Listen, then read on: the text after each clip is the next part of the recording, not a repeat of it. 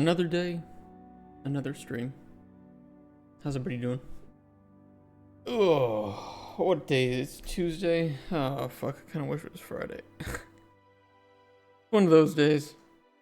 When is it not one of those days? Let's be real. Okay, today I want to start implementation of the console. And I'm just going to do it. I don't want to design it. I don't want to go into it. I'm just going to jump in and start working on it. Test map. Oh, yeah, okay. It's just for this. Let's do command console.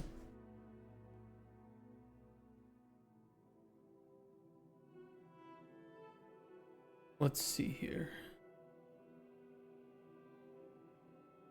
WBP command console.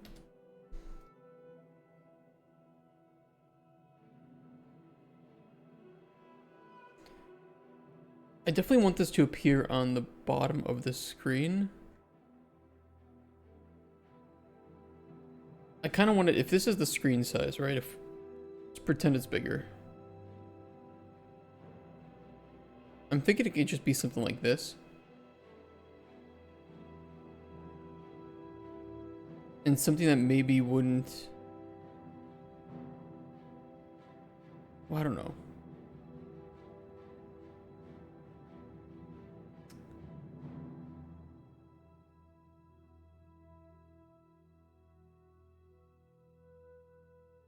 We'll try. I'm trying to think about like the input and whether or not we wanted to receive mouse input. I think so. I think the hierarchy will be when you pull it up, we're going to remove all the player's inputs and store them temporarily. And we're going to set focus. We don't even have to. We could just set focus to UI only. But I'd like to...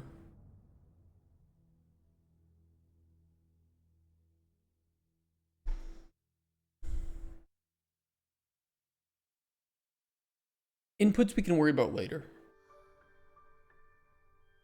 Right now we just need to be able to pull it up, and we're going to need a border with a vertical box.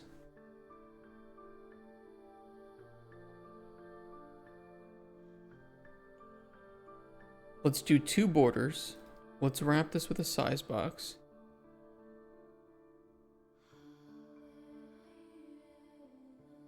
And I'm going to do a vertical box, a scroll box,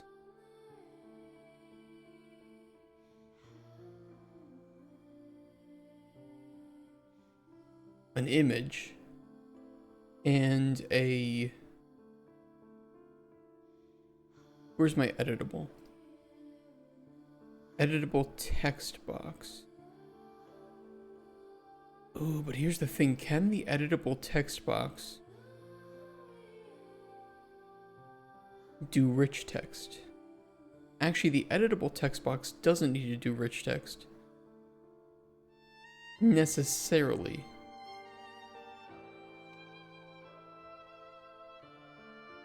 Do they really not have an editable rich text box? I guess that would be hard to script. I wonder if there's a way that I could get around that.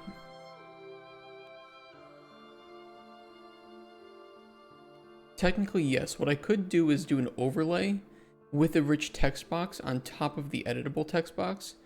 And you don't see what you're typing into the editable text box, but we mirror it to the rich text box. And we recolor certain aspects based on what you type in.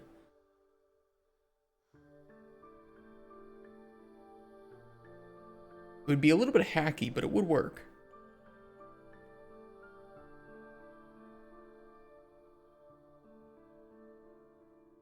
I kind of want to do that.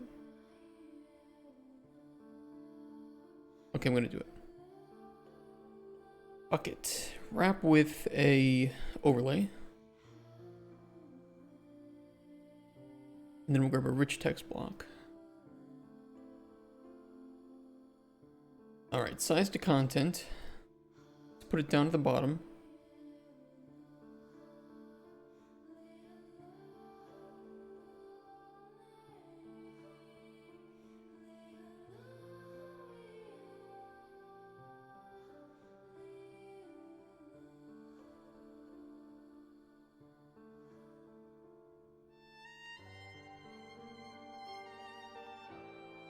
And I think that's up too much. I wouldn't mind if the player can expand it optionally. But for now I just want it at like a good starting point.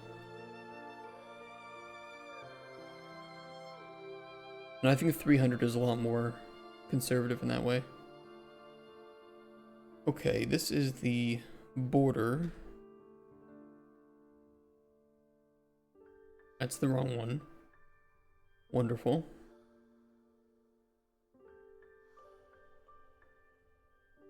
No, that's the right one.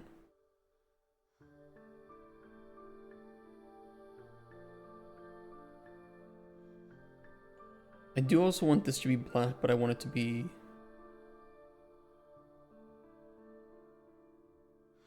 Oh, yeah, that's the... Hold on.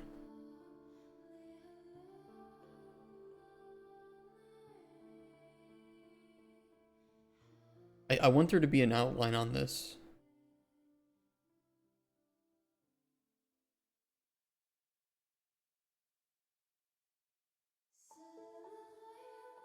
Can we draw it as a border without it looking weird?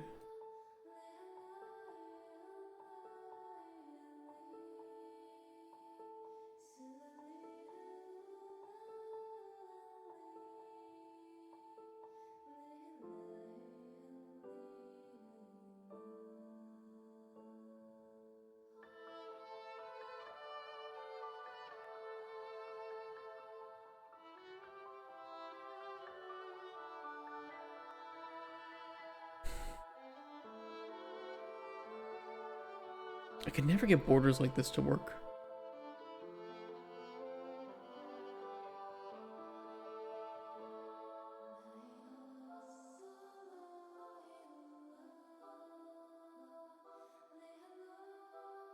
Like, I can get a 1 pixel border, but that's gonna look really weird.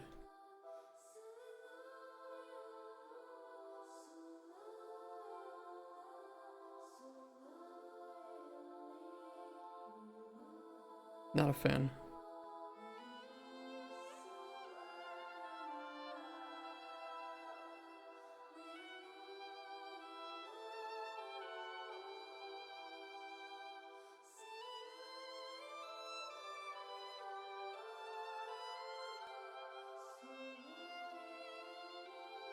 Hmm.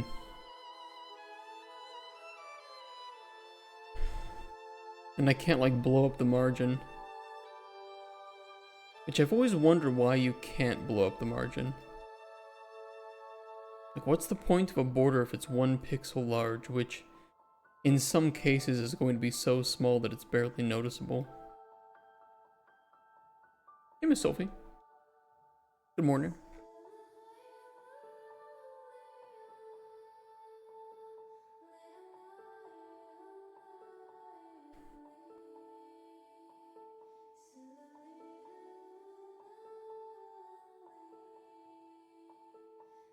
I don't like that.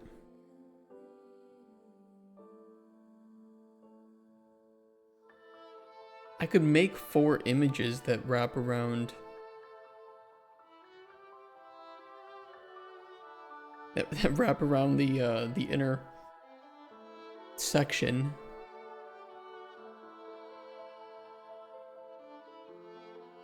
I think it would look kind of silly though.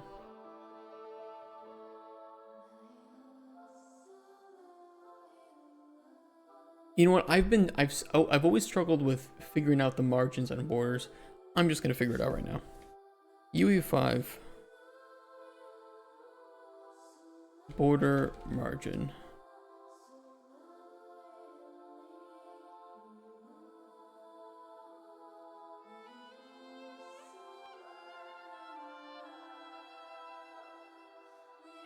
Yeah, I mean, you would think that it's supposed to be a percentage of the margin.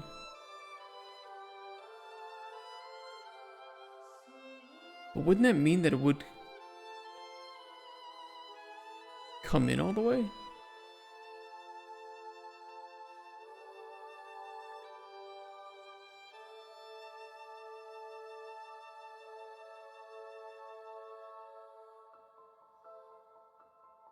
Hmm.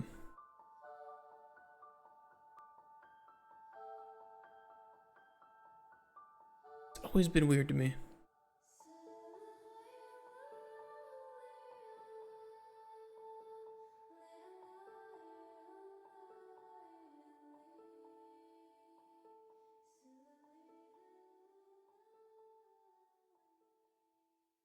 Like, there's no way to scale that up to larger than just 1 pixel.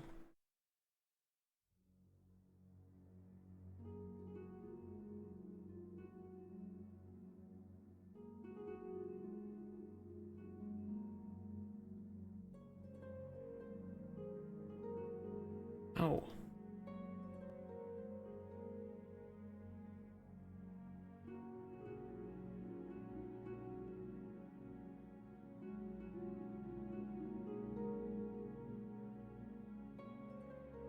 Where's the transform? Yeah, it's not gonna do it. That was my last ditch effort. UE5, border margin. How to frame or add a border. Like, I know how to frame things. The problem is that it will, if I want to have a transparent background, like I do here, I'd love to be able to use a border to add a, you know, like 2 or 3 pixel size border on the whole thing. Which I do know a way to do, I just don't think it's the right way to do it.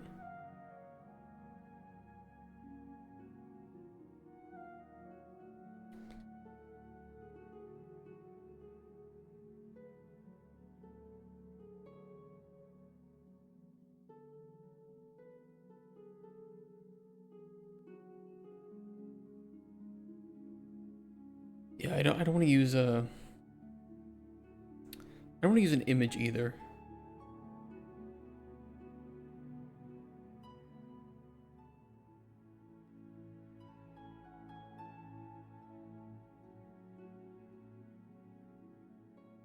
Rounding type. Actually, let me try that.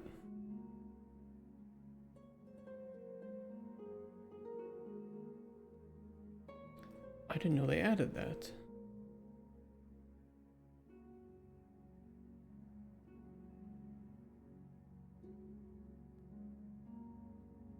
But we're still probably going to end up with that intersection filled.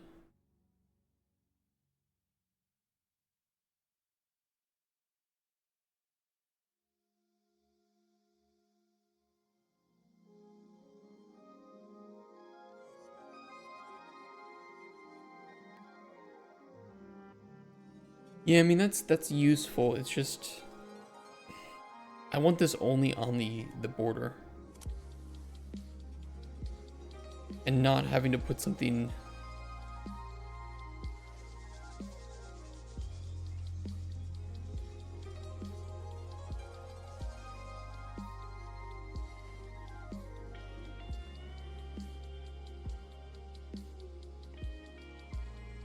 Oh, he just used a single one.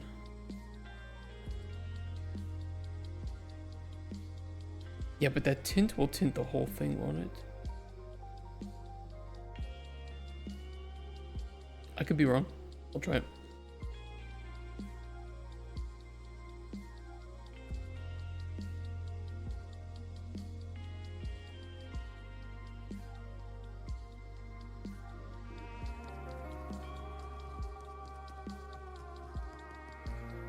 Alright, rounded box this.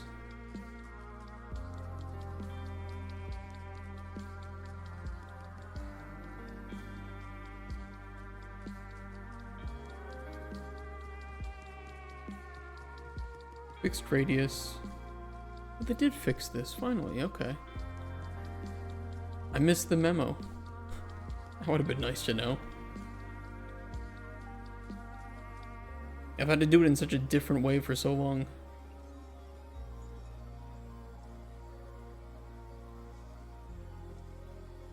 We could add a little bit of corner radius if we want.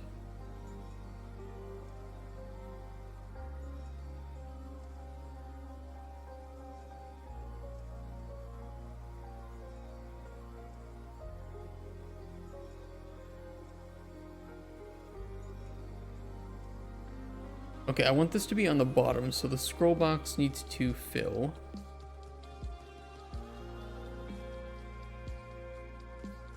Set this to fill horizontal.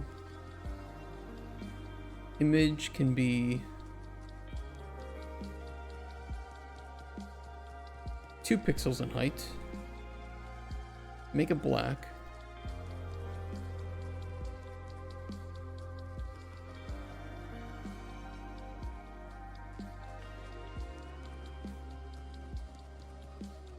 I don't hate it.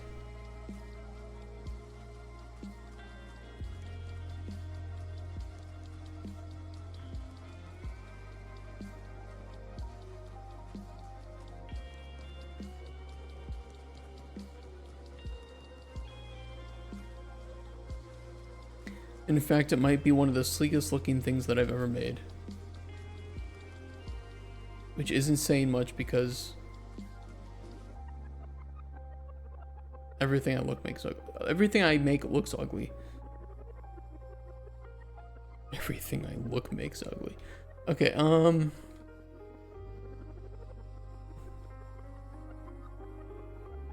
input box. Oh.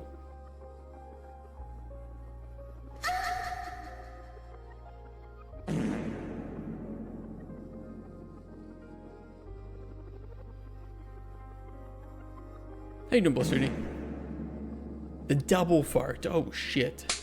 Ooh. Are you getting spanked for farting? Ooh, Jenkum.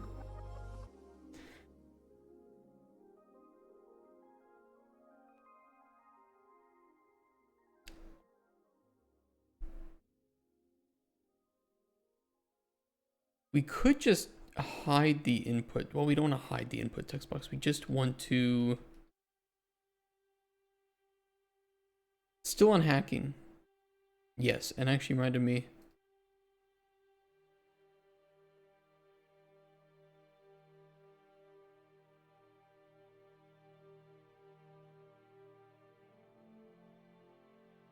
That's what we're doing today.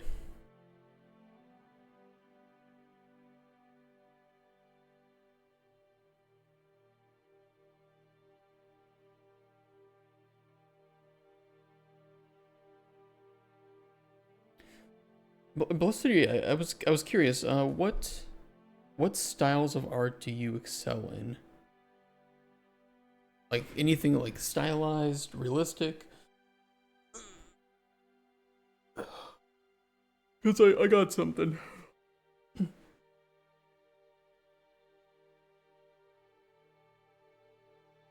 Because System Break is still, you know, I think way too early for anything art related since we're still prototyping the base mechanics. But I got something smaller. And it's not my penis. For once.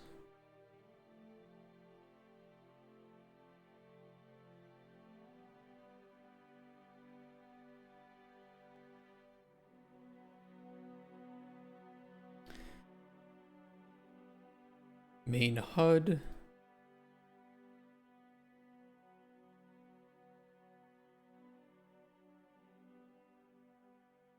WBP. Main game HUD.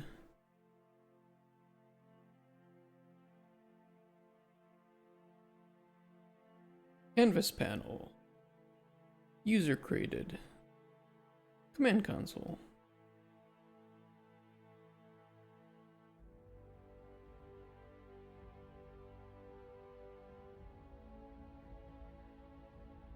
Let's get this running.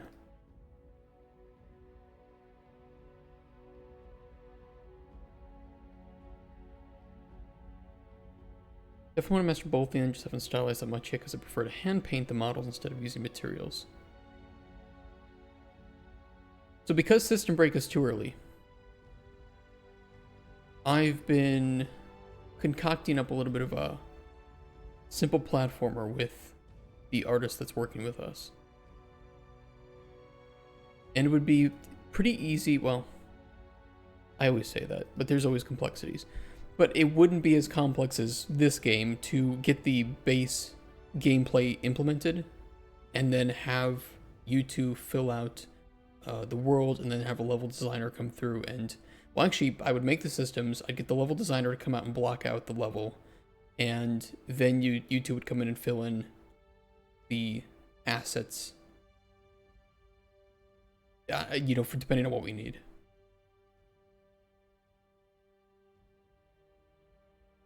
And that's pretty much the entire game.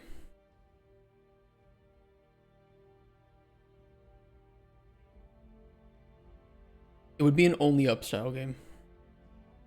But we want to make it, we want to actually make it look good because most of those games don't really look good and don't really have any sort of unique art to them. And we'd like to implement some cool mechanics because most of those are like baby's first Unreal game. That would be, you know, our hope is actually just to make something a little bit more polished than the competitors. I think we were thinking of, it would be cooler to have stylized, but it would be easier to source realistic assets. So we were kind of like, we don't really know. Yeah, we could do nanite. I don't think we would need to, but we could. Hello, stranger. Who is this in chat? Mom?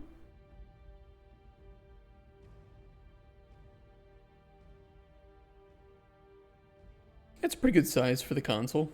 By the way, it wouldn't appear the whole time. I'm just taking a look at the size.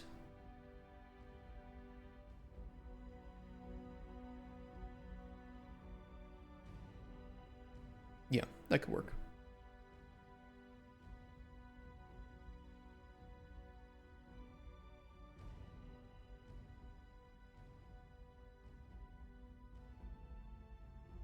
Let's add an animation.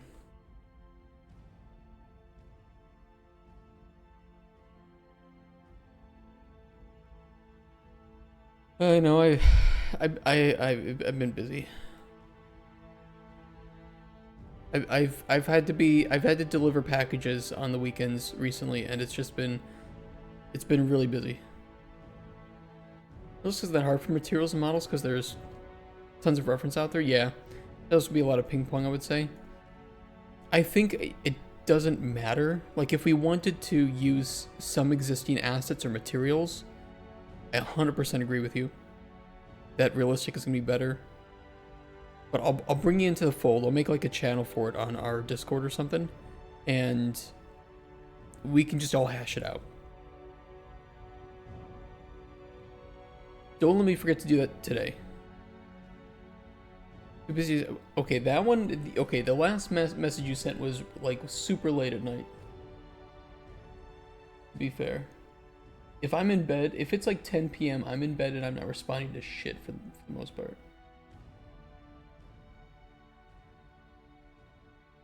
July 14th is your second need. Isn't that a lot sooner than usual? I thought you needed like 6 months to fully heal. Oops.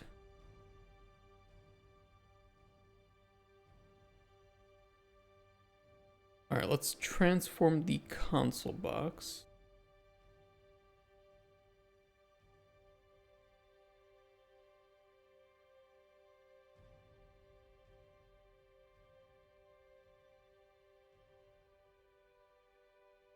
Do you want to transform it?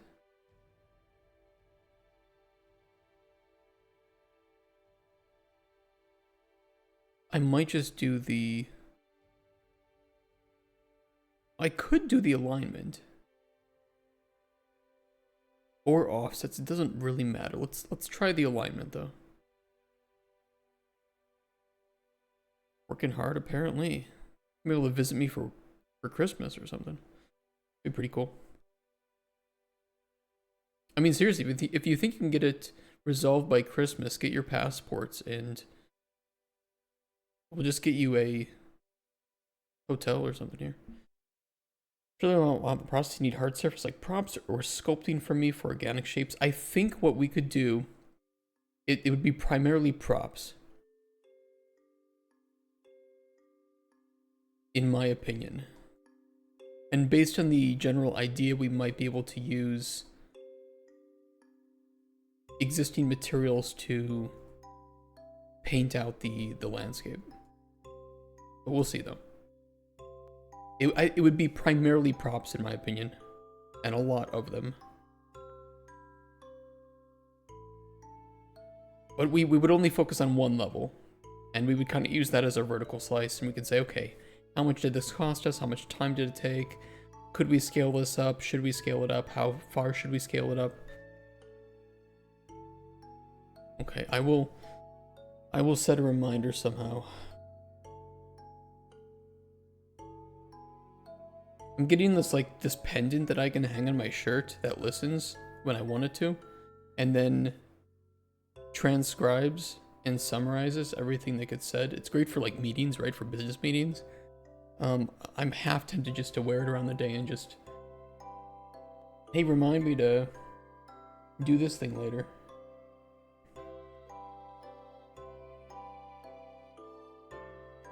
Okay, let's do task.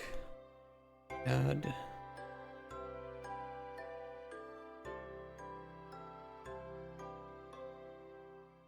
The working game title is Go Kill Yourself.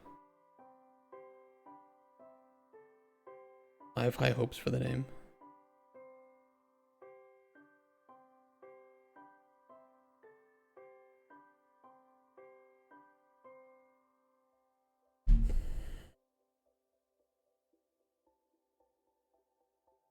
We'll just make this 1 second long and see if that feels good or not.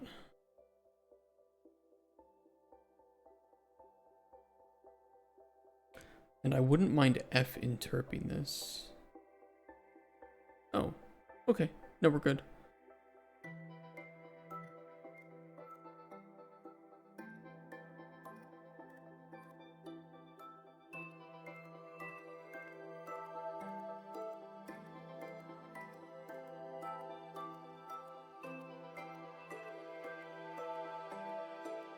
Yeah, and we can just play this in reverse for bringing it up. Cool. Let's start it at that point though, so let me change this to 0. And this one to 1.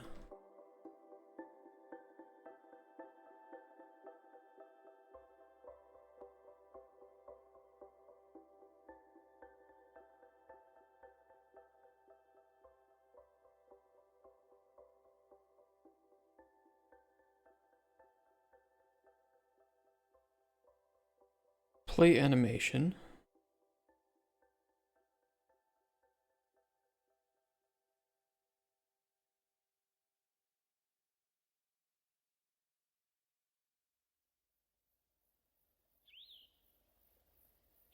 Let me think here.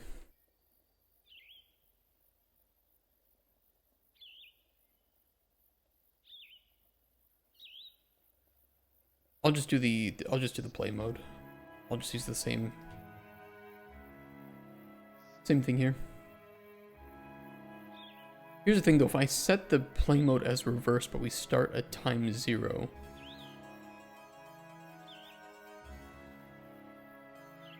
I don't think that'll work properly.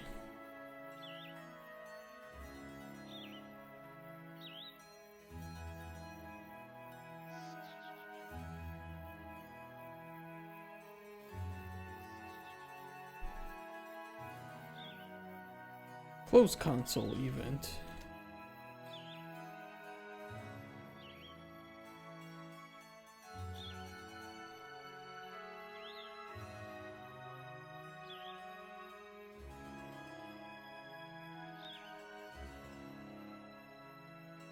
I could use a dispatcher for this, to be fair.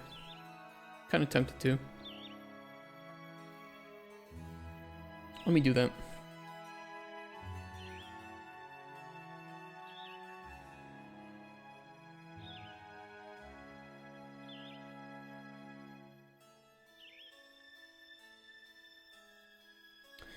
For our input holder, we have base map inputs. I don't think I made a proper function for this.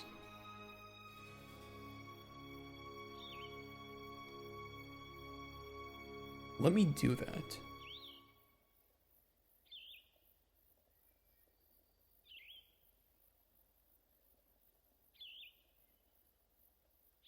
And we don't use this anymore, right?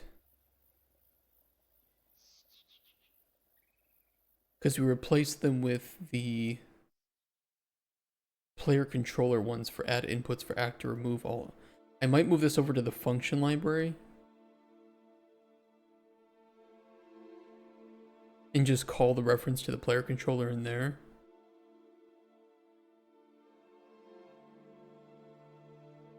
I'm gonna do that today. I'm gonna move it all over to the function library.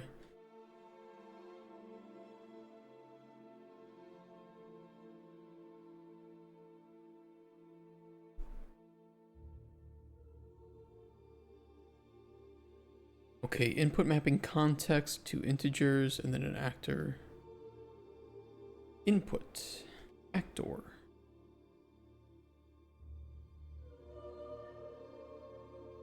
Input mapping context.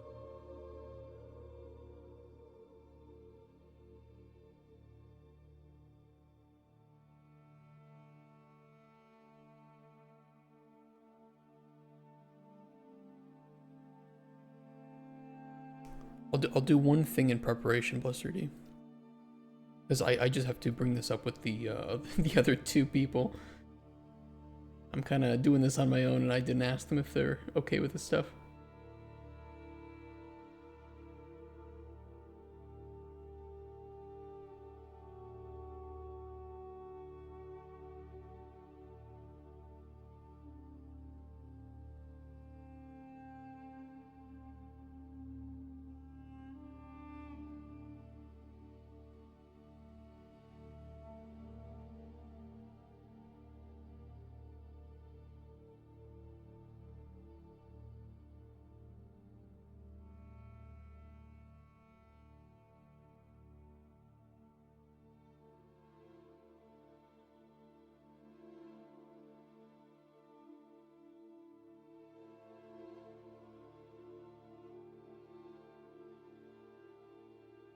Sorry, I'm typing something.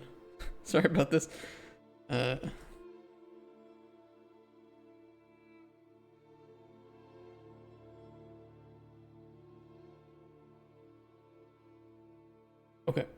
cool. I'm done.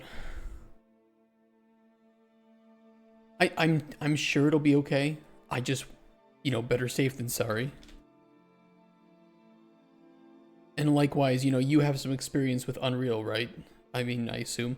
And so that would be something that you could help that person learn as well, since they're a bit new to Unreal.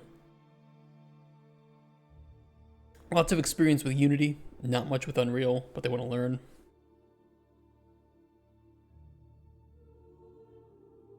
So maybe there's some mutually beneficial sharing of knowledge that could happen there. That'd be nice.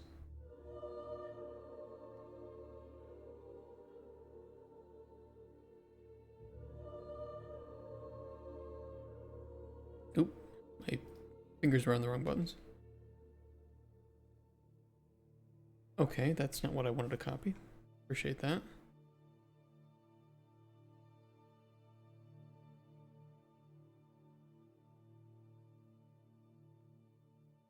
Okay, get player controller.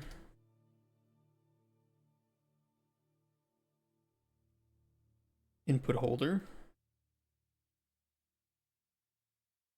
Local variable.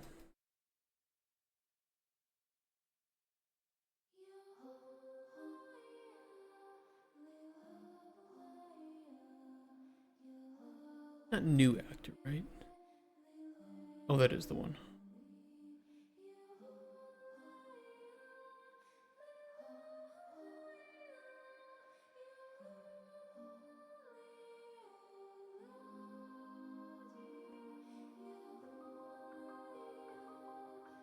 Well, I'm only 6 weeks into continuous Blender. Yes, I have a bit of knowledge in UE5, enough to set up characters and materials.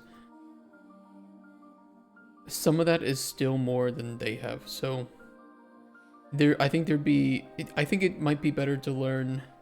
Either way, there's stuff that both of you need to learn about it. And I think that'd be better to learn it together, in that way you have somebody to bounce ideas and information off of. That's only my suspicion, though.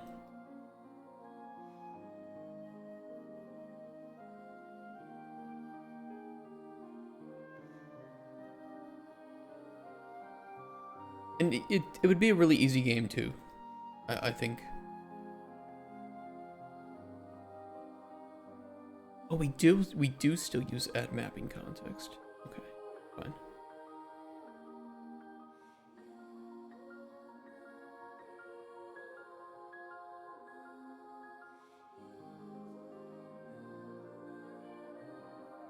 Yeah, sorry it's been like I told you I would do it and then we didn't talk about it for like a week.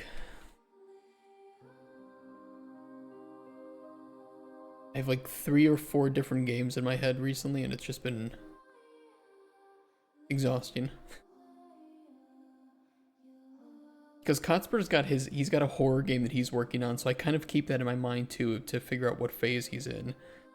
I'm still talking about Colden Chronicles to some people. Then we have System Break, which I've really only thought about System Break heavily within the last 8 days.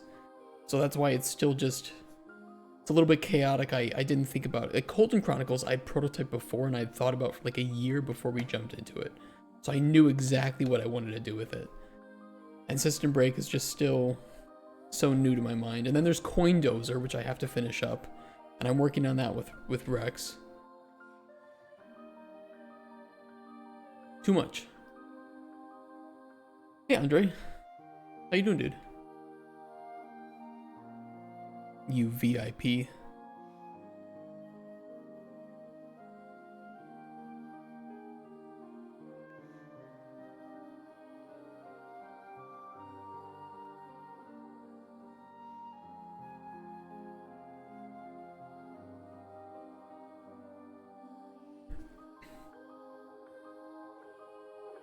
Yeah, it's don't worry, I like, you guys are not required to be considerate of my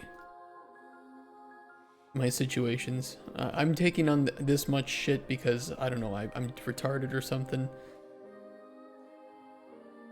I'm hoping though that we can get the Coin Dozer game finished up either this month or worst case, I think it will probably end up being next month. I can put that in the back of my mind for the time being.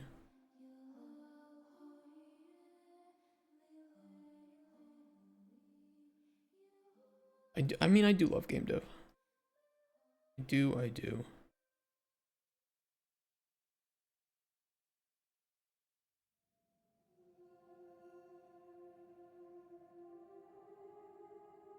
Okay, I hope that will work fine.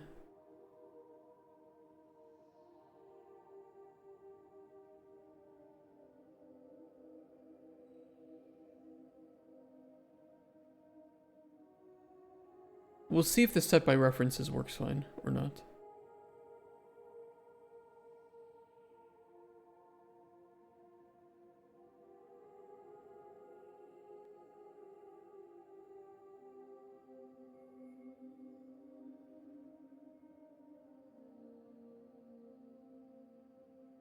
Never let them use the R word around you. Ooh.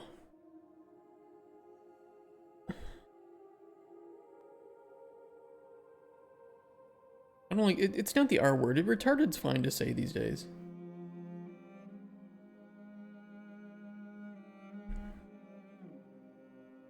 We got over that. The snowflakes lost that fight.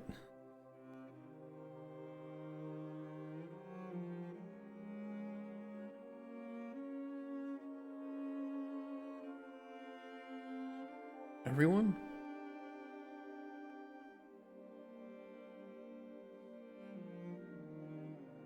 It's an okay word to use.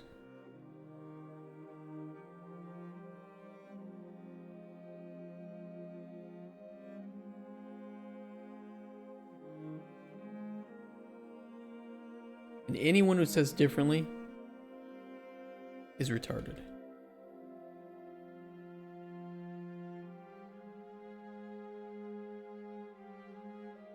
Look at that, I saved one node by doing this. Incredible.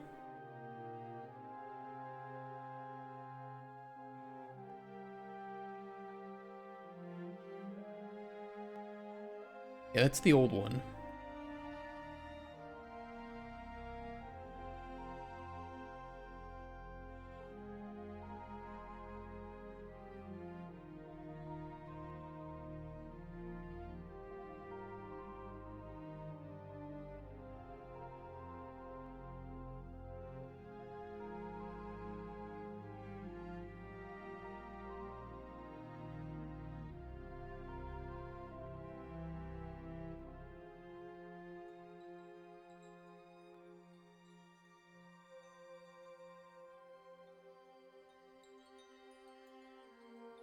I think gay, you know, is used in the same way, right? Like, people used to say some of these words in a derogatory way, and now they, as, you know, for instance, gay people become more accepted in society, thankfully. People now just use the same thing to refer to things in like a funny way. I watch an anime called Windbreaker, which it's pretty gay. These dudes are absolutely in love with each other. And that's fine. It's magical. Two dudes kissing. Two dudes touching. See? Nothing wrong with that. It's good stuff. Everybody loves it.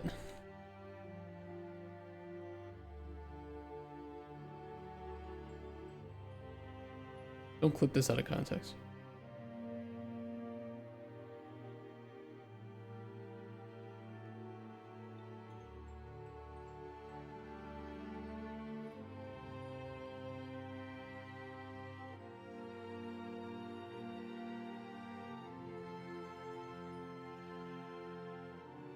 Okay, I'm gonna zoom. Oh, that was a good one. Hey, new Drumbox.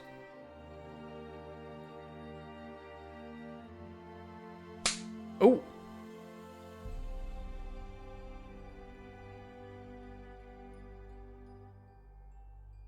I started talking about gay people and then the chat went quiet. I think they're all in the closet.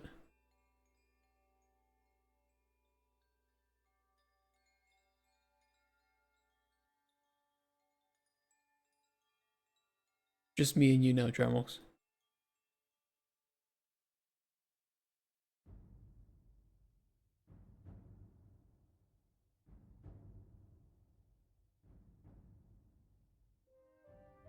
God, this camera takes so long to compile. It scares me. I think the thing is crashing. 8,000 milliseconds. I have no clue why. It's Pride Month. It's also mental health month. But if you say that on certain Reddit subs, you'll get banned. I love that, right? I'm gonna smack me? What? For saying retarded? What do you have against the word retarded? Nobody's using it as an insult against people with mental disabilities. Not, you know, the people with actual mental disabilities. Oh no, just because, okay. Good, I was gonna insult you. You know me, I double down.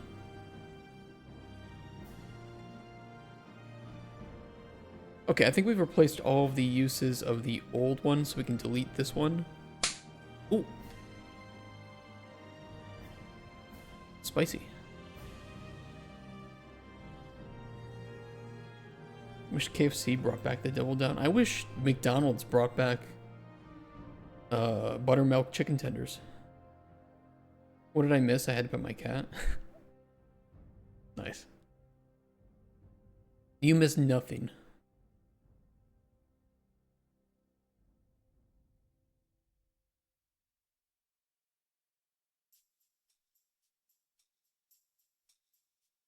Remove all actor inputs.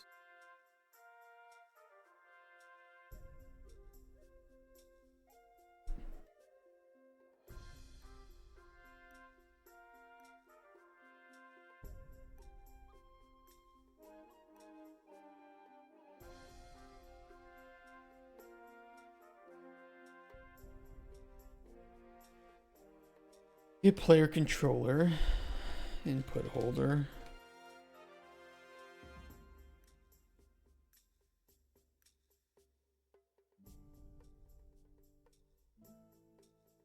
How's I'm a little bit delayed with news that I see, and it's usually hours old. How's LA right now?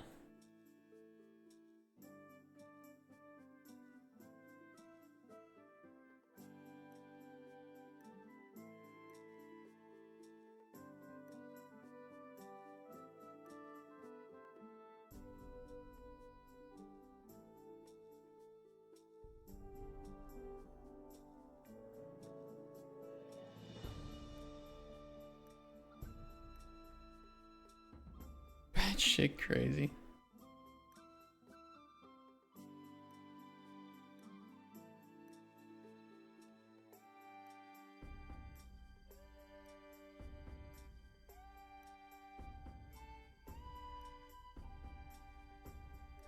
I've been seeing some of the, you know, absolutely highly intellectual political commentary surrounding it.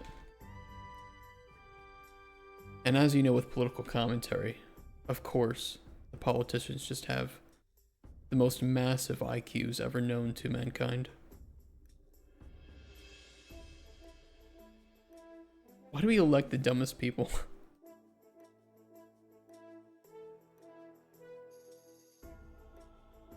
Why do we do it? Why do we just...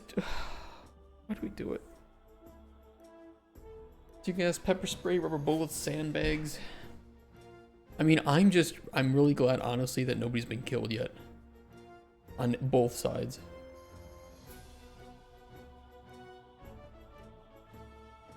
I'm not into fear-mongering. I do think that it's only a matter of time before somebody loses their life to this.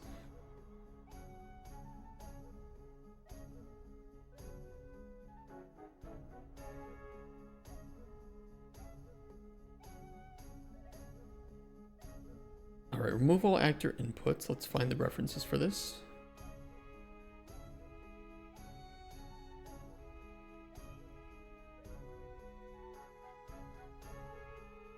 It's the wrong one.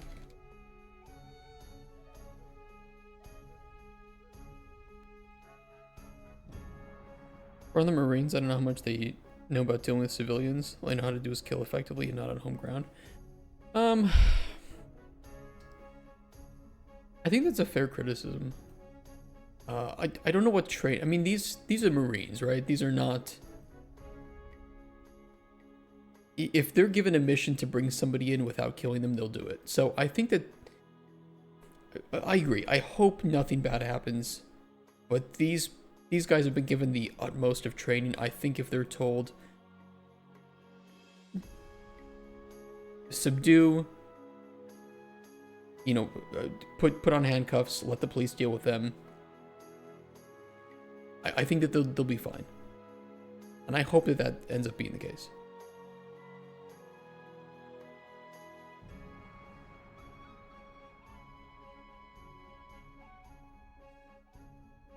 Yeah, see, they deployed the Marines. I don't think they've arrived there yet, right?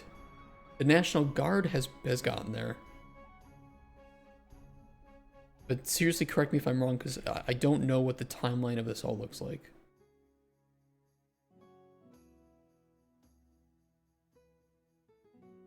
From what I can tell, looking at like live cams, these people actually do like getting some sleep.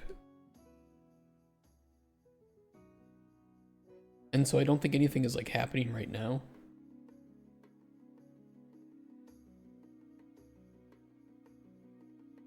Oh no, there is some stuff going on, it looks like. It looks like the very peaceful protesters have lit more stuff on fire.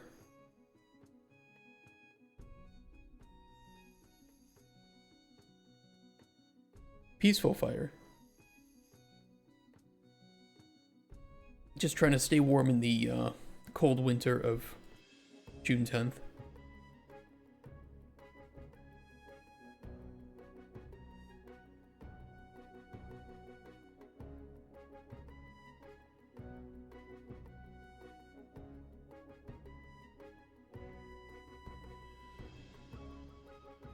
What happened? I don't know. Last I heard is the Marines are being deployed, but they haven't arrived yet. The National Guard has arrived. But most of the protesters have, like, I don't know, they're not occupying the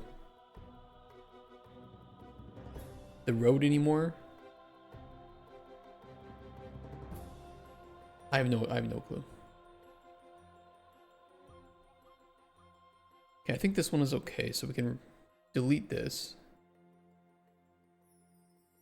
Hopefully. No errors. Oh, it crashed, okay. Beautiful. Good start.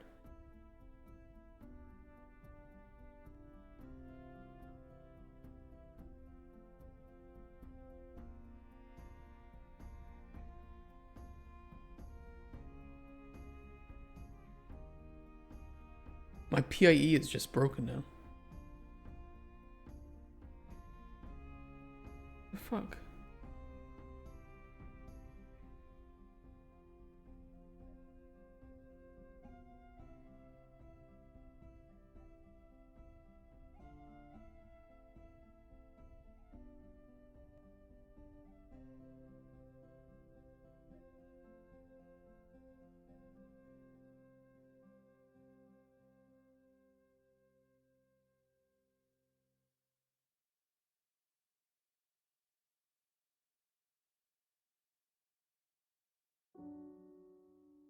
I literally can't play an editor.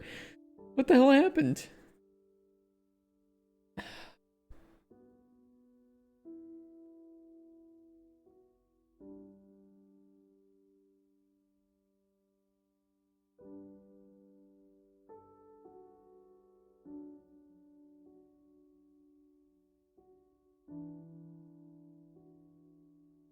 There's like an infinite loop or something? Did I accidentally make like some infinite loop? No, because the...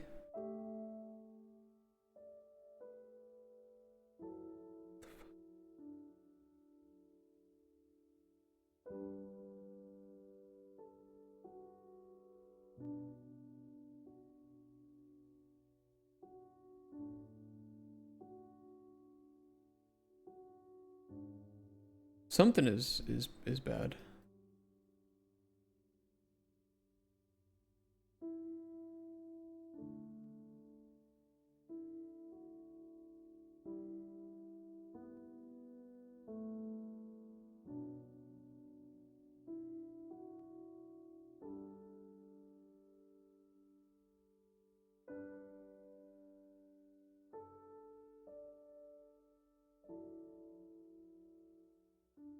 What's crashing it?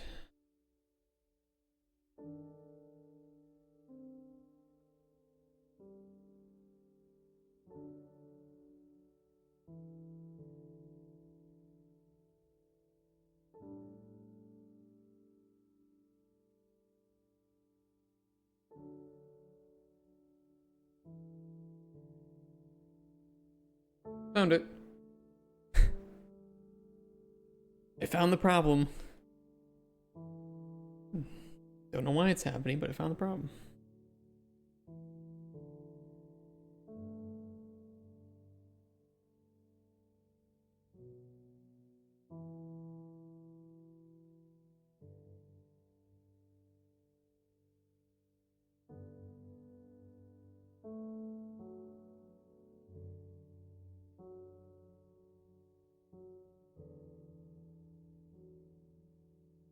Why is that set by ref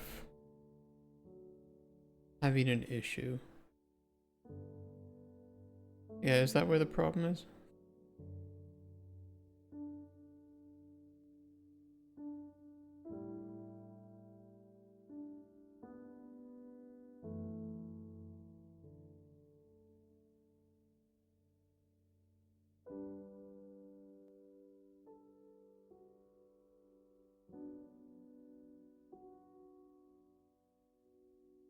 It's just a set by reference node. What? Well, how could this be broken?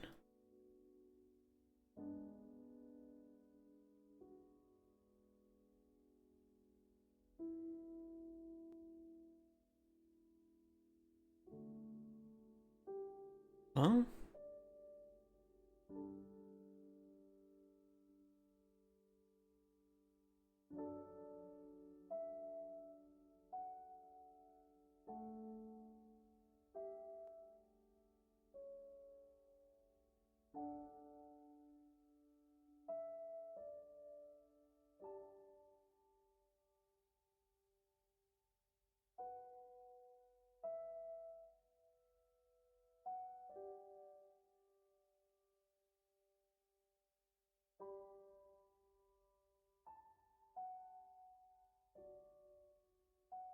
Oop.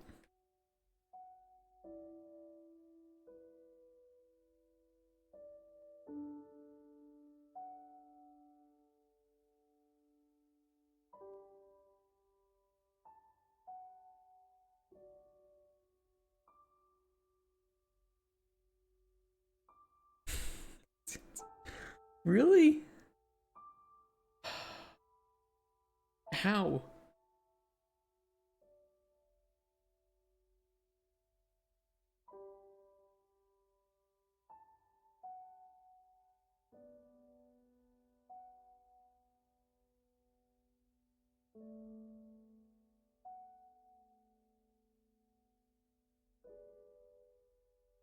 Is this term playing a Gamba slot game called Brute Force? You could take some inspiration from that? What do you mean?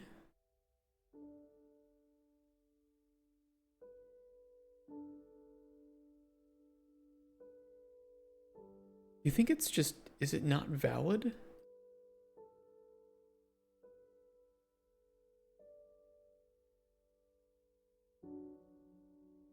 Out of curiosity?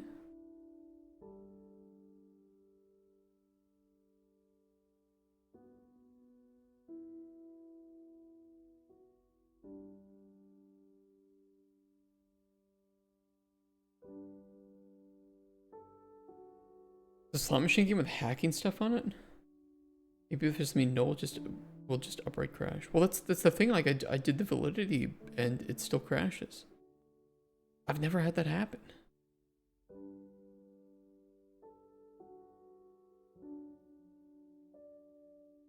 Do we have a structure error maybe?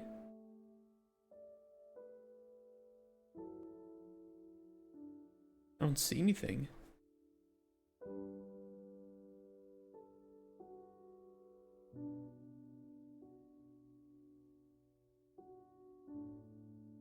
The fuck?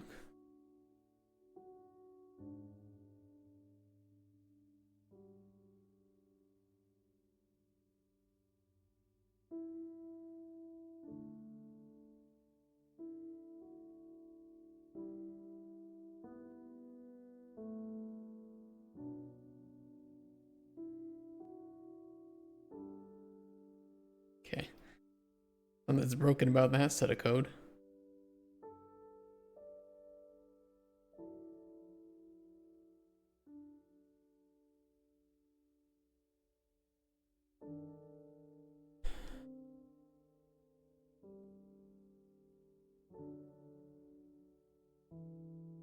Like we grab the player controller, we grab the input holder. I need to set a variable in this.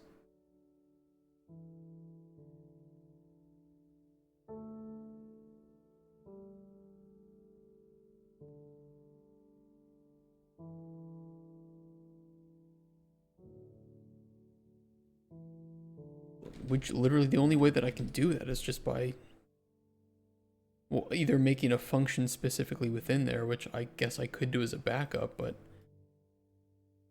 I've never had problems with setting by reference before. We get a reference,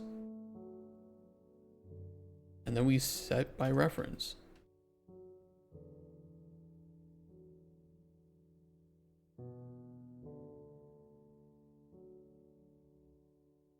There's nothing special about this. What if I just do this without a value?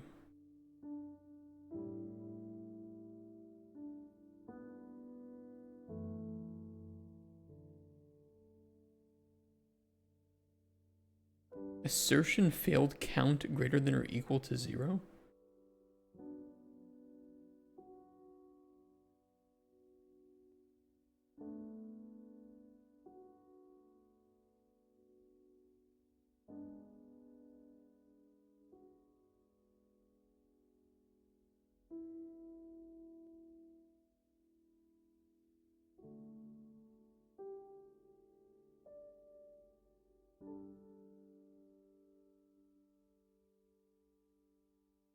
Complete rookie this. I hired a team to make an RPG engine for me. I'm trying to port a TV5 to fix a compile error. Wow. Of course people do that.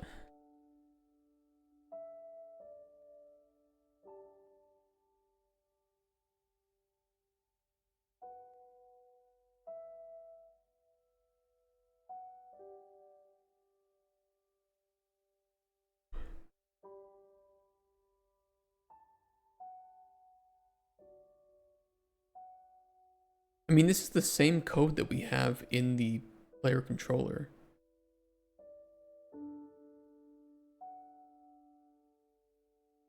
Or we had there.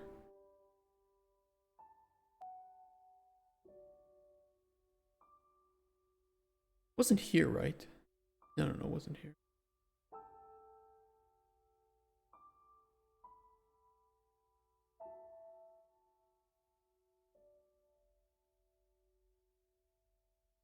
It was definitely this.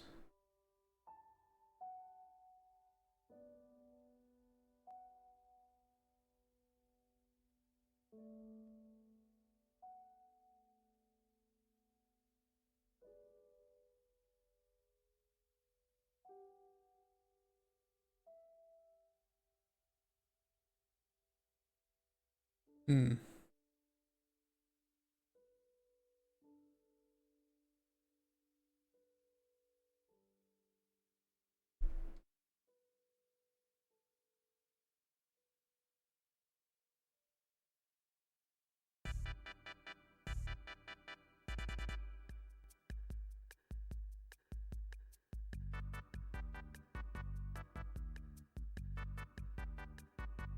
What I'm gonna do? Oh, it crashes even if we do that. Fuck.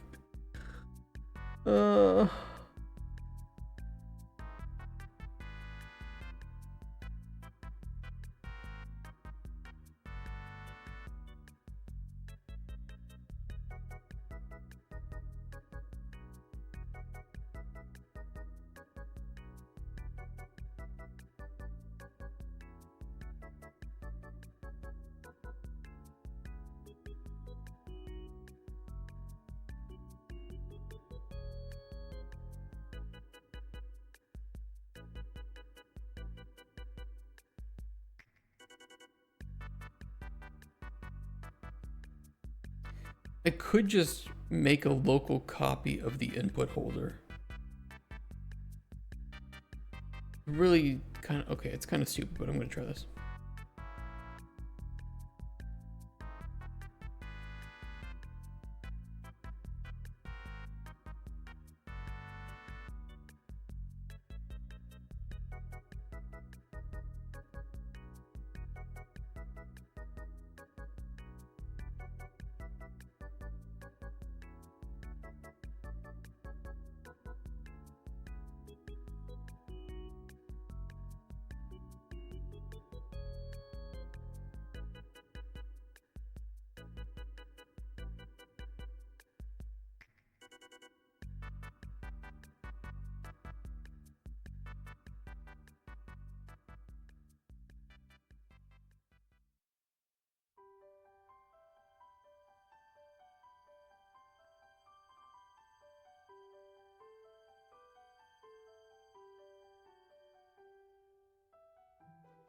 We're gonna try that, and then what we'll do is we'll set by reference the input holder copy itself. I have a sneaking suspicion it doesn't like the access of setting by reference an array item, which is weird. I'm pretty sure I did a ton of that in Golden Chronicles just fine.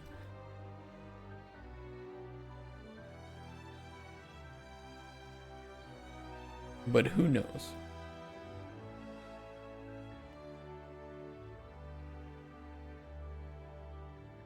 It's still crashing.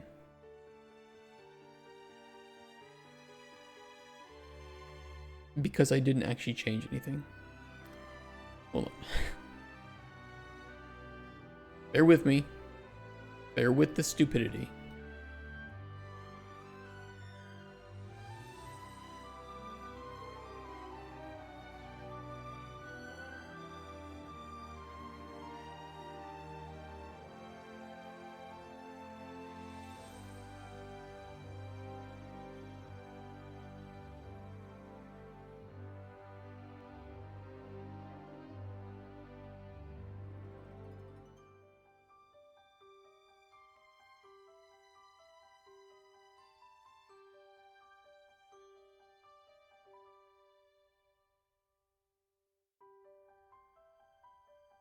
I know why. Found pawn index needs to be -1.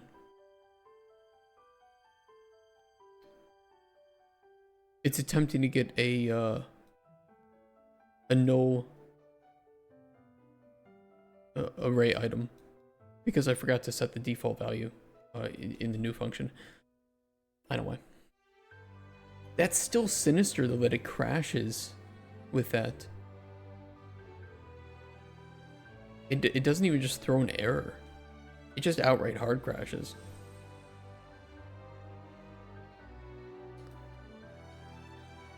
Yeah, I'll call you in 2 minutes. No, I'll get back to you this weekend or something. Yeah, found pawn index needs to be -1 by default. That was the only issue.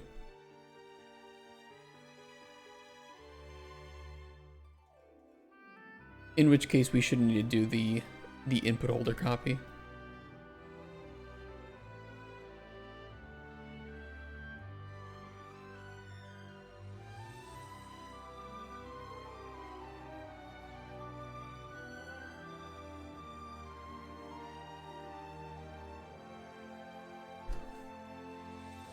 As I said though, I'm spending the weekends delivering packages. So I'm just really busy at the moment. And I'm doing that from dawn to dusk on the weekends right now.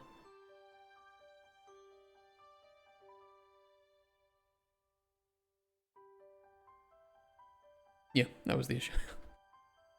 Jesus Christ. I forgot that I had set that to -1.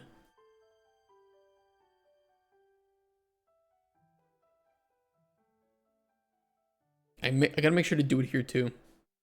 Why are you doing this? You need money? Okay, well, to be fair,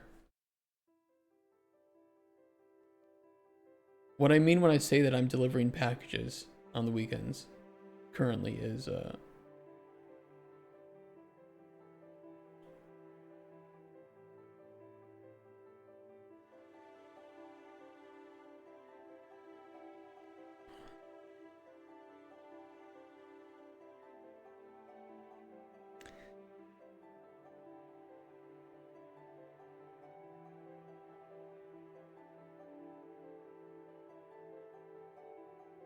I gotta finish the game before the second one comes out. Dude, games is $80. They skipped 70. They just went straight to 80. They said fuck 60. They're now 80. I'm sorry, I can't afford that shit. Even if I had a job, I still probably wouldn't be able to afford that. And the reality is that right now I just pirate more games. I hate to say it, but that's just the reality of the situation.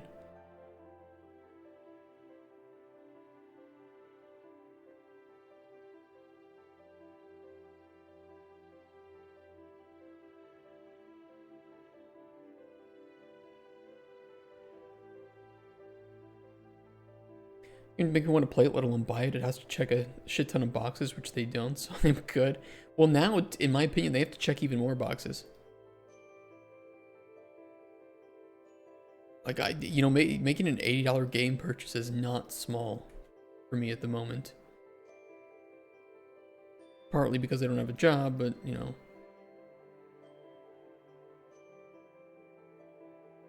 Let's put it this way.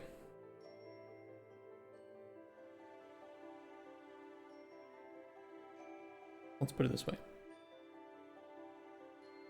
This game comes out. It's like 15 bucks, 20 bucks. Insta purchase. Easiest decision of my life. New game comes out that is 4 times the price of this. And this isn't even fully out yet. It's still in early access. Nah, man. And I know that Outer Worlds 2 is now priced at $80. Which, keep in mind, the original game was $40. And I think that that was a fair price for what it was. It was a trimmed down ARPG with about 30 hours of content. It was nice. I appreciated the fact that it was like that. I don't know how much more expansive this game is going to be. But I don't know. I liked Outer Worlds 1. It wasn't perfect, but it was nice, and I liked how condensed and driven it felt. It didn't have a lot of fluff that meant nothing to the story. I liked that. There weren't like a whole bunch of checklists in that game. Let's put it that way. And one of my biggest criticisms for Avowed was not that it was a bad game, because I thought it was okay. It had some issues, but it was an okay game. But it was $80. Or was it 70? Did they actually just make it even more expensive than Avowed?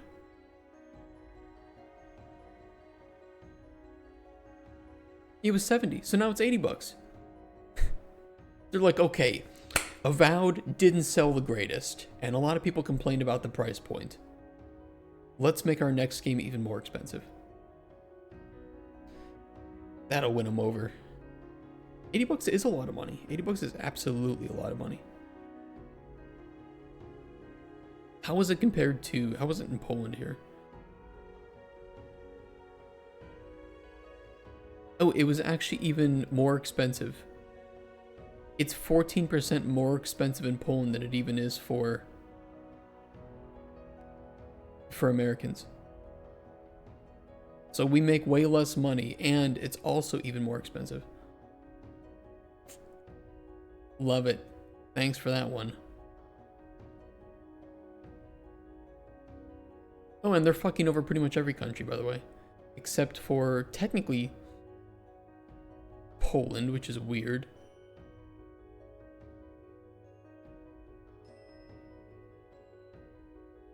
Valve suggested price is pretty fucked up on that.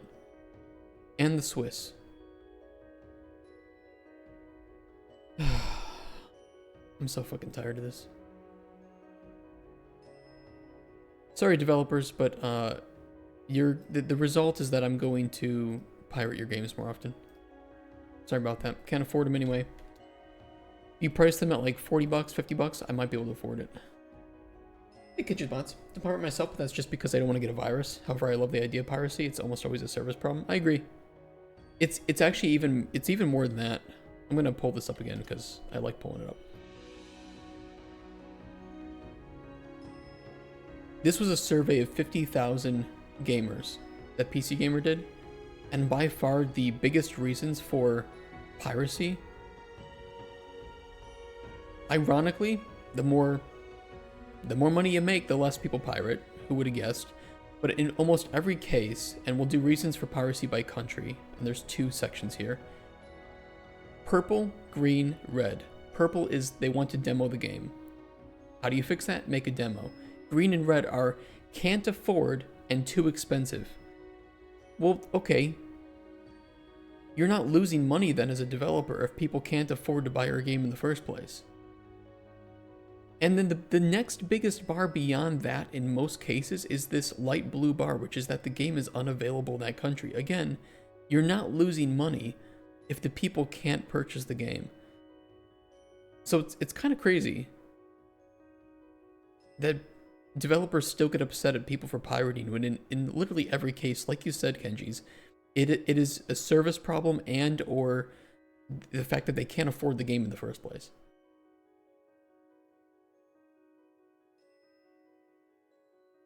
I'm not ashamed to pirate games. I'm ashamed that I don't have enough money to afford the games.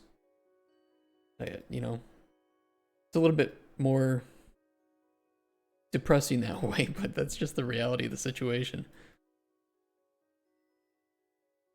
It's funny, Terraria made a lot of money, yet it's only $10. You want to know how you can see if a developer or publisher is cheating you or not?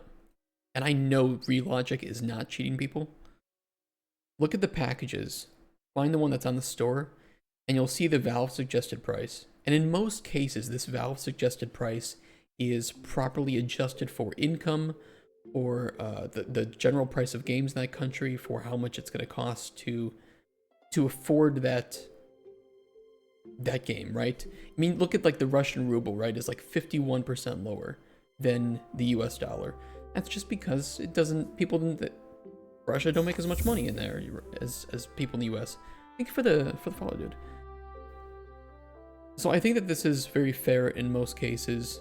I disagree with the fact that in Poland it's more expensive. Polish people are not making more than people in the US. But you compare that to other games, like we just looked at Avowed, and it's almost all red. It means people are getting fucked in almost every single country. You have to think, like, when you buy a game, $80 once a month, that's more than one rent pay in the year. So you can only afford games when you don't have kids.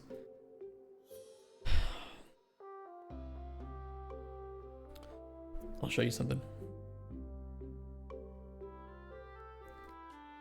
In USD, how much does it cost to eat for a month for 2 people in Poland if most meals are home cooked or cheap fridge freezer foods from Biedronka or something?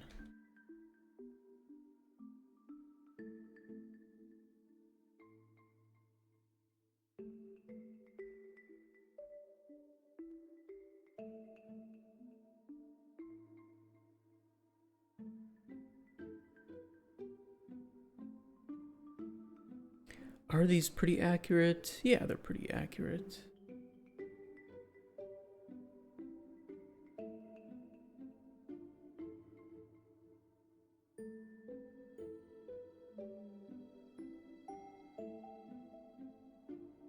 $232 per month for 2 people,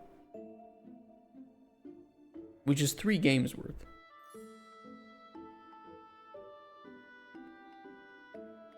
And you can absolutely get it lower than that. Yeah. I mean, and it's cheap here, but you don't make a lot of money here. But for, me buying like an $80 to $100 game, it's not a small purchase. It's not like I can just work for a day like I would in the US, right? And make even $15 an hour. And at the end of the day, I can afford a game after taxes. I gotta buy Honey Pop 5, it's $100, right? So that's why, when I'm like talking about, I don't know if I can afford this game, it really just is getting crazy expensive.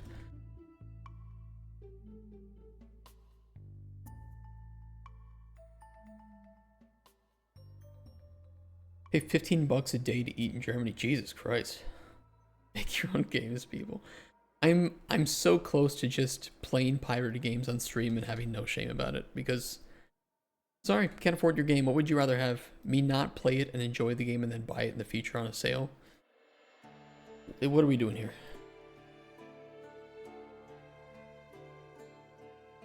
I'm not going to. I'm saying that's kind of just how it feels some days.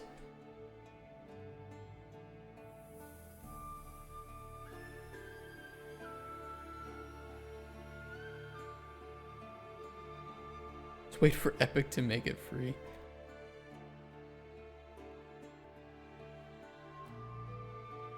And I know Game Pass exists, but I'm not a fan of the whole service. You don't actually own the games kind of model.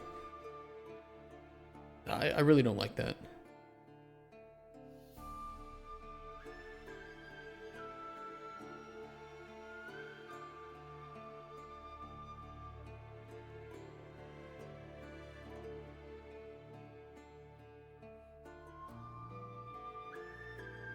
Here's the thing, I would make my own game free on some, like, let's say that the Coin Dozer comes out, right? And we sell it for a year or something, and I see sales start to peter out.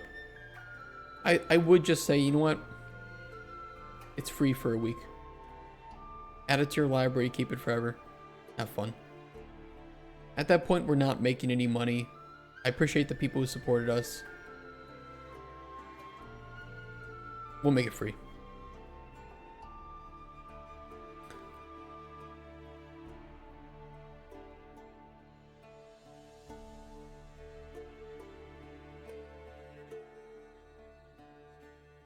And I like that, you know, with being indie, I can make those decisions.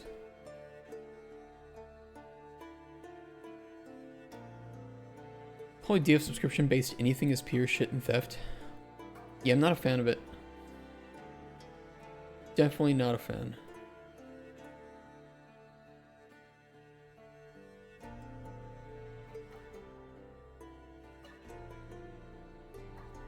Sorry, it's kind of boring. I'm just refactoring inputs.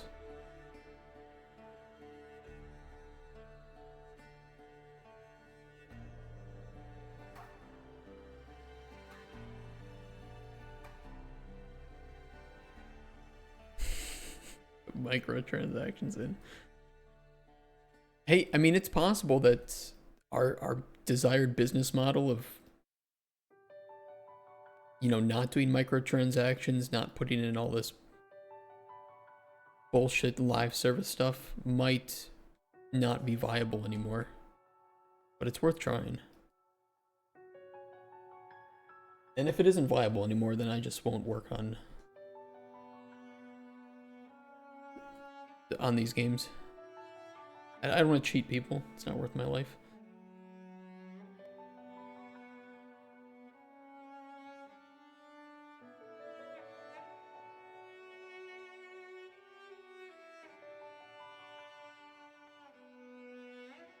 We did the calculations last week, Buster D, and it ends up that streaming services and everything, when adjusted for inflation, is more expensive now to get the same amount of content as you would have with an extended cable plan back in the day.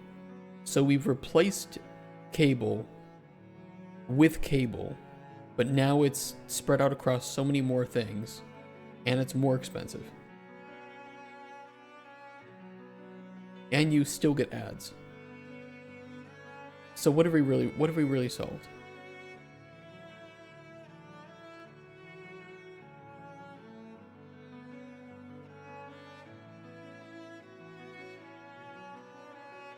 Yeah, I pirate that stuff too. I'm sorry, it's like I just can't afford it.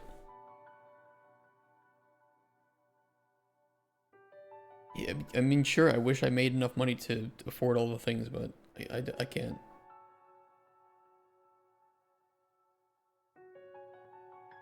I only have a problem with piracy if it's against small businesses, indie devs, if fairly priced, which is usually the case with indie. Yeah, they are. I'm making my own game, and I'd love to have my own function. In the game detects if it's a pirated copy. However, unlike anti-piracy, the idea would be to have a pop-up on game launch. Still personally, but gameplay untouched, kind of like WinRAR pop-up if you haven't paid for WinRAR. Yeah, I think that's fair. Yeah, I can agree with you on that. We've talked about before that if we make our games and there isn't a legal problem with doing so, we would just host a pirated version of our game ourselves. Because I'm not going to put any DRM on the game, so the game's going to be on, you know, all the pirating places within under 24 hours. I might as well just host it myself so that people can feel, you know, safe with doing it. Yes, a lot of people will pirate it. I don't care. If they wanted to do it in the first place, they would do it in this case too.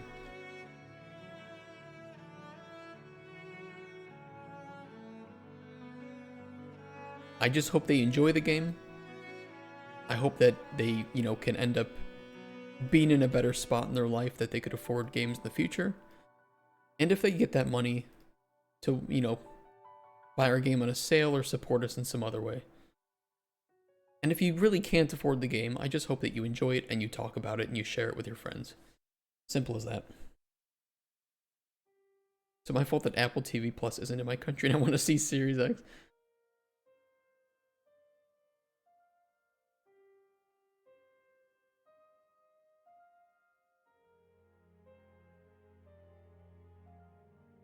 Oh, this is just a collapse node. Making for free and make a pay button in game like on Gumroad.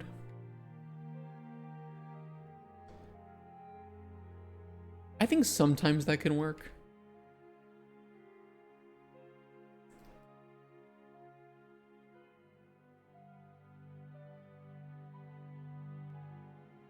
Oh yeah, this takes 1,000,000 years to compile. There we go. For some reason. Alright. I have replaced the old inputs. What was I going to do before that? I know what I was going to do.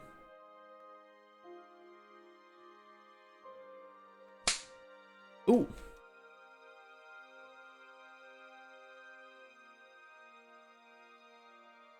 I'm gonna come.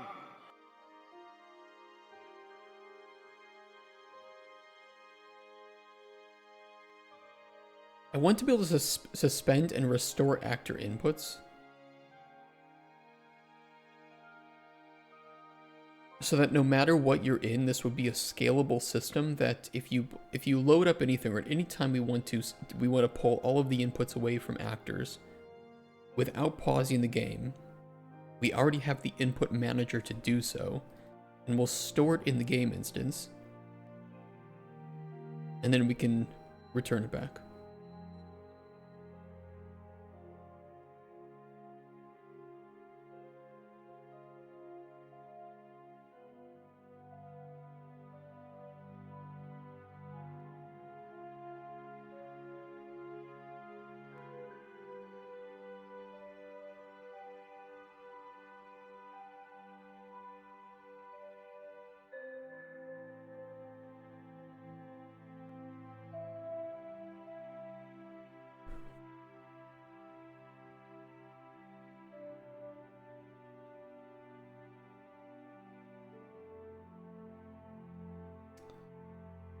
Yeah, this should work.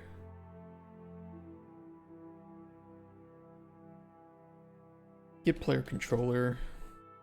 Get game instance.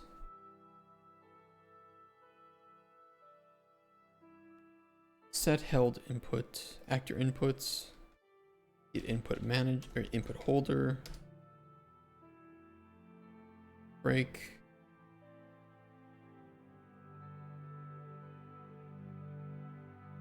Oh, it's input. Input mapping context. Oh, it's the device inputs. I'm dumb. We'll have to build this locally. Or we could just add it. We could just add it. Be fine. I don't ever think this array would be that big anyway. Oh, we do need the... Yeah, hold on. I'm gonna change it over to the structure. Input manager entry.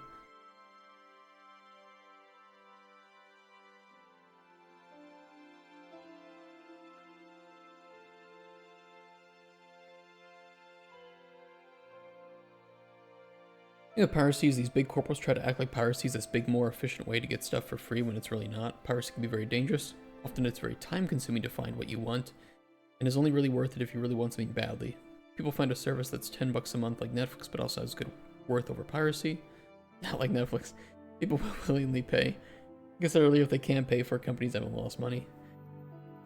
They act like that, and then they'll try to make more live service games, which are inherently just way more expensive to upkeep, especially because you need way more additional team members to consistently put out content. And then they'll add in DRM or stuff. I get the reason for having, like, let's say a game like Arc Raiders. Of course that has to be a live service game. Of course that has to have anti, cheating measures, right? Because that's the way that you would make a game like that fun when it is competitive in PvP. So I get that there are just some games that are inherently more anti-piracy, maybe even not by the developer's choice, but just by the necessity of the game's technology. What I'm not a big fan of is just, here's a good example, the new Final Fantasy, right? Let me load up Steam.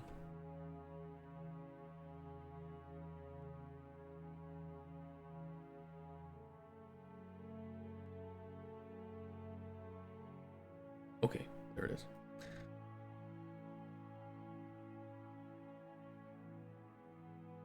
The new Final Fantasy Tactics Remaster.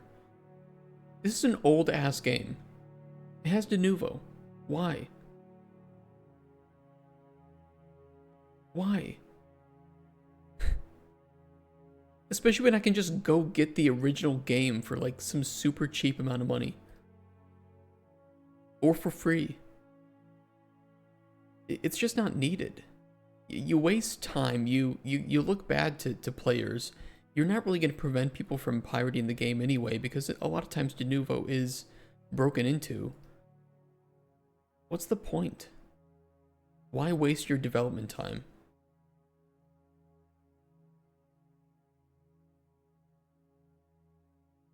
And if it isn't cracked and I don't have the money for it, I will not play it. Therefore, I cannot tell people if it's good or not. I can't act in any normal influencer capacity.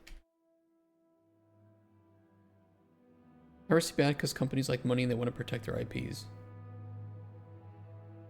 But how are you protecting your IP with anti-piracy measures? I get that you want money, and yes, there are some people who pirate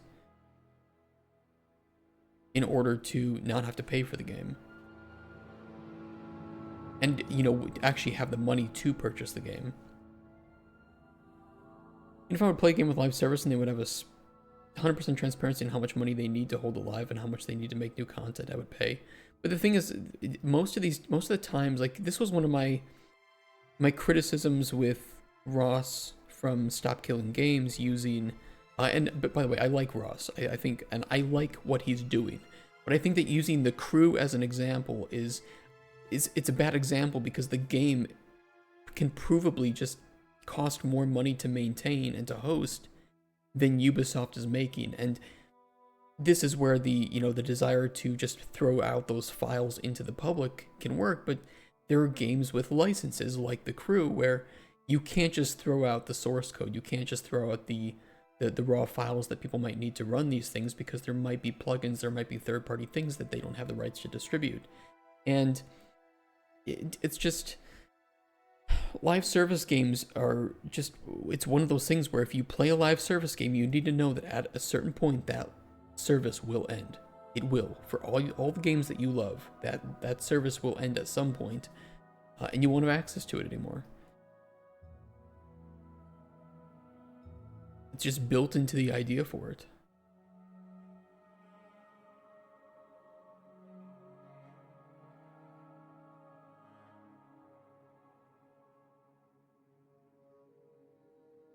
I think they protect it by making it hard for crackers to crack them, you having to pay for it. Cyberpunk 2077 came out and they made it that you could just copy the game from somebody who bought it and play it without any restrictions or crack. Yeah, and like GOG does that. Like if you have GOG games, they are completely DRM free. There's zero DRM on GOG games.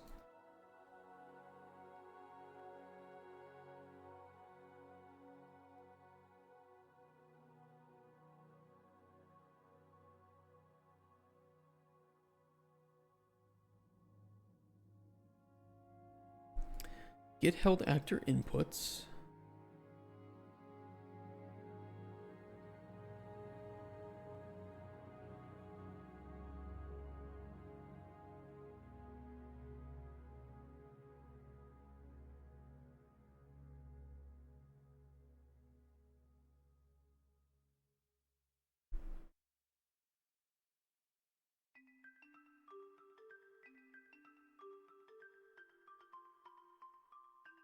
Alright, let's think about this. I need a button to pull up the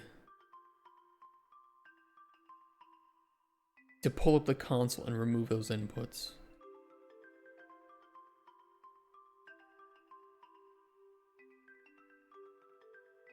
That'll be like a base input.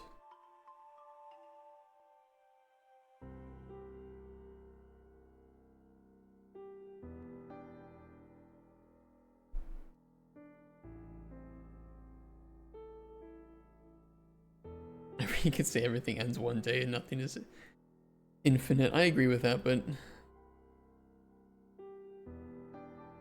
you know, I can say this, Steam at least is very, very, very conservative when it comes to who they ban. There aren't really a lot of known cases of people getting banned on Steam for like you know, anything like stupid or anything off-site that happens, or even some spurgy behavior once in a while, and they lose their access to their library. I think I can count on one hand the number of instances where I heard that happening, and it seemed like maybe they shouldn't have done that. And I don't think even I would have all my fingers up for that one. The same cannot be said for some other services and other platforms.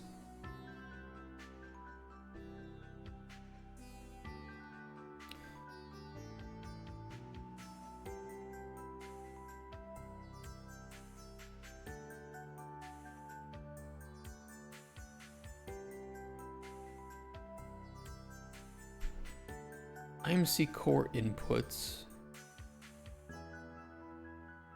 Toggle console.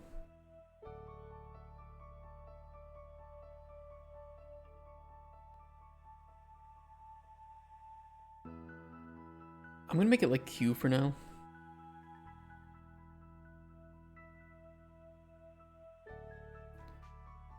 And we'll throw it in the controller.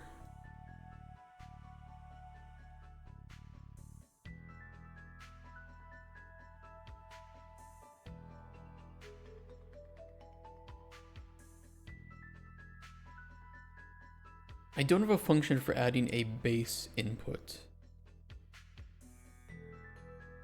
Add base input context. Remove base input context.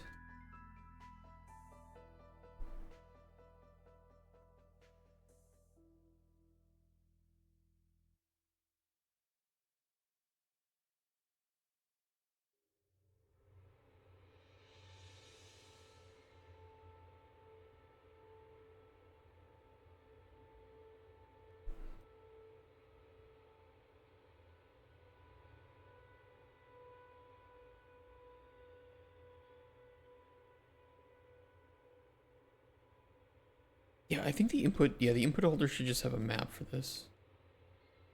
Get input holder.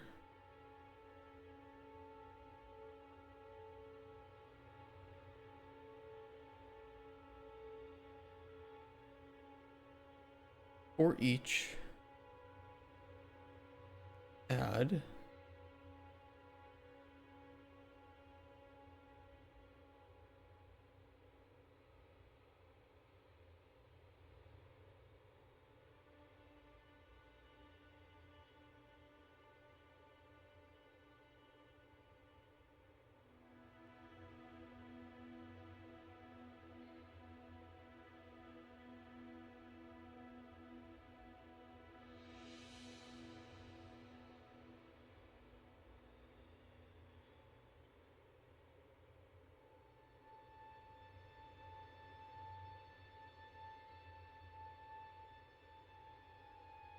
remove base input context.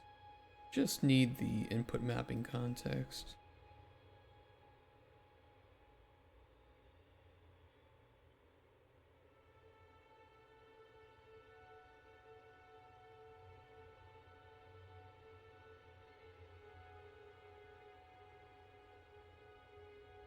Is equal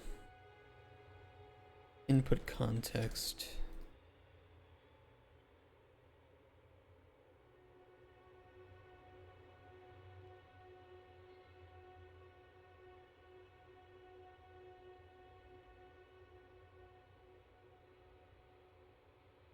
I mean, I think that there are games that are priced pretty high,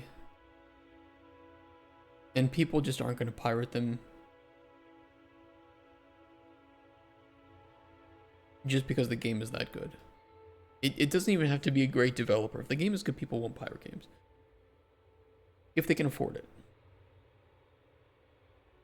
And as we mentioned, if they can't afford it, then it wasn't a lost sale, right?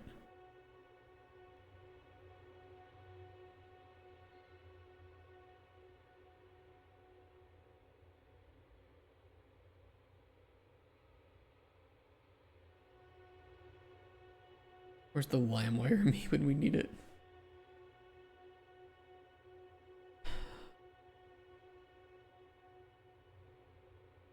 I can't just remove... I don't know if it'll like me doing that.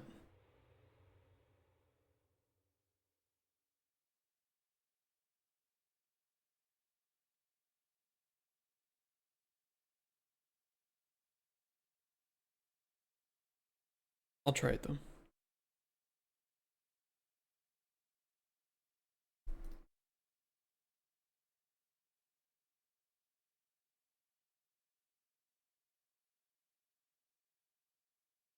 Did you know, how's your pie hole doing? That's not an innuendo, guys. That's that piece of software. Did those block lists work?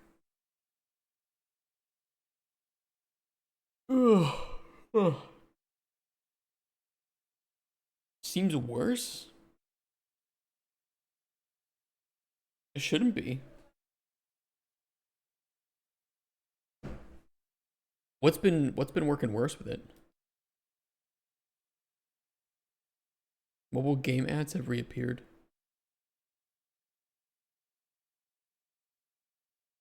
Also no music. It is failing to play a song. Wonderful.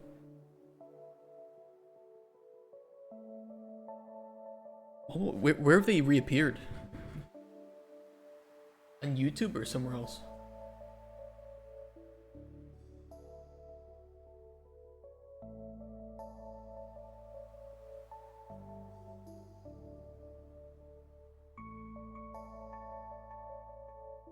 YouTube and Twitch do, I think they both do embedded ads, so you would still have to run ad block for those.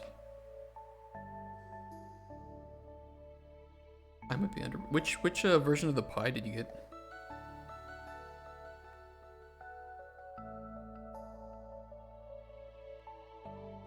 It might need like a Pi 4 or better. I don't know. 850-watt power supply for your Pi? Nah, the Pi 5 shouldn't be an issue. The power issue? No, it shouldn't be. Those things only use like 35 watts of power or something, right?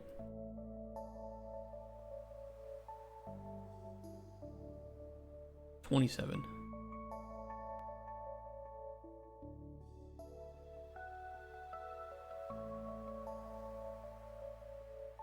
I don't think so. I mean, the Pi hole it's pretty lightweight.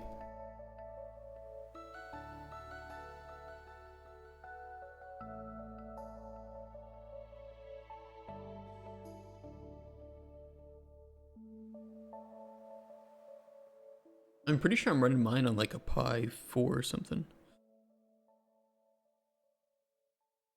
It might standard cable when I brought the board. I didn't realize it was just a board. I was expecting a cable at least. Oh, you didn't buy one of the you didn't buy like one of the sets. It's definitely worth buying one of these well, this one's a little bit overkill. But I always get one of these little sets.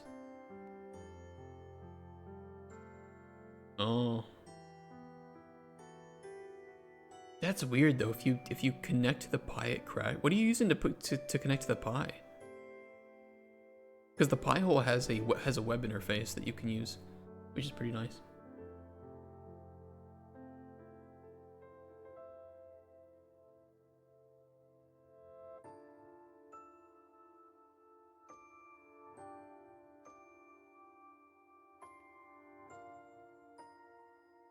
Yeah, weird.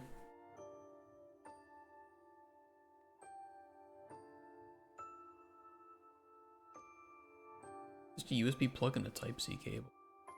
I mean, if it's like a if it's at least 30 watts, I think you'd be fine with the power supply.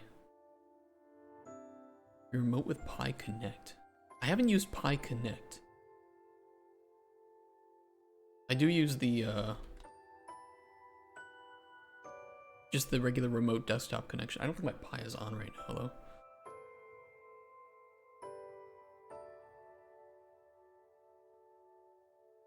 Weird. Yeah, you have to enable XRDP or something. Hold on. Pi remote.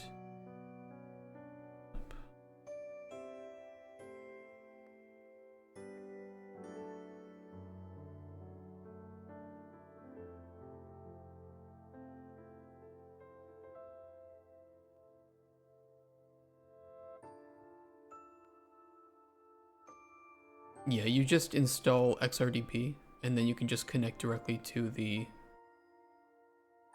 Pi.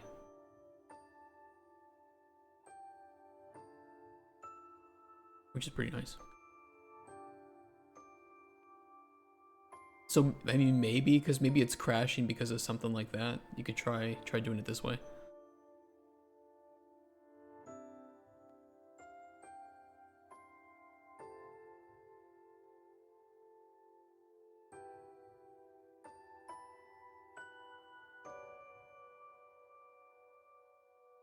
Alright, add base. Ooh.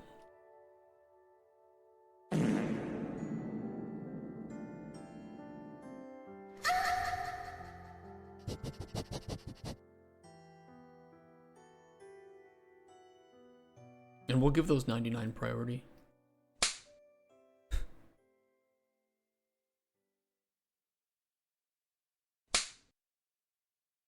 Who's spanking? Oh. You guys in your jankum.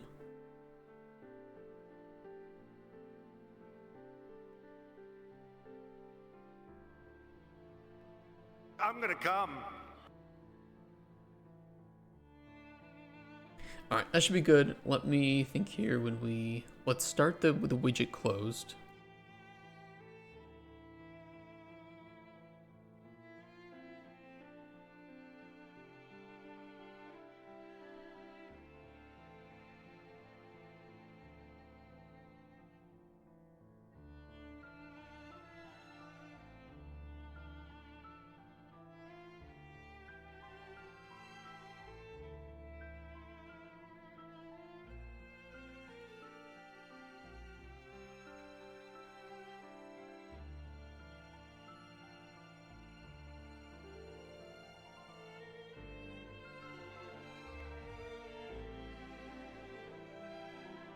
And maybe we'll make a...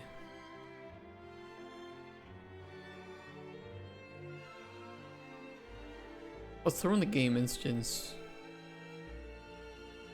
Is console open?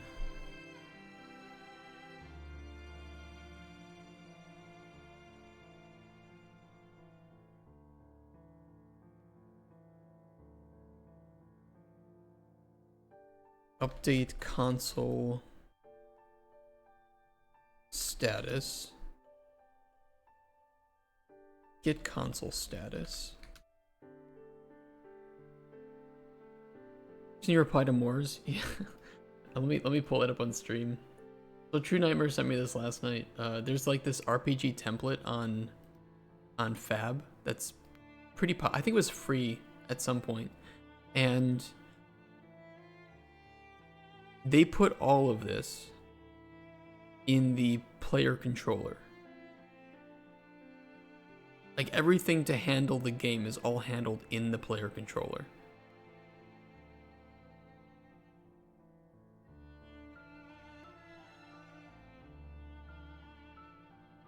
Which is interesting. Is this even like properly organized? I mean, do they have like multiple different graphs? How are they even handling everything here. This is just absolutely absurd.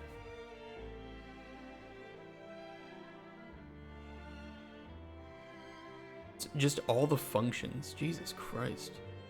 Do they even have a blueprint function library in... What do they do in other like, you know, actors and widgets? Do they just get the player controller and they would probably have to cast it because they don't have like a function library to ease the pain of that. Oh my god, this is just absurd. This is normally a paid asset. Yeah, how much is it?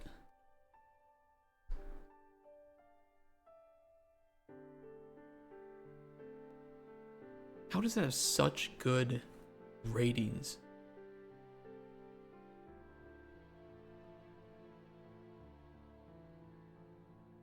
It's cheaper for personal. The professional is absolutely absurd, though. Phone player to control, you don't have to cast anything. Maybe that's what their thinking was. Wasn't their overview video just really like laggy though? Oh, this is like a new version of that.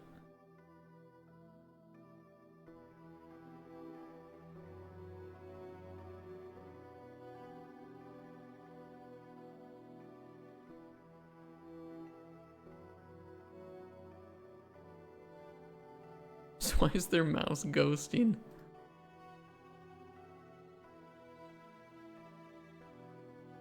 You know what I think it is? I think it's people that don't know how to make some of this stuff on their own. Like complete Unreal noobs who buy this because it's so cheap and use it because they can. I think that's really what it is.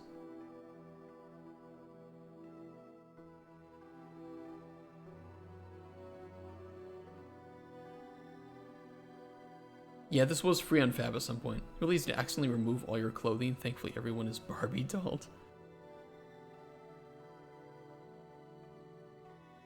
Like, I'm glad that it has so many features, but this is a template. Which means it should be very, very modular and scalable.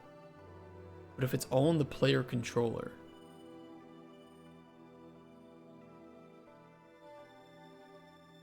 that is literally the exact opposite.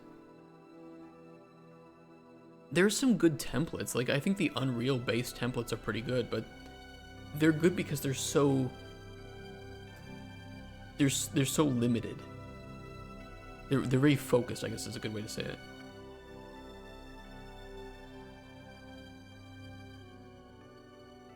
I agree with you too on that, Drumwalks. That's fair. That's a fair criticism.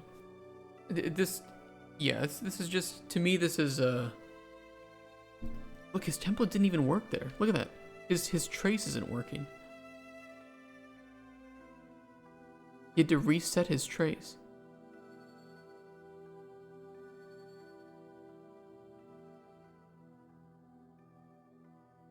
Only buy your template where your video doesn't even show the functions working properly.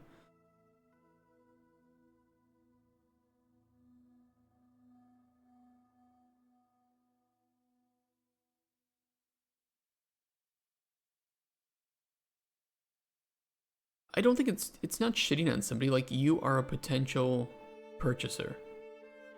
You are a customer. This is a template, not a game. If somebody showed this to me as the game that they're working on, and they made all the systems themselves, I would hold them to a much lower standard than, this is our template. Please pay us money.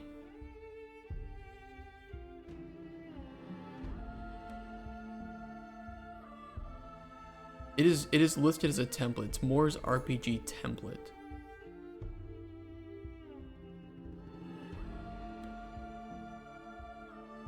It is tagged as template.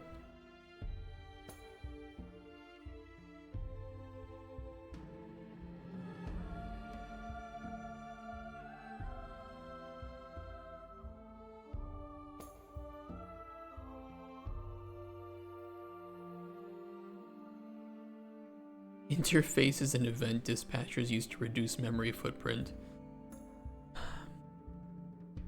Yeah, except it's all held in your player controller.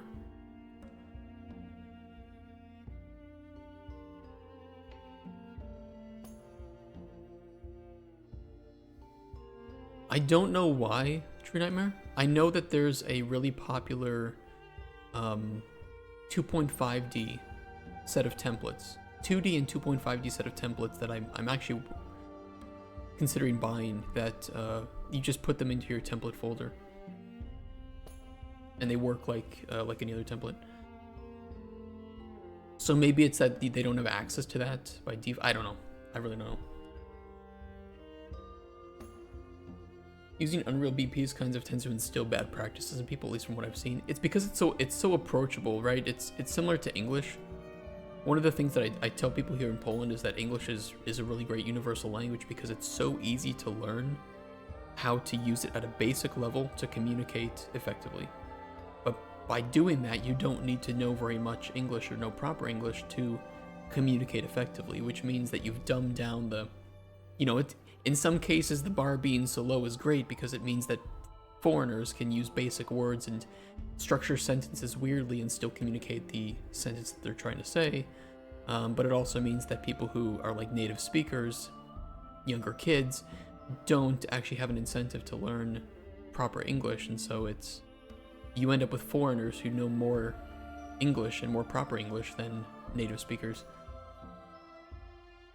And I think BPs are the same way. It's so easy to jump into the engine and use BPs that you can get what you want done, even if it's not the most incredible way of doing it, and that the bar of figuring it out is just so low, which is good. It's really great to jump into if you're new to the engine, but if you want to use it in like a professional level, you do need to know a lot about how to use blueprints.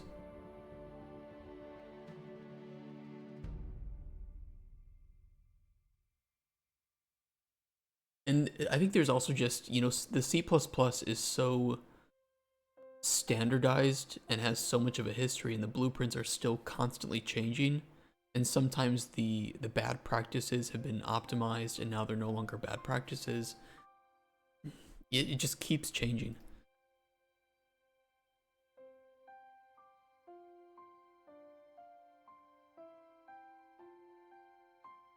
I got distracted. Oop.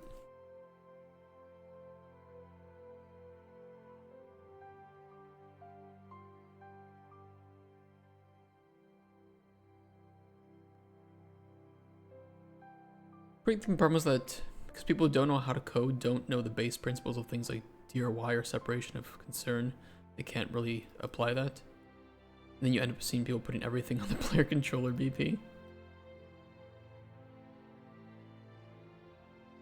I see a lot of people using blueprints who don't even know how to define the different variables. Like, what is the point between different variables?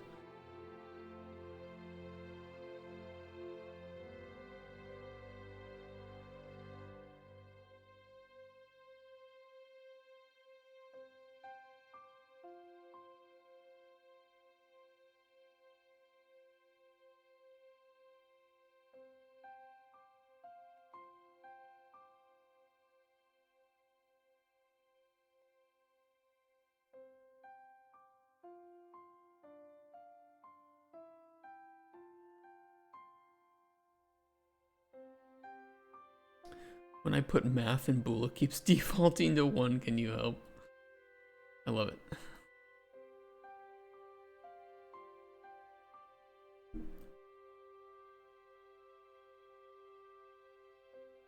Copious use of a function library is where I live happily.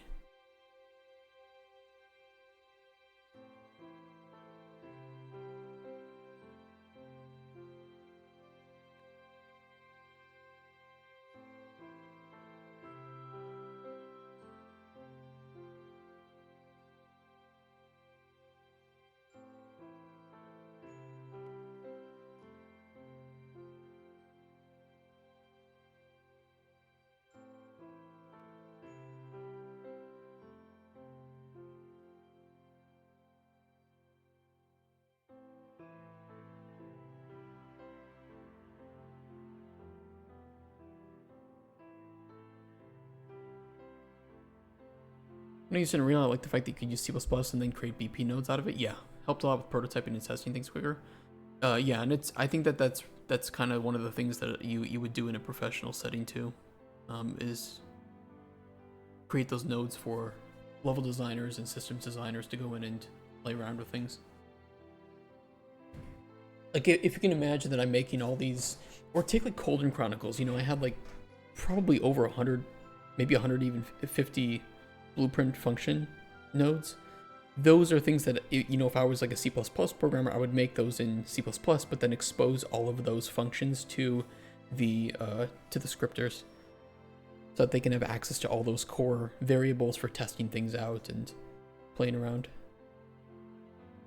There is some, I do notice that in some teams there's a lack of trust from the coders with the designers, but it, you know, knowing, me being a designer, knowing that there are just so many designers lacking proper technical knowledge, I understand it. Hey QWERTY, what's better, Unity or Unreal? Neither. They are both good at different things, and they are both capable of making great games.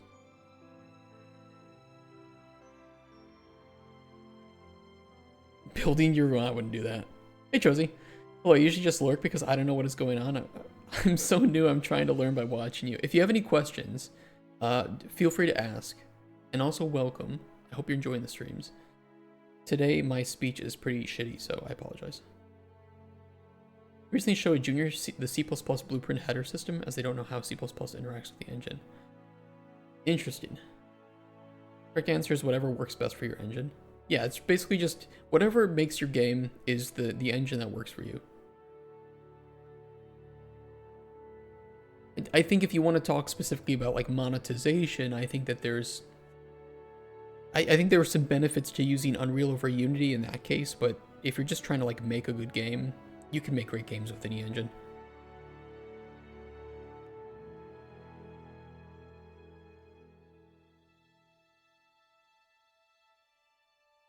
What did I call this input action?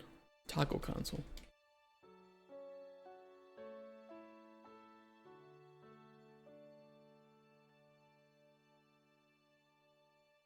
We'll throw it untriggered. What game was I playing recently that was made in Unity that I thought was quite impressive from a gameplay standpoint? Oh, Jump Ship was made in Unity. Genshin Impact is made in Unity. So you can absolutely make some great 3D games, multiplayer games, good-looking games. Unity is very good.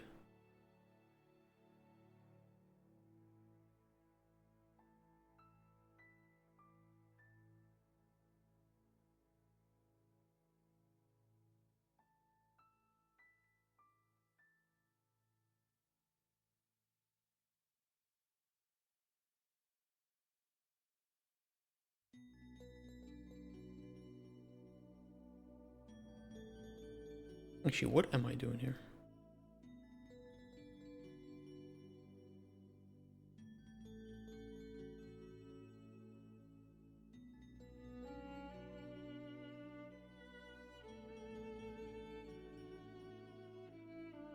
Yeah, we'll separate it. No, I won't.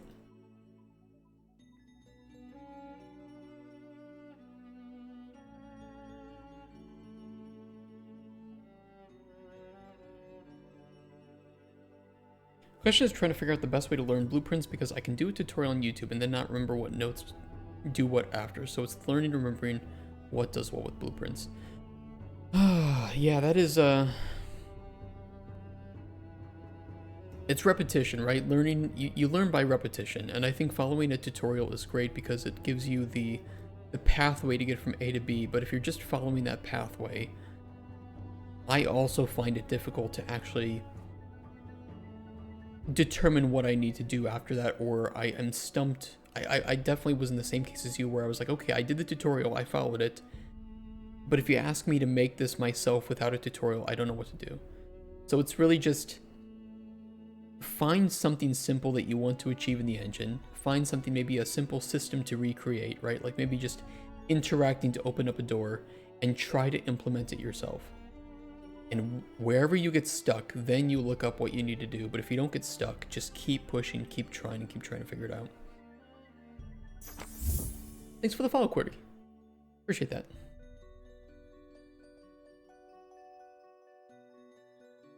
Yeah, well said, Dremels. Any engine is good if you know what you're doing. Yeah, just play around with nodes. Like, in most cases, the game is not going to crash if you just play around with nodes. Throw stuff on event begin play, it works easily. Grab, like, the first-person template, and if you need to follow, like, a tutorial just to be able to, like, interact with things, that's fine, too. Interaction is really, really easy to set up in an engine. And then just play around with what happens when you interact with things, like run some code, like, change a material from red to green, rotate a door so it opens.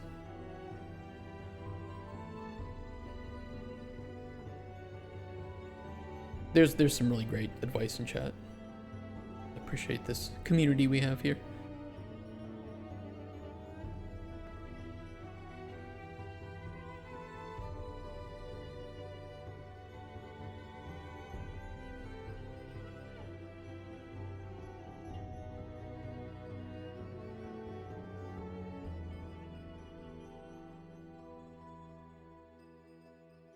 Can we access that link?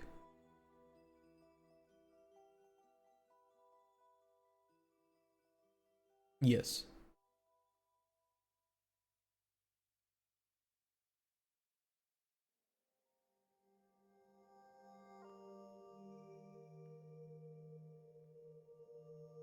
Nice work on that.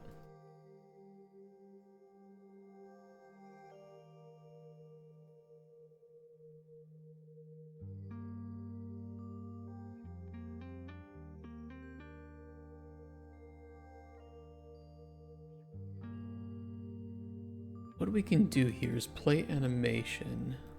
Let's get the current. This is not the most robust system for opening and closing this.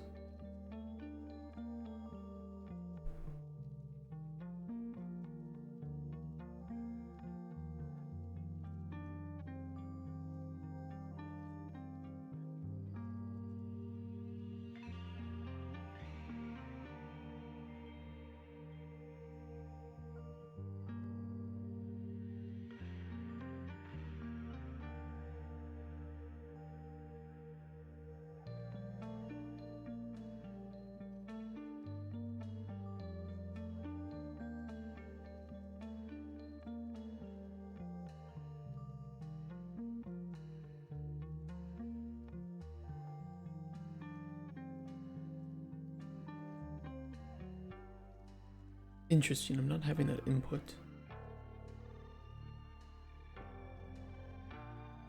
Oh, because we didn't actually add the mapping context. Oopsies.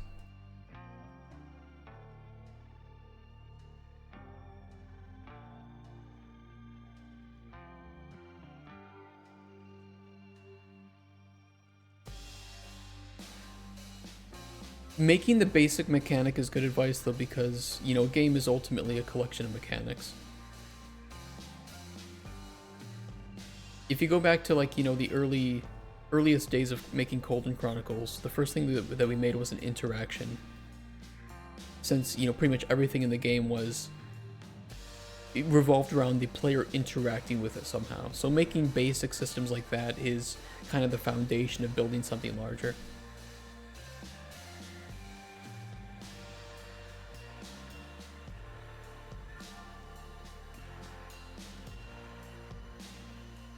Yeah, like setting up just like the basics of the project structure, your game instance, your function library, getting all that set up, and then making like your interaction.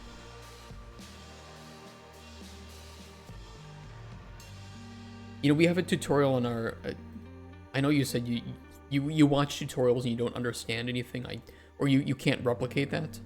But we do have a long tutorial if you want to sit down with something much larger, where we make an entire game from scratch, not just a tutorial of how to make XY system, but actually just starting from scratch, unedited, in the moment, You know, I didn't like plan any of this. I just made the game from scratch here, and I explain step by step the process and why we're doing things. Which, if you're curious, I can give you the link to this. It's on our YouTube channel. Very simple game, but you know, it takes still 4 hours to make a game where or about 3 hours, to walk into coins to get a score, to update a UI that shows your score, and then a little game over, or like a, you know, success thing. So if you're curious about that, here's the link, and that will explain basic blueprint communication, data structures and tables, material instances, UMG, function libraries, runtime data storage, and some more smaller stuff.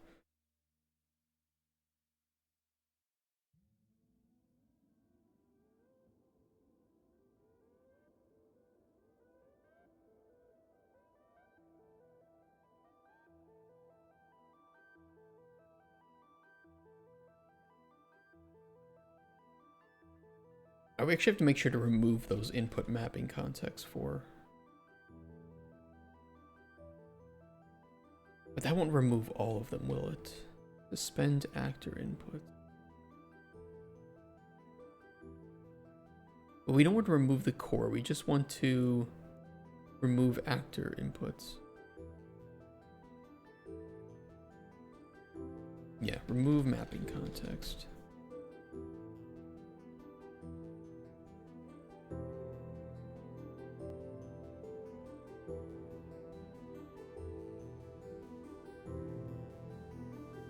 Oh no, I have my own functions for this, so it wasn't how do I do it. It was which functions did I make to do this properly, because I have my own input manager.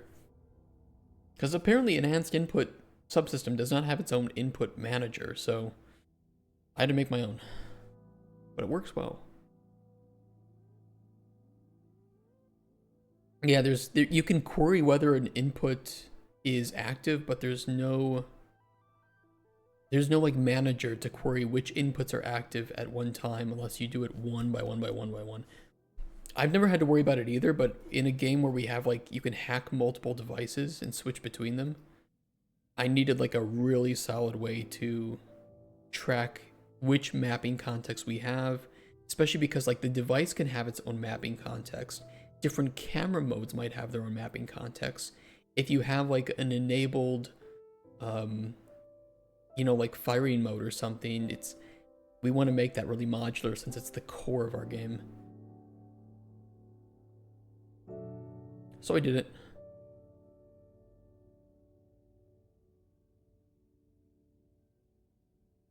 Oh.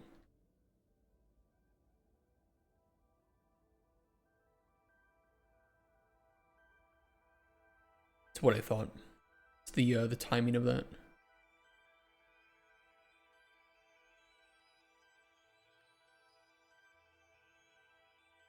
People are afraid of mistakes. They are. If you're ever afraid of mistakes, go look at the system break day 5. And you'll wonder why that's our only 10-hour stream when most of our streams are 6 to 8 hours. Shit happens.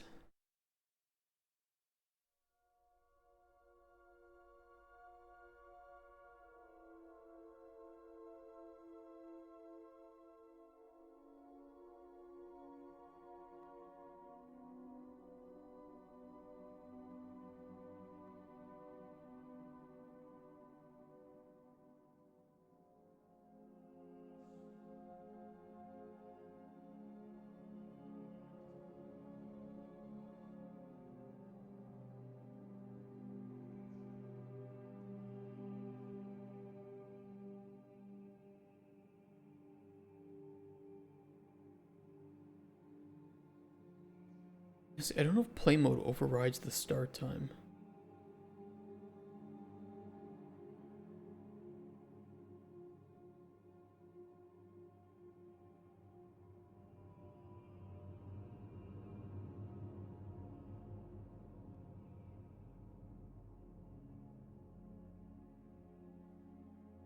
Why is it playing both?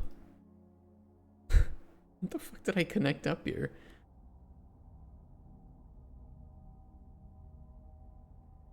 Yeah, it is the direction. So I would have to start that at 1, which I have. It's triggered, maybe triggered is getting hit twice. I really should have put it on complete. I don't know why I didn't.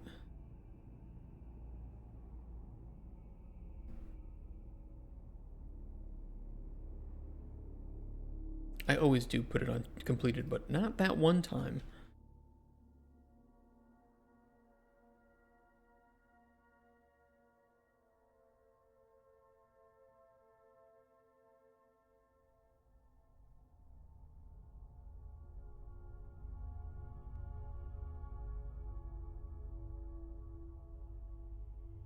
Oh no, you don't actually have to set the time.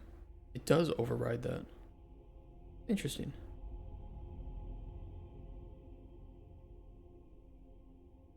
Huh.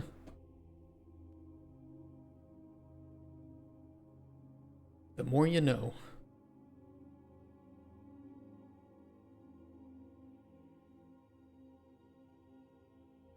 Suspend actor inputs, restore actor inputs.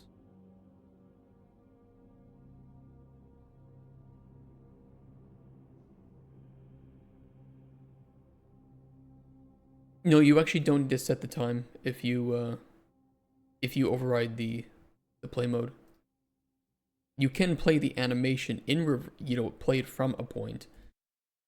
I was just curious if you needed to set both or if this overrode. Don't worry, I know what I'm doing.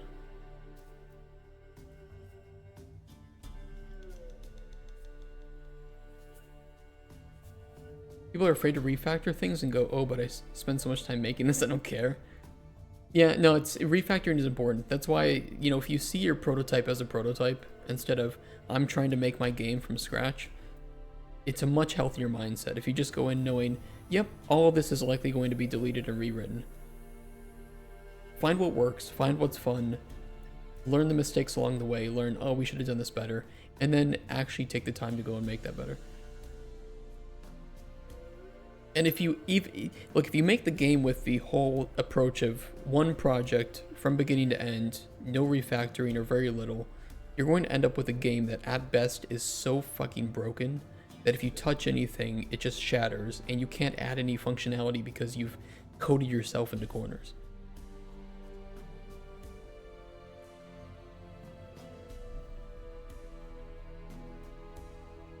I've heard that Unity garbage collection is pretty shit, from what I've heard.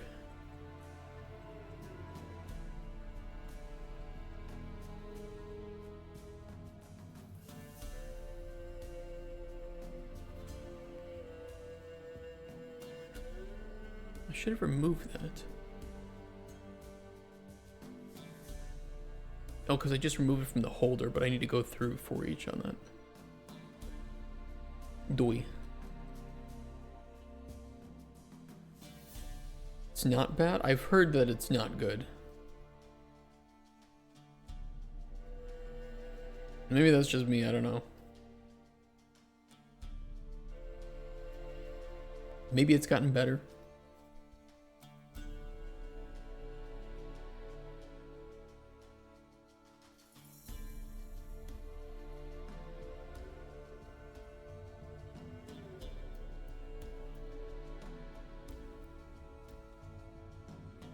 No, we'll set it first, then run the suspend.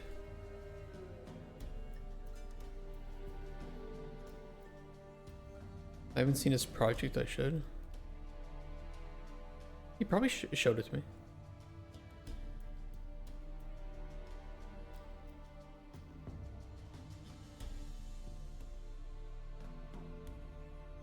I don't know though.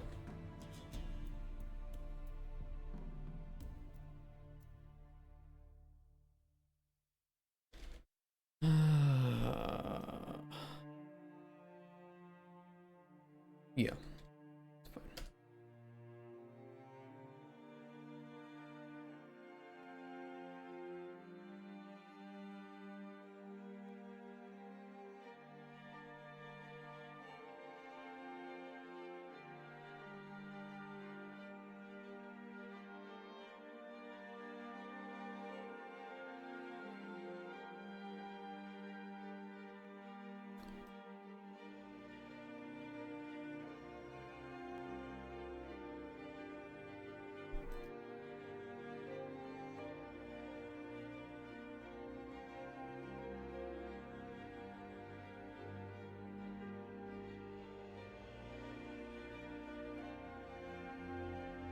I don't know if you have a paper project that is more than, I don't know, 2 pages in description of how the game is supposed to play before you actually jump into prototyping, then I think you've done it wrong. Lore is fine, but like the gameplay. It doesn't take very much paper to make like a base system going.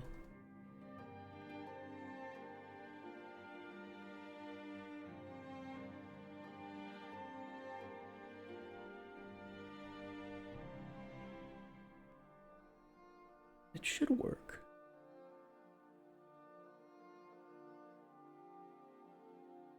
What's the trace?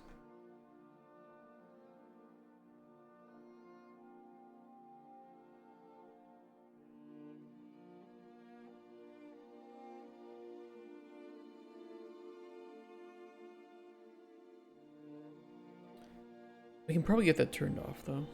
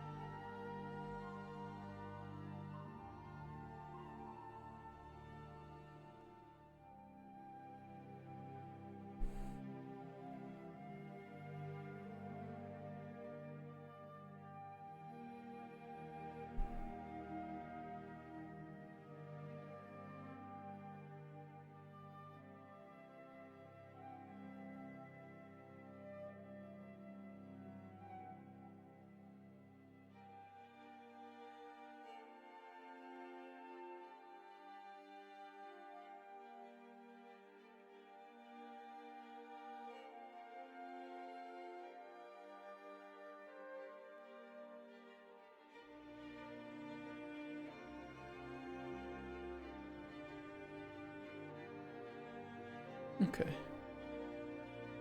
Let's restore those.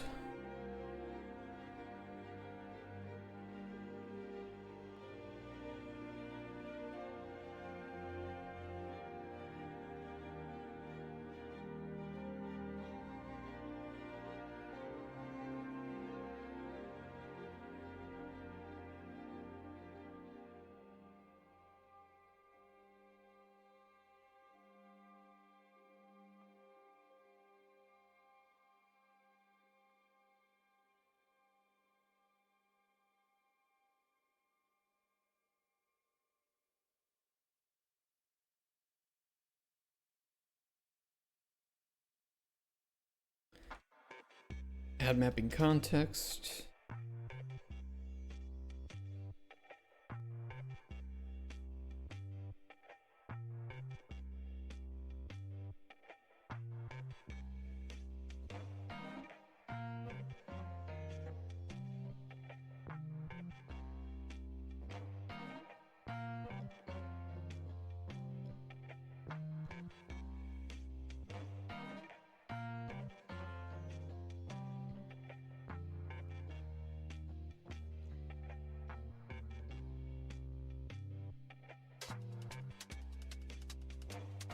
It's better than yet another like roguelike or something.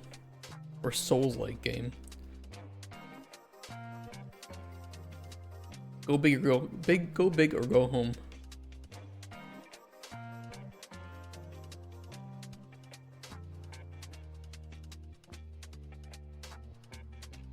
Yeah, that works. Beautiful.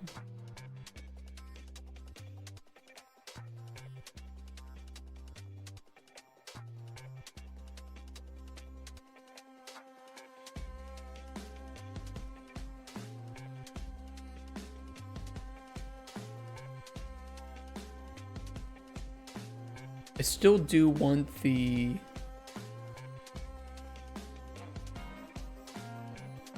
player to have their mouse in this.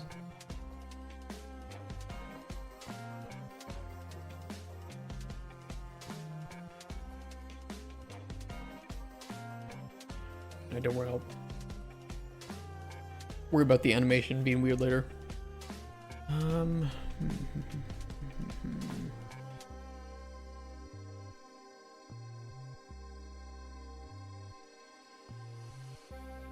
It's a pretty core input.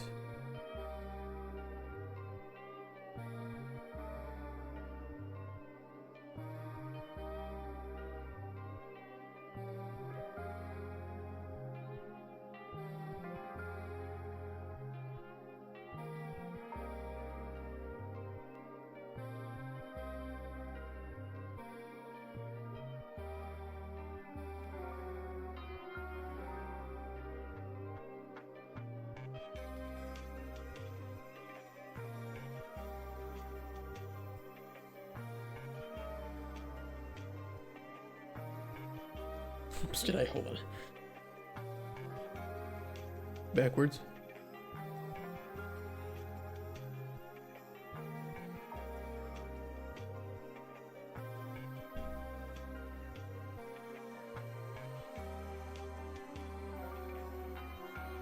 Perfect. Only have to restore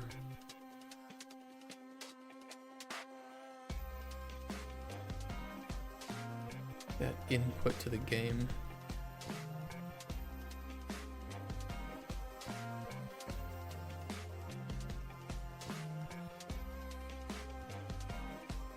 Is it that, or is it only to capture the mouse? It might be. It might just be that.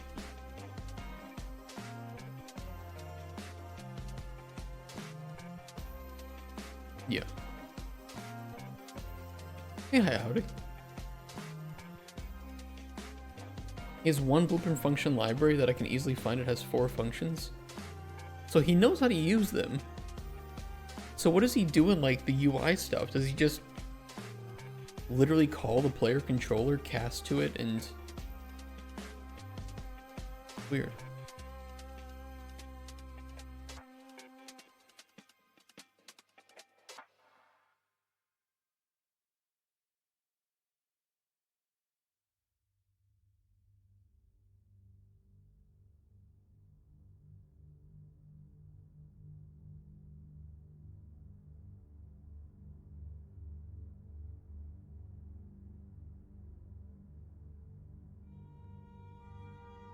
I think when we open that, we would want to... Let me fix one thing.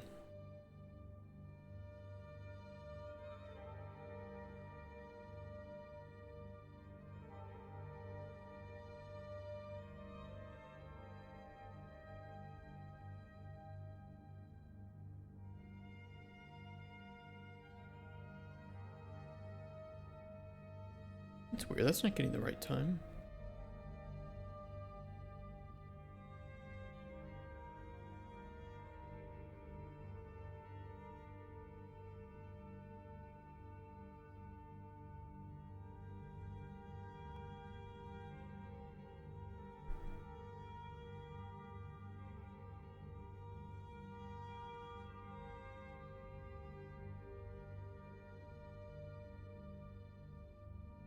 Oh, whatever.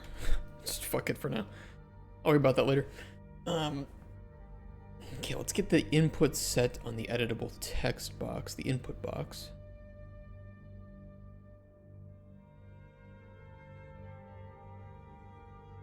Oh, the player should still have their mouse.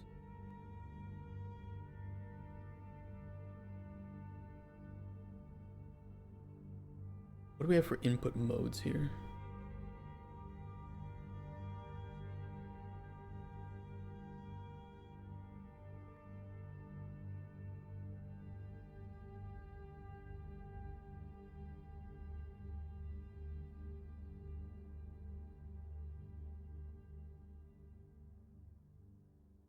Is there anything?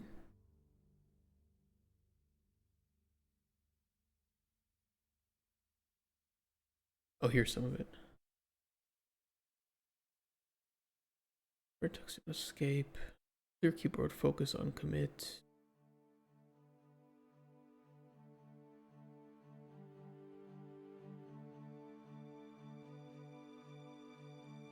Context menu.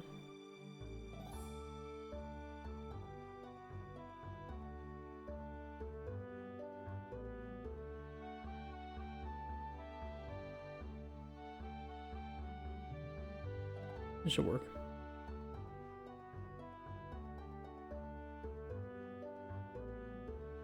Q5 widgets, which is for every interaction.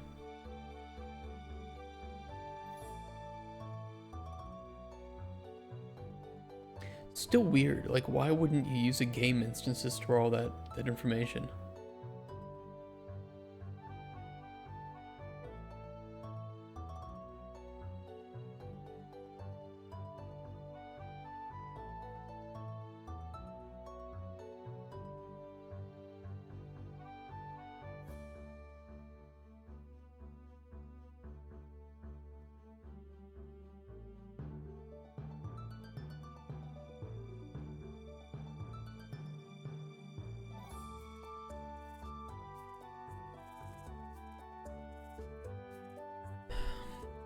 mean, we have the events here. We could just let these go. We could throw these into functions too, and then just get rid of the events.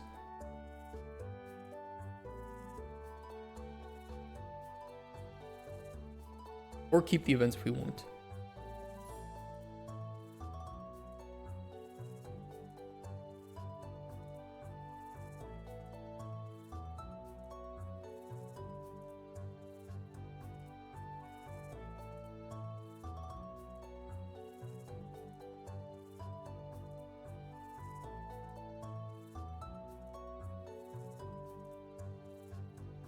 Okay, I can start typing in that.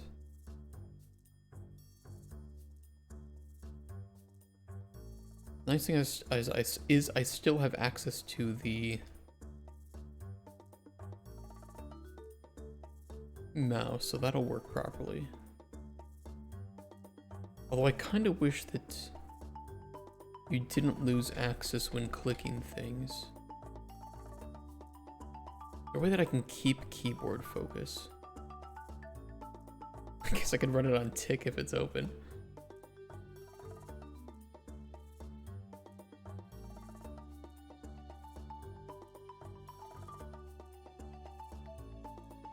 My main problem with like putting everything on the player controller is that unless explicitly set to not get fucked over when you transition levels, or like if it's a multiplayer game, if you like disconnect, it will get messed up. And the game instance is just way more reliable than that because it's always going to be there unless the game crashes. Like even between level transitions.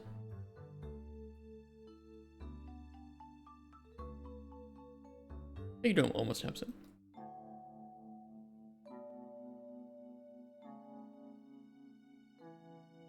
Can I force keyboard focus on this no matter what?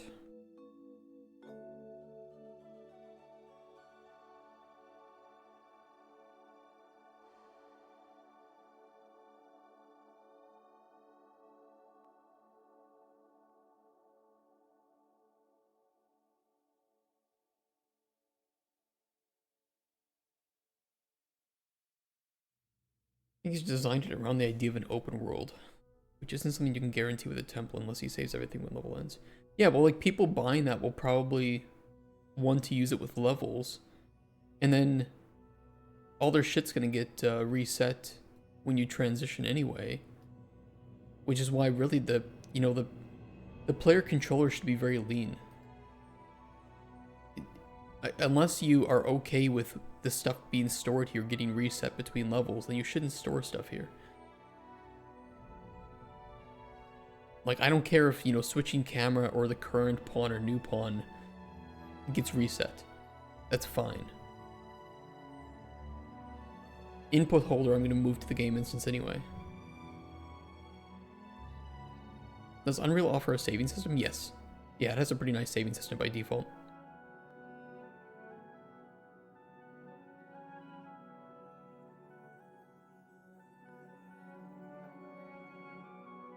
Take care, Josie.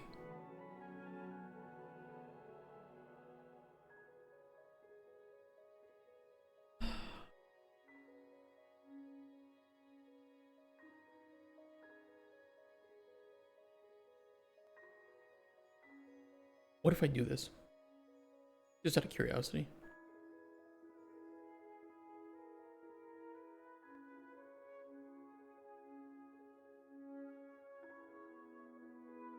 Oh, no, it just won't open because... Yeah, I see. I see the problem with that.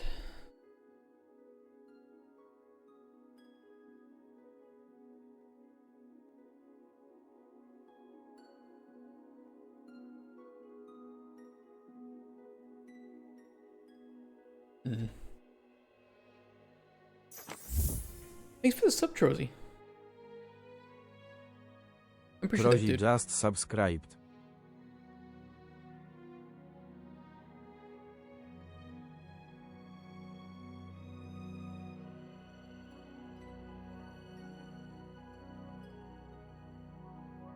Yeah, the saving system is pretty easy to set up with Unreal. I've made a few games with. I've made one where where it saved progress as you played, which was hell, because then it has to reload the game based on that progress, and it was just what a nightmare. Man, it's so much nicer when you have a specific save point and you can just choose when you need to explicitly save and when you need to explicitly load, and not like saving at any time. Jesus Christ. Never again. Oh, you installed Unreal today? You've been navigating it? That's good. I hope to see what you make.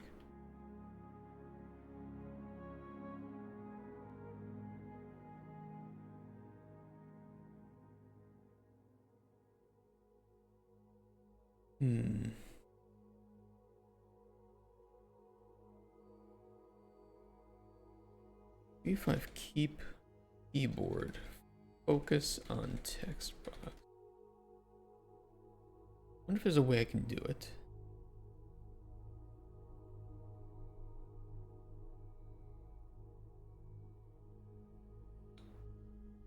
Yeah, but wouldn't that get overridden if the player...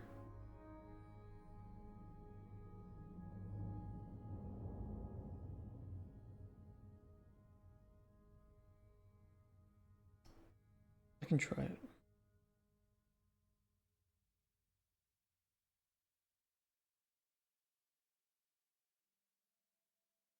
I'll try it.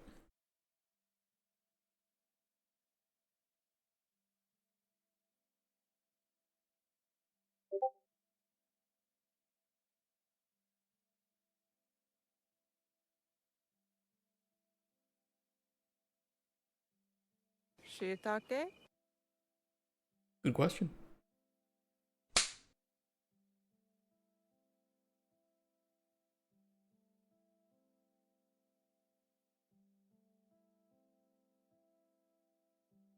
Dropped a component in my cube and it just spins with no other code needed. That is a nice component.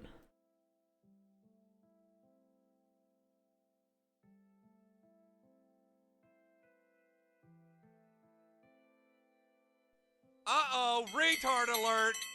Retard alert, class!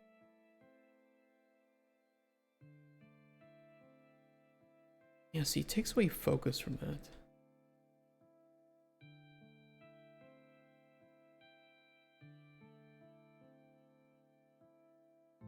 I want to keep focus on that while still allowing the player to...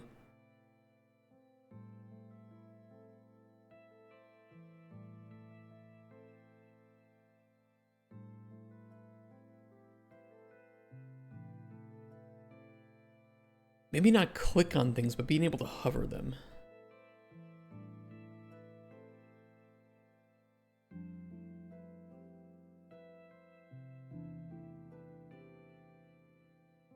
I could override on mouse button down.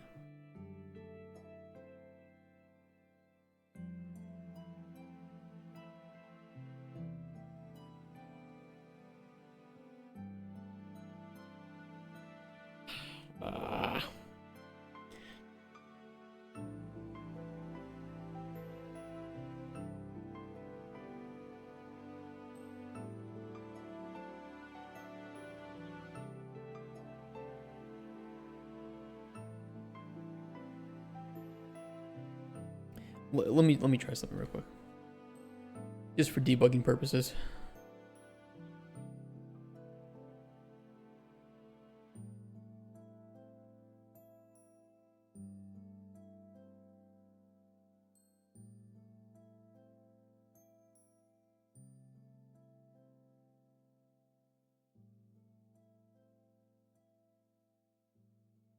Sent you some light reading. What the fuck is this?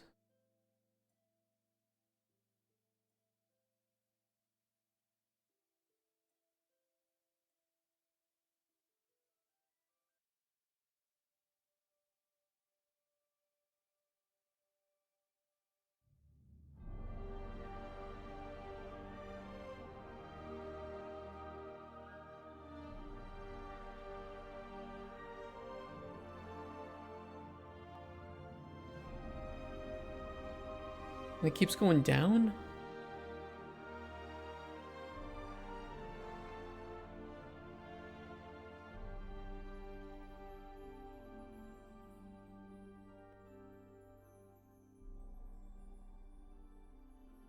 why didn't they just give mapping context?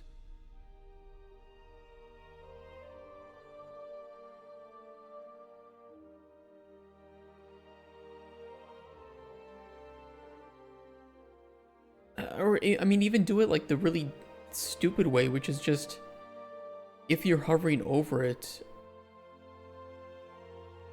you know, allow for input or something. This is made before enhanced inputs. Yeah, but changing it to enhanced inputs would not be difficult. Wait, is this... Wait, don't tell me this is using input actions. There's no way that input actions still exist in the game, right? There's no way it's using action mappings and axis mappings. No fucking way. You're not looking at it anymore? They really need to get rid of this. Enhanced input is so infinitely better.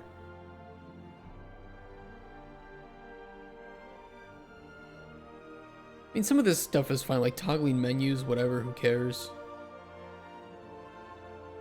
But like storing and taking stuff from a container, that seems really dangerous because it looks like they're only just doing a validated get.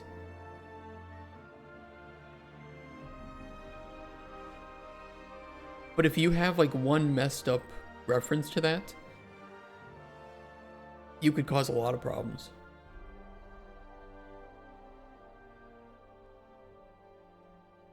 So they're still using action mappings.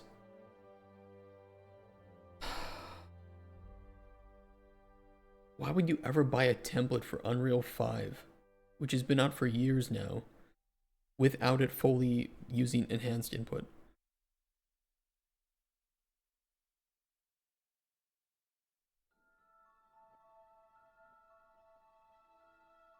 And it's all in one graph. They didn't even make separate graphs.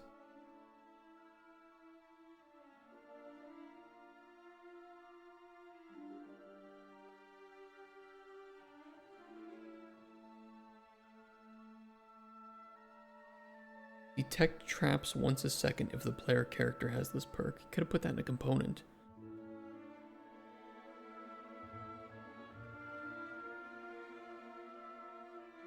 Remove before shipping game.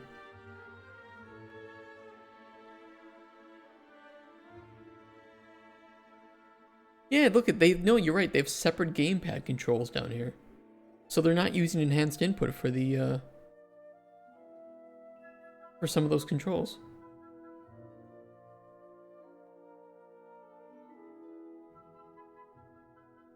This is a paid template.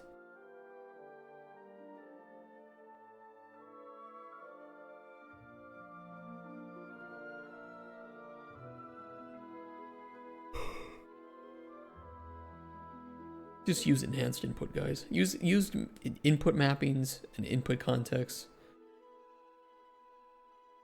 How much you have to pay to get your project fucked? To be fair, it isn't too expensive. It's like 30 bucks or something for the personal license. Still.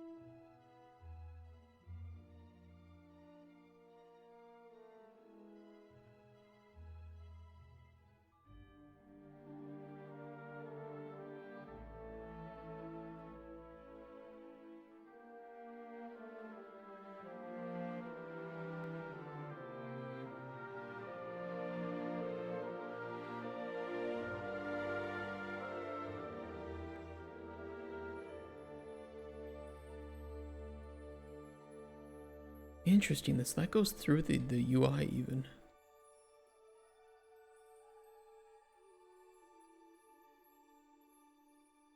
Interesting.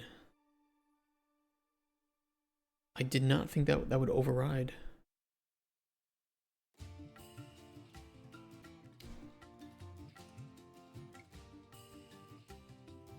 doesn't even matter if it's focused.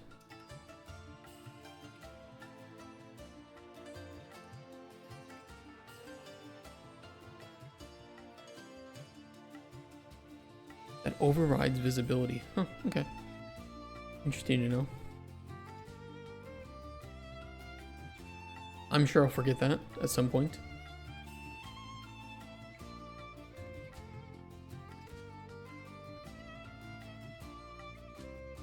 What do we want to happen here?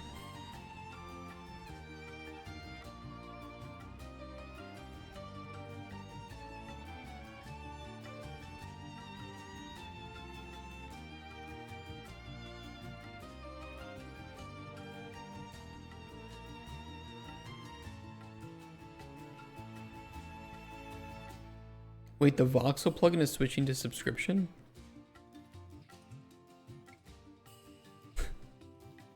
Fuck that.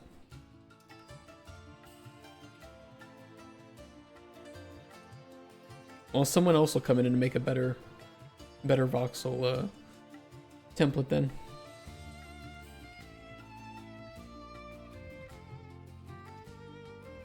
It isn't even on Fab anymore. Fuck that.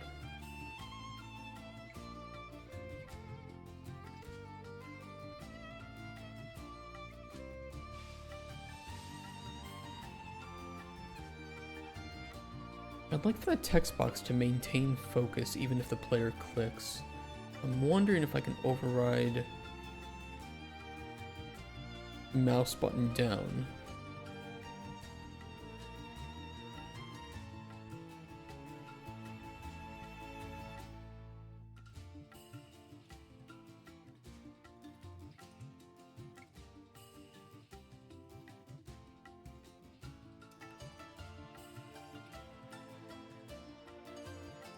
Still lose focus. I mean, I could always override on mouse button down and send focus.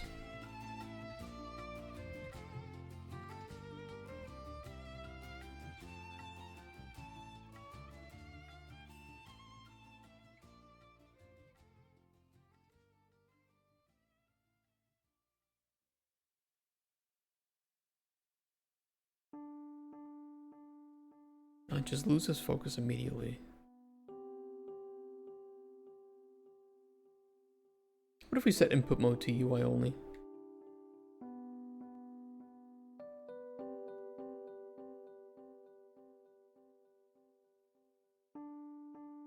Does it still run that trace? It does. But we can still lose focus by clicking.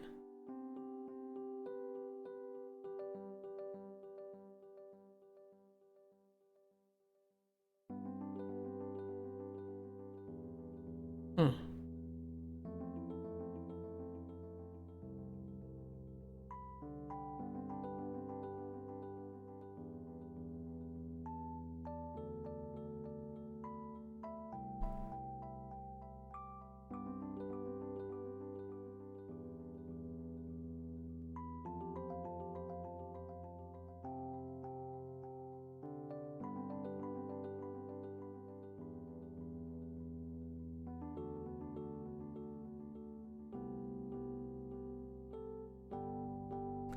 Okay, there might be a way to game this.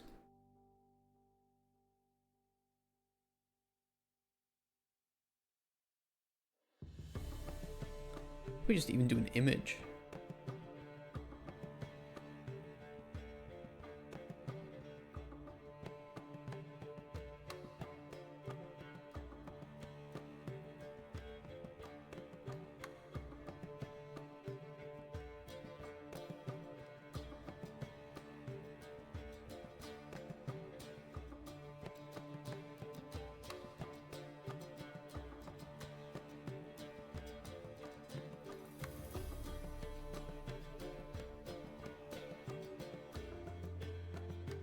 I think it's appearing over.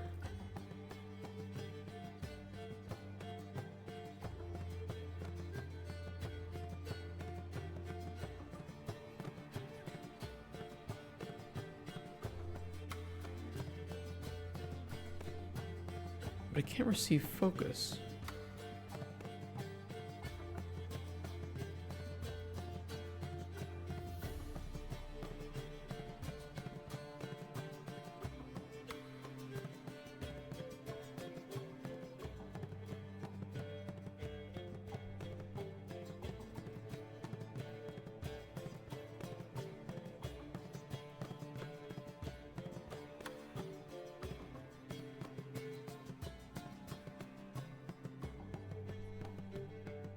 Okay, so we probably needed this anyway. Wanted to check.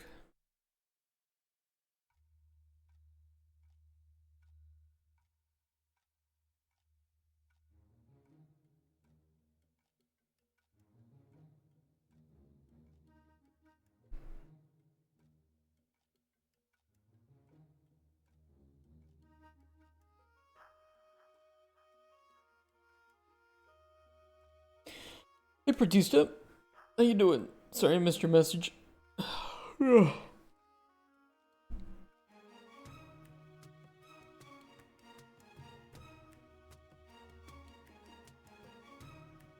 fuck yeah. Okay. A little bit dirty. But that does work. So we can still get we can still get a hover trace for obtaining information. The only problem is we now can't lose focus. Which, I mean, maybe we could use a different, we could override.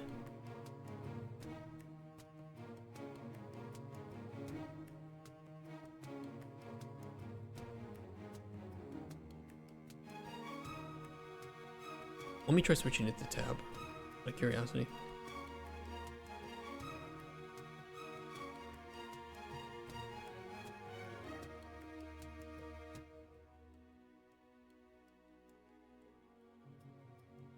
Yeah, I'd probably have to override the mouse button down on the key that is used for that action. I wonder if I can grab the key for that action.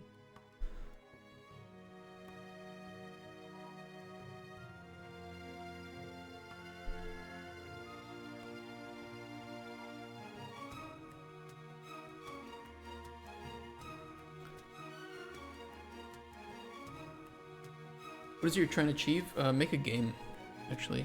Kind of curious, right?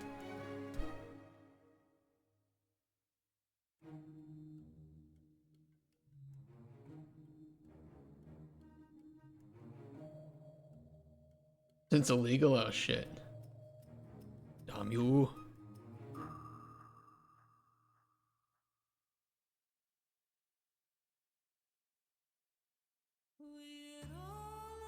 I mean, I guess I could give it to this.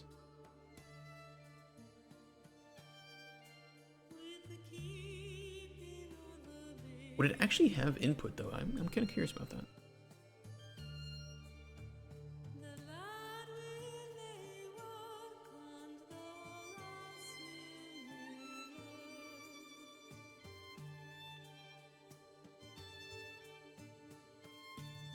No, we'd have to be able to remove some. Well, I mean, let me go to the bathroom. I gotta think about it. I gotta think about it.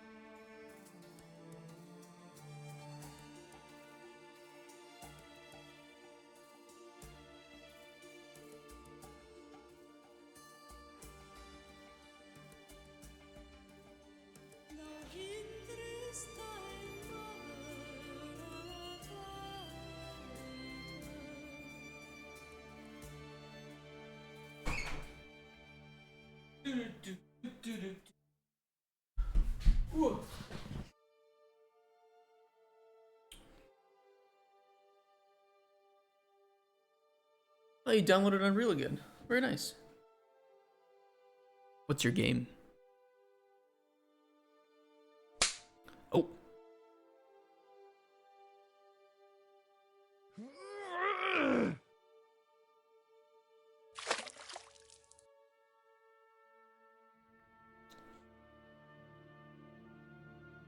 Get the trays. We have the trays. It's working fine. We need to be able to close it.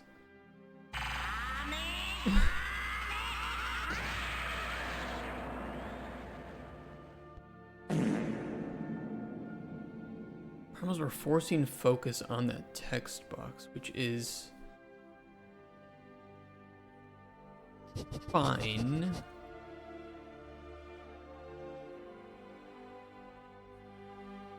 Can we push that focus?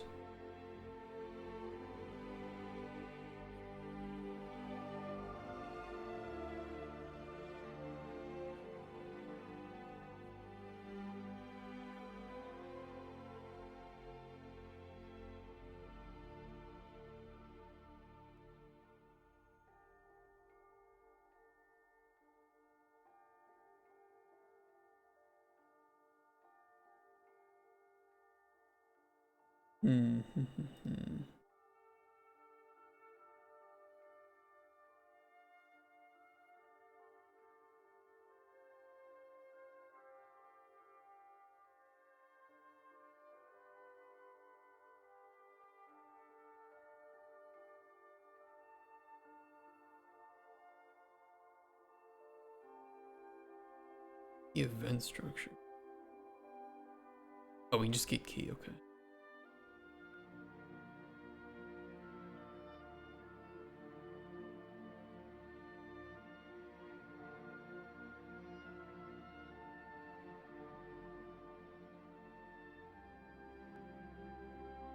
I'm very curious about this.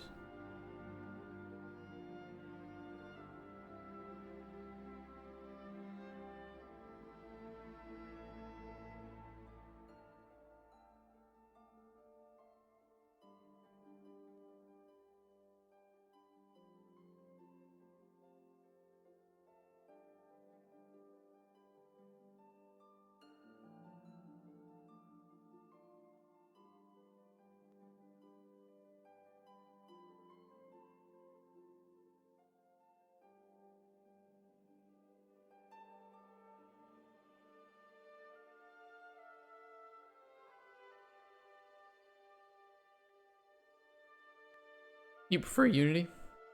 Much easier than Nodes? I can prototype in Nodes faster than any programmer. I guarantee it. I would challenge any programmer to that.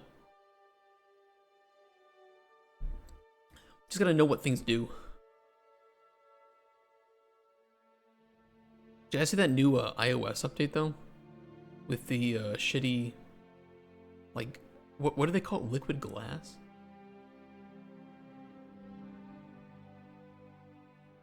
You guys see that? Liquid glass.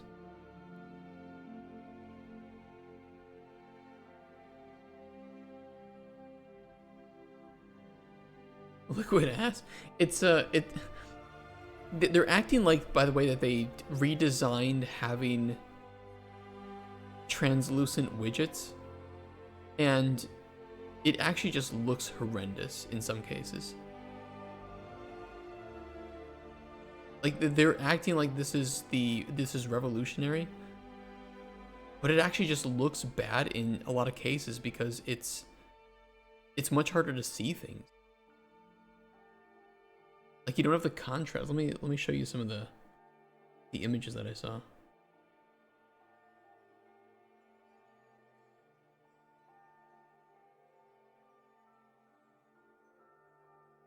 Like, there's this one.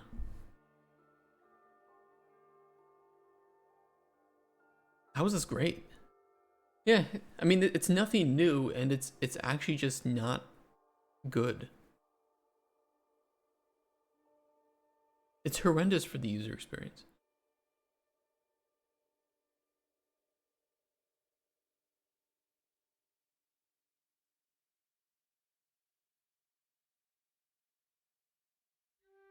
There's another one too. I just saw it, but I can't find it. Yeah, it's got like horrible readability. Like, why would you want this? You like them being able to see your apps?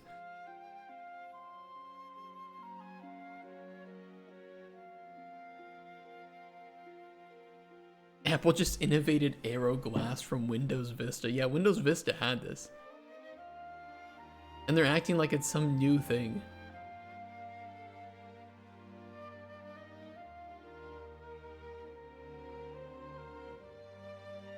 Look at this. Why would I want this? What are your thoughts on using AI for programming, help with programming? I find AI is great for debugging. Just gonna make sure not to get too comfortable with AI and refrain from using it too much. I find that no matter how much longer it takes you, if you don't use AI, in 99% of cases, you'll end up a stronger person. I like it for brainstorming and for summarizing. Like it's great as a companion when it comes to the way you think. But I wouldn't replace it from, you know, manually trying things, even if it's wrong. Because I learn a lot about what this, like, what Unreal can do and can't do, depending on whether or not I just try things.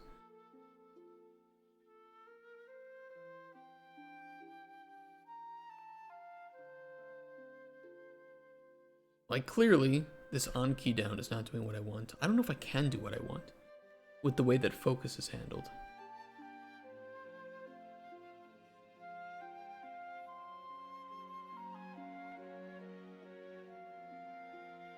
I actually just don't know.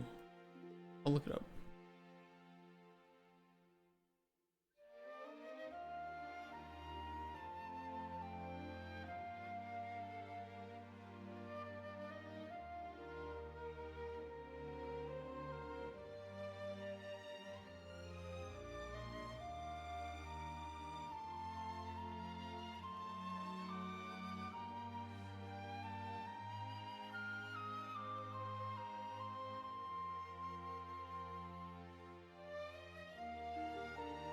Yeah, I guess we just override it on here. Kind of annoying.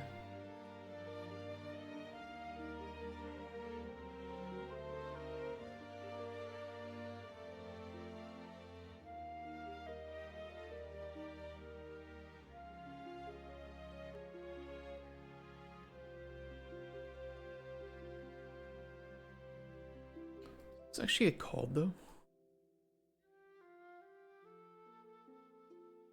I don't want to use this method though. I just want to see what it's doing.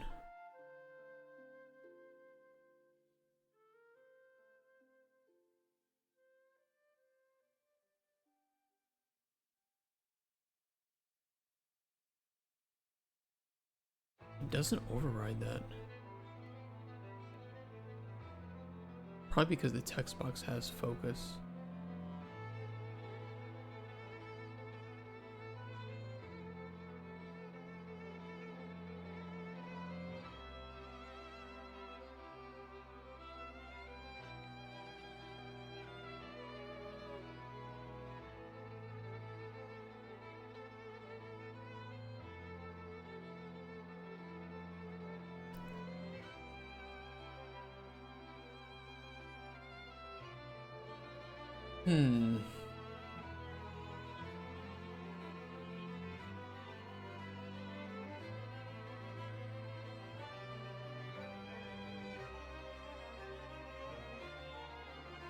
Which is why that won't work either. Oh, fuck me.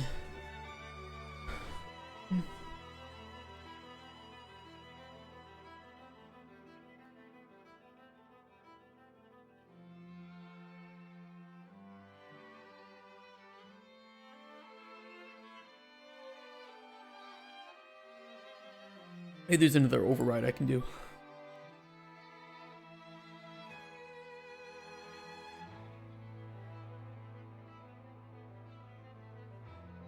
Called after a character is entered.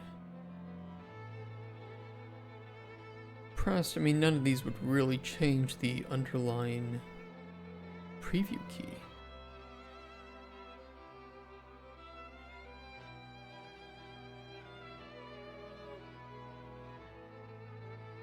That's what I need.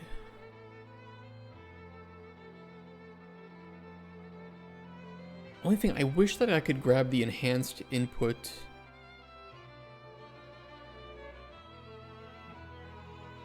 I could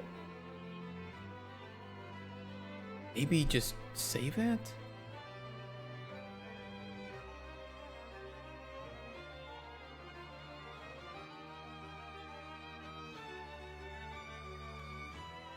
Toggle console. You don't want the value. How do I grab the key for that?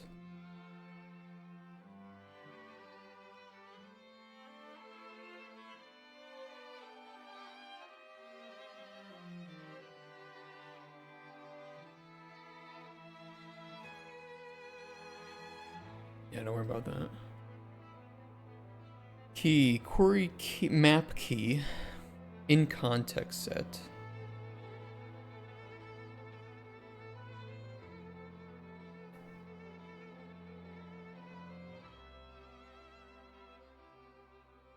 No, I wanna grab the keys that are associated with that input action. Query keys mapped to action.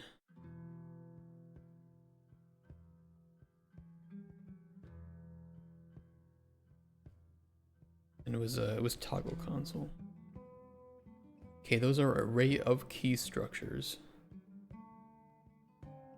Key event structure. Key structure.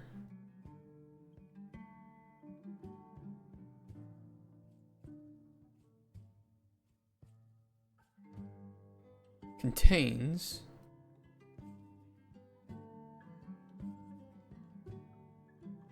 I can't do a select on this, right? I guess I could. Why not?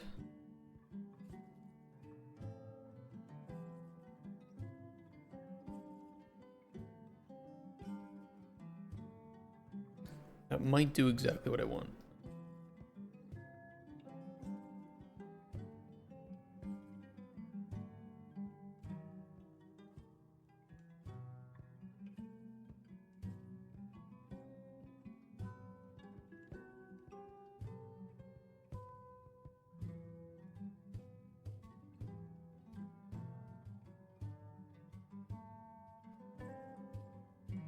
Unity is nice. I think that there are a lot of developers that underestimate blueprint nodes in Unreal.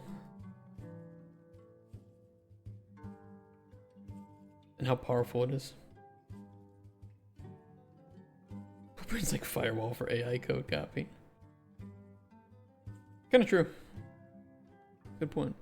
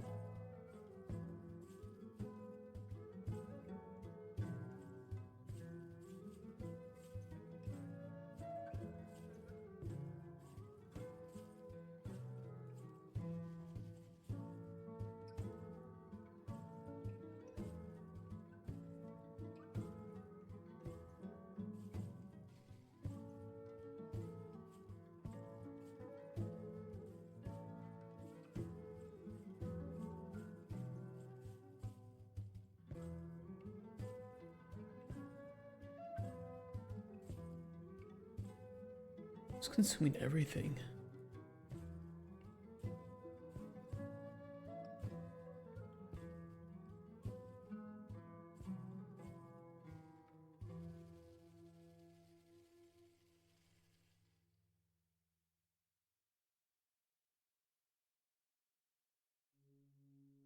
I feel like that would be exactly what we want to do here. Widget handles this event on key down will not be passed to the focus widget. Wait. Oh, maybe it has to be the other way around. It's a little weird. Let's try it.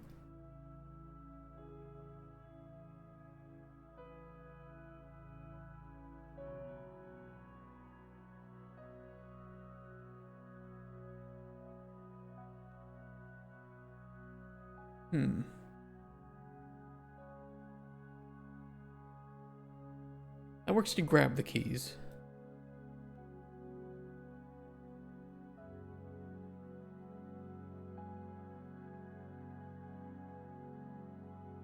We still have input mode on the game and UI.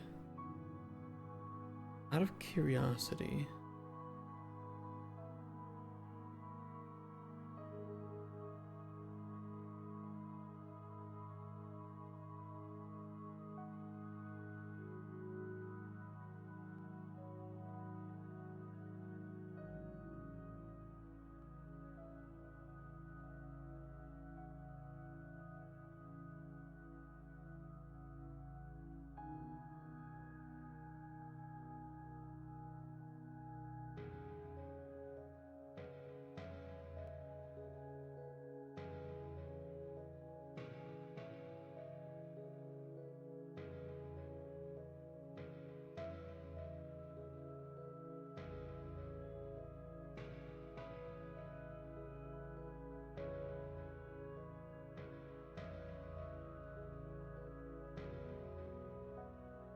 Got like some bots to follow.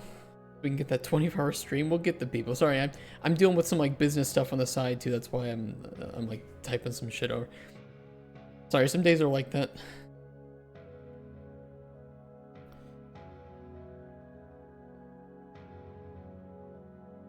Maybe we need a different event reply here.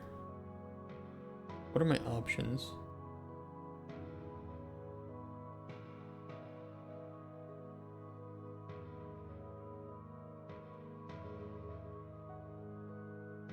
Is it like mouse, clear user focus?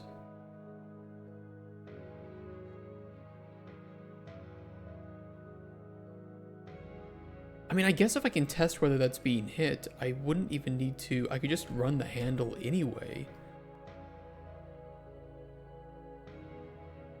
But remove focus and do a call.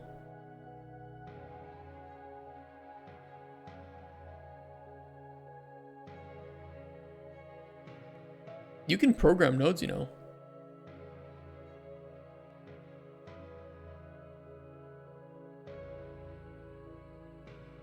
Unreal doesn't have as much support or guidance for C++ written API. I thought that...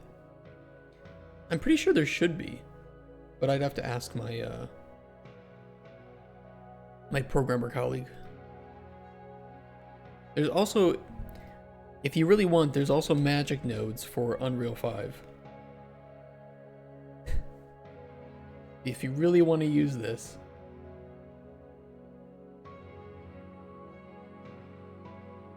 You can write your code in nodes, which is nice for some things.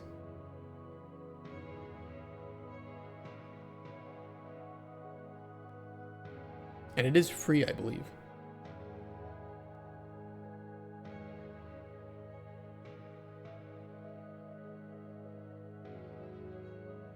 Oh shit, I just got an eyelash in my eye. Ow! Kurva. Okay, we're better.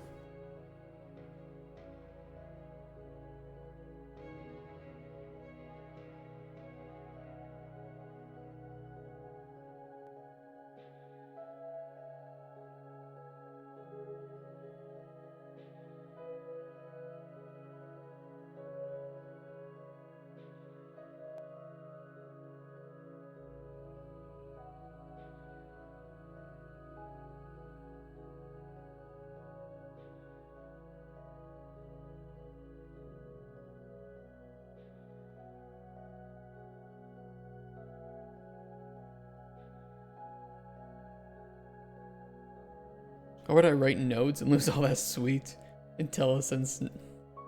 Fair enough.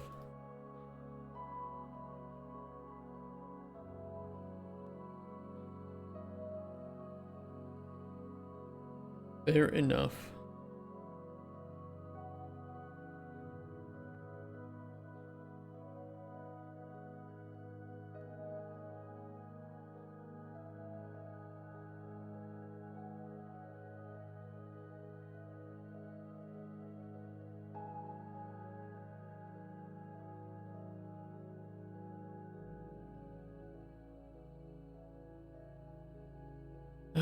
Let me think here.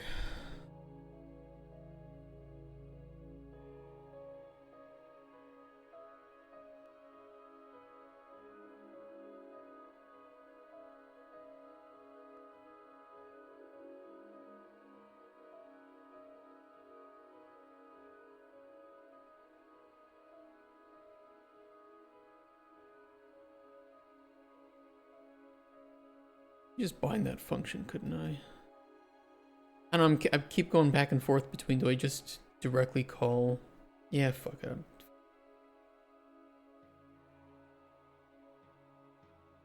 Fuck it. I'm doing it.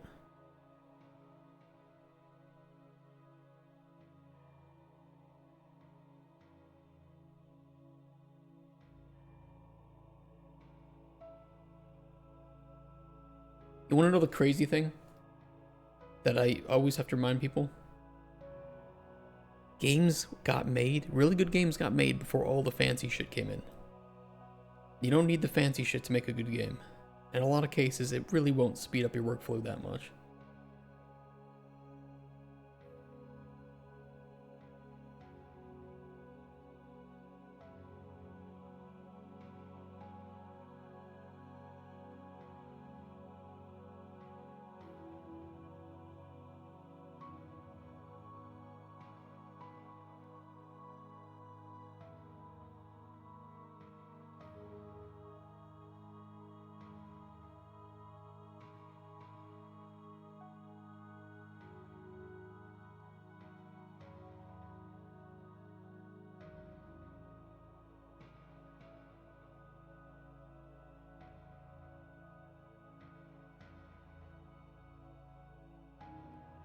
Okay, we're almost good. It's annoying, but we're almost good.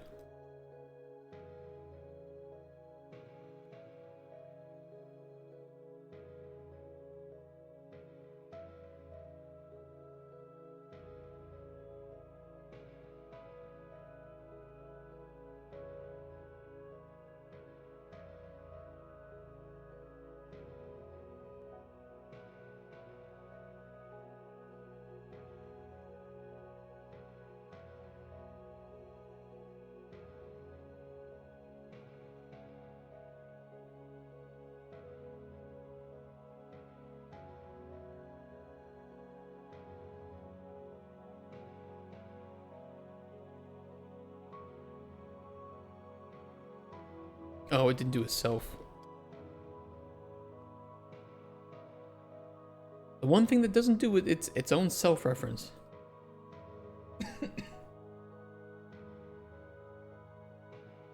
JetBrains is nice. JetBrains makes a lot of great stuff.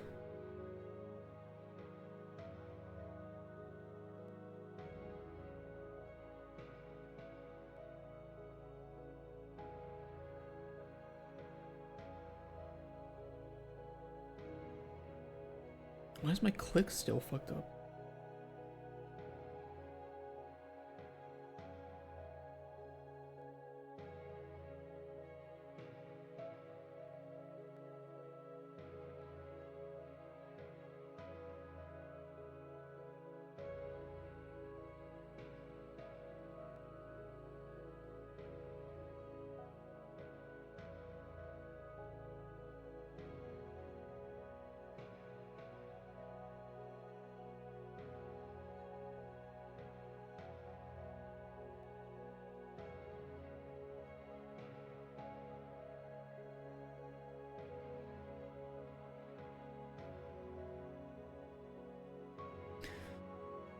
Okay, a little bit of dirty stuff we had to do behind the scenes, but we got it working.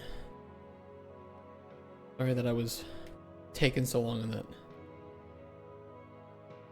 I needed to get perfect. And Unreal is not a big fan of giving you input focus, keyboard input focus of widgets and still allowing you to have certain control over mouse and other keyboard inputs. So I just had to make sure to do an override on that specifically.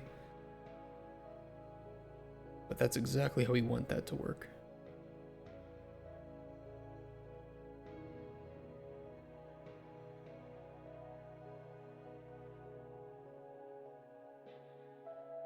Yeah, fuck Adobe. I agree.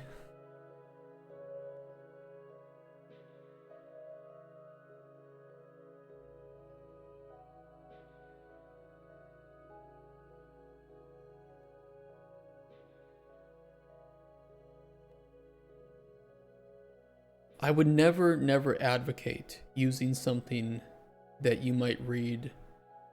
Like, here's 4 random letters in a row. GENP. I would never advocate just using random letters and throwing them into Google, but you know, sometimes you might be able to find some interesting results. But those are just 4 random letters. What do those mean, really?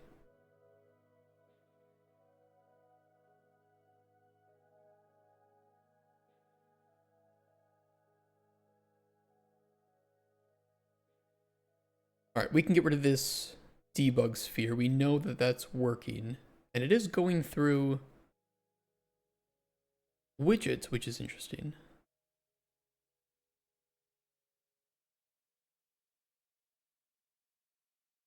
You Google those 4 random letters? Interesting. I mean, it's just GENP. I don't know. You could come up with tons of random letters in a row.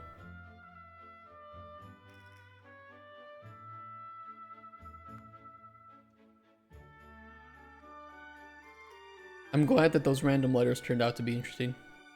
Find me a new way.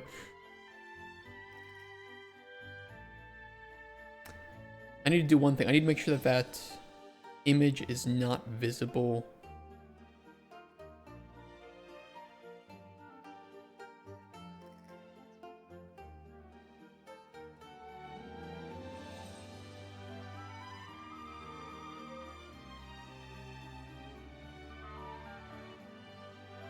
We can always just update it. Actually, we can just update its... No, I'll set its visibility. That'll be the smartest thing.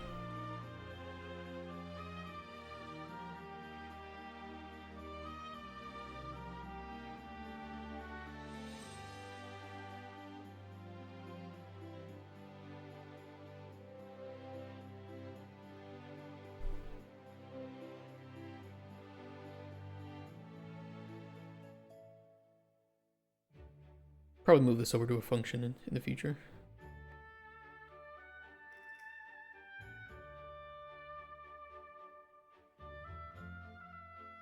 You hate the 3D modeling.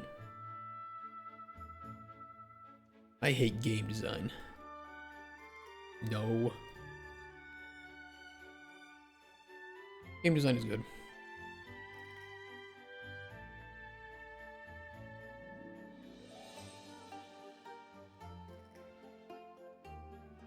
Game design is just boring in some cases. Some weeks are just absolutely Sudoku inducing.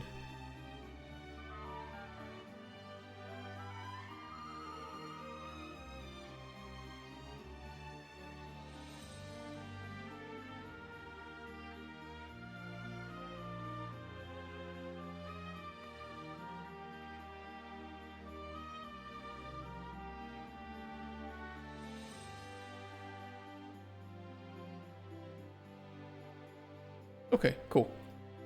Cool. That is the basics of that working, and I think the inputs are being handled correctly.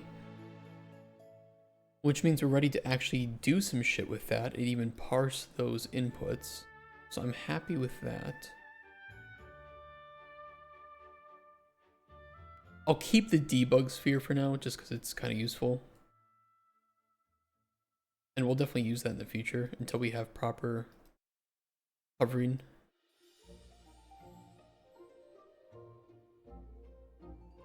That's a future. It's a known. That's something we haven't talked about in a long time. Known unknown matrix. Incredibly underappreciated in game dev as a whole. seriously underappreciated.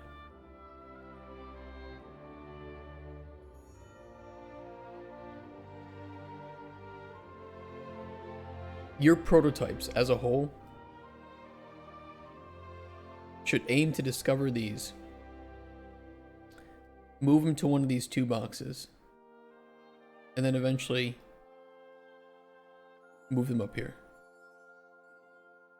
You can't really move it to this box, to be fair. This is more sporadic things that just appear. Nobody prototypes it anymore, though. Oh my god, even in professional development, you just have publishers and developers throwing around the word vertical slice, but they have 10 billion different definitions. You could ask these motherfuckers to make a cake and then slice it up for you, and they'd be like, well, technically a slice means this and this. No, a slice always means one thing.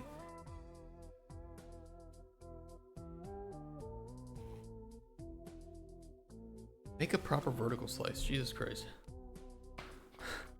Hate the phone wars, so stupid people just need to pick a phone. Who cares about the company as long as the phone is a phone, get a phone. People like the luxury, right? Wasn't there a really good... There was some experiment done with like regular ass shoes. Hold on, let me find it. What was the experiment done where they took regular cheap shoes and made them look like they're from a luxury brand, and people paid hundreds of dollars for them? What was this? The plain white t-shirt you can pay for 800. Oh, the Palessi prank. That's right. Yeah, Payless Shoes took shoes that are like 20 to 40 bucks, relabeled them as Palessi, and increased the price from 200 to 645. Some even as high as 1800. And they invited 60 fashion influencers to a launch party, offering compensation of 100 to 250 to attend what was presented as a market research event. The influencers, unaware of the prank, praised the shoes for their elegant, sophisticated, and high-quality design, with some willingly paying hundreds of dollars for them.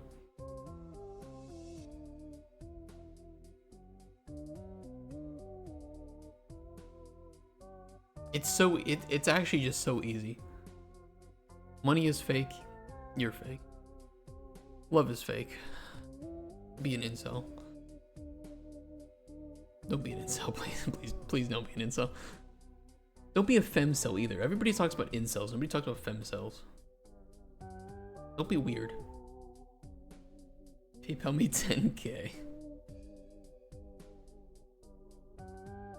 Alright, I need to reconfigure this. So we actually want to use the rich text box to represent what the player is typing in real time.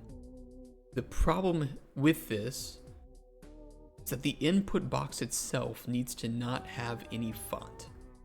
We need to draw this as... I don't know if I could actually press clear and it will work. No, if we don't have a font family, it'll use fallbacks, won't it? I just need to set the font opacity to 0 probably. It'd be the easiest solution.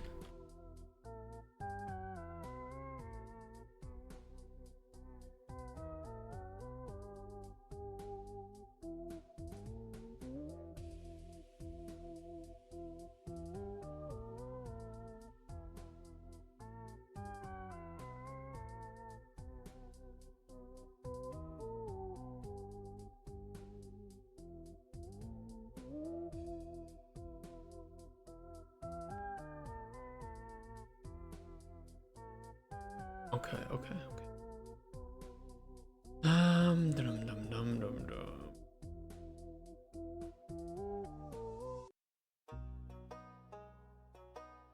X's are fake.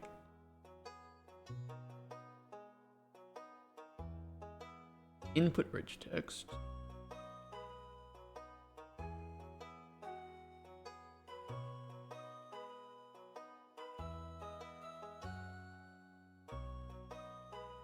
set text.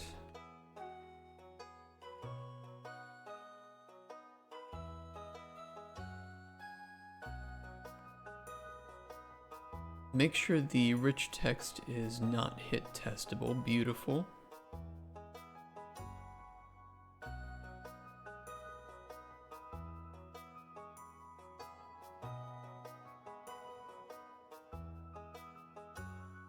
Is that Lucida console? Is this a free font? I mean, it's part of the like Microsoft font, right? Actually, what font does command line use? What font does? Out of curiosity. Oh, console. And that should be, that probably is free, right?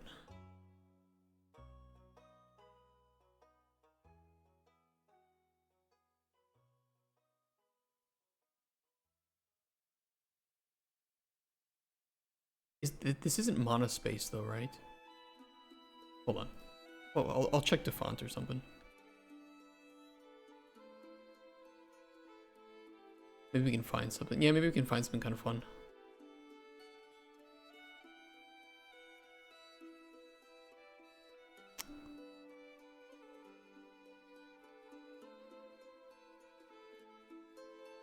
I think fixed width, right? Console mono.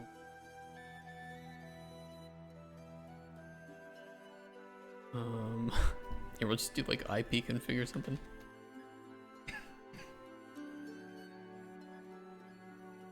What's a cool one?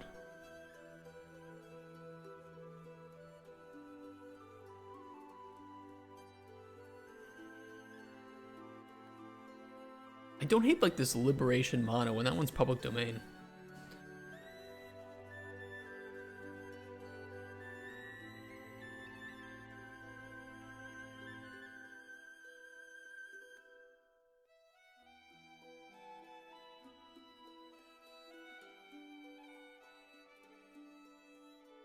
Got regular italic bold and bold italic, which is pretty nice. This one could work, and it's fixed width. Give it a shot.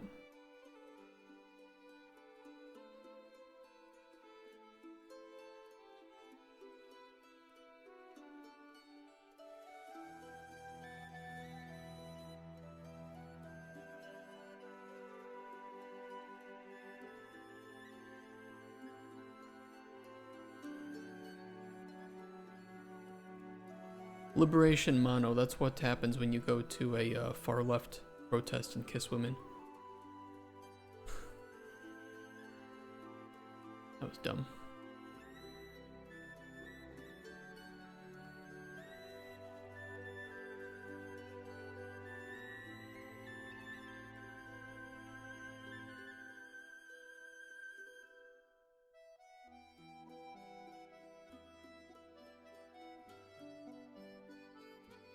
Google told me to put glue on the pizza. Went to San Francisco to jump off a bridge because Google told me that helps the depression.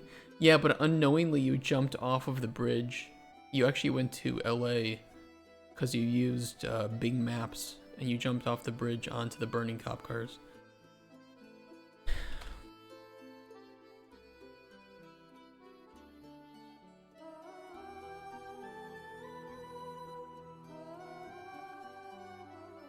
Hold on. Cancel those. Let's cancel. Throw in the regular first, make a new font face, and then throw in the other three. There we go.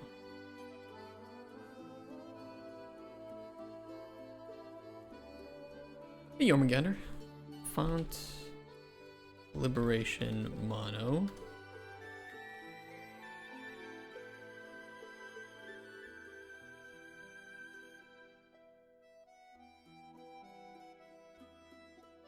Bold.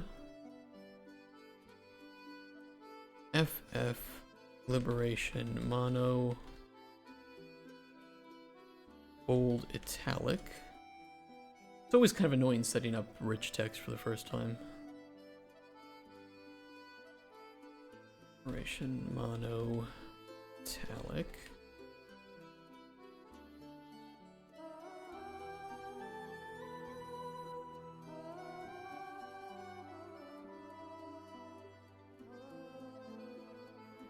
Okay, add font, default, italic, bold, bold italic.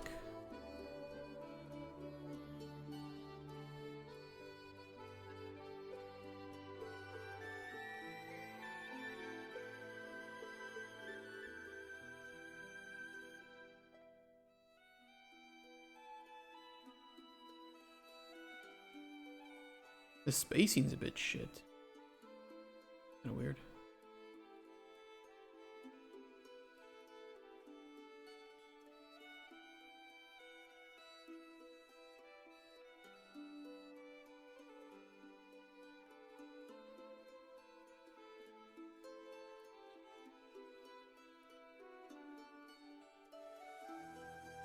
Whatever.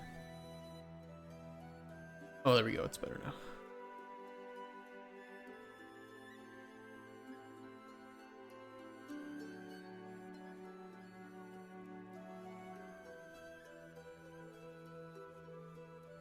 Yeah, that looks good. Nice. Got a monospace font that I think looks pretty damn decent for the console.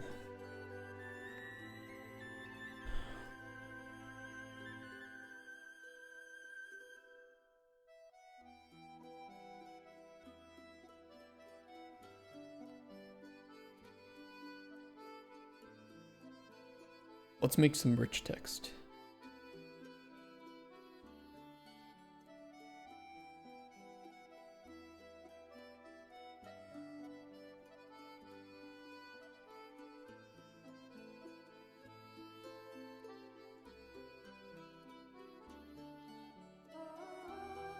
That's right, it's just a data table with the rich text structure.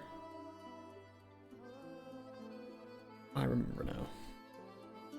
DT console rich text.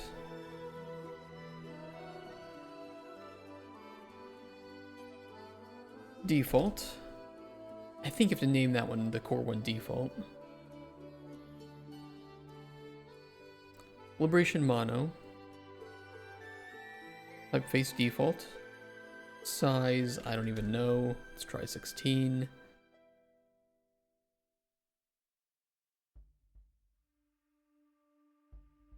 I don't think we need to give it a decorator.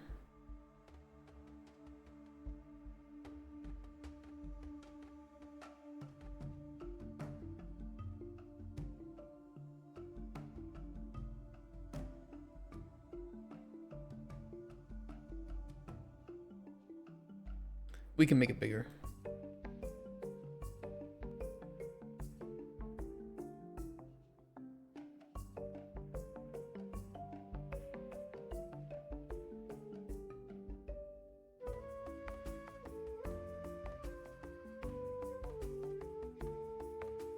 Actually, I don't mind the size of it right now.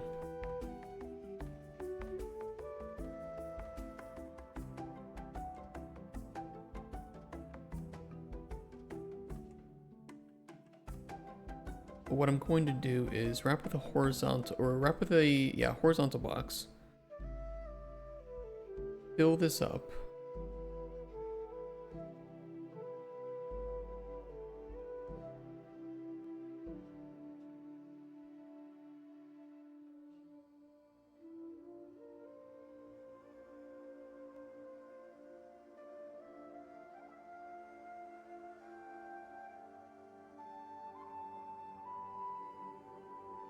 Well, that's weird.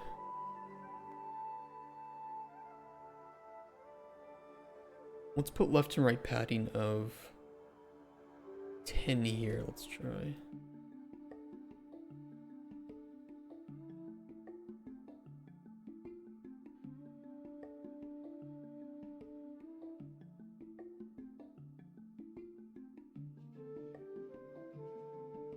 Okay, and then border inside can be... Try 0.3 for its darkness.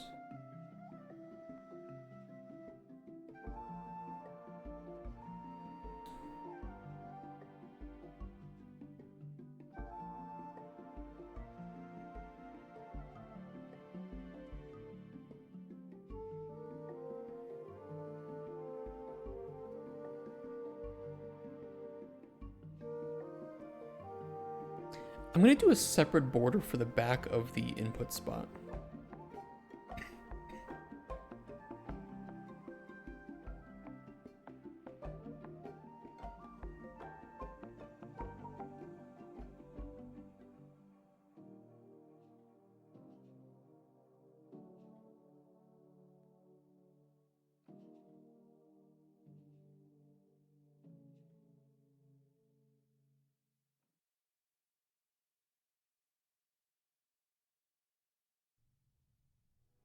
Remember to blur the game behind it, but only behind the UI might look cool.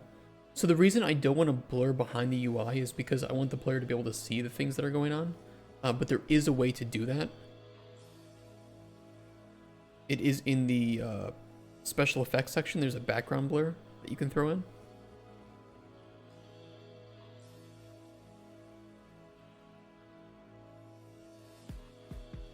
Set the anchors to all the corners. And then set the blur strength can get really out of hand really quickly, so you only want to set it to like something like 2 to 4%. And you can see the blur there, that's 2%. Here's 5. Oh, behind the terminal part. Yes. I could, I don't know if I do.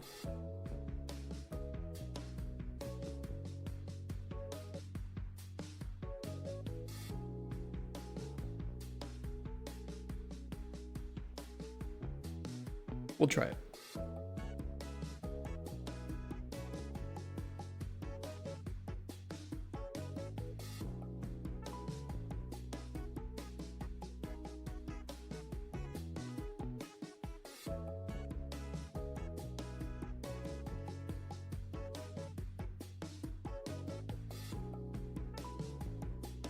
She's going to ready to show me though. That's so cool. No worries.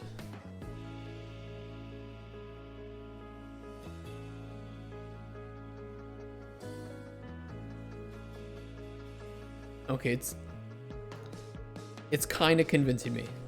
I'm kind of into it. Maybe a little bit less of a blur.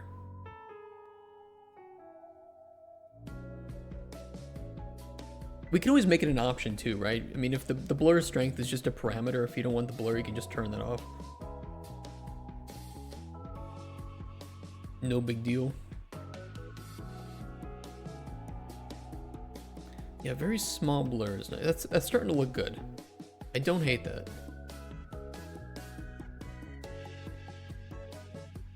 I do want it to pop up a bit more than it currently is, though.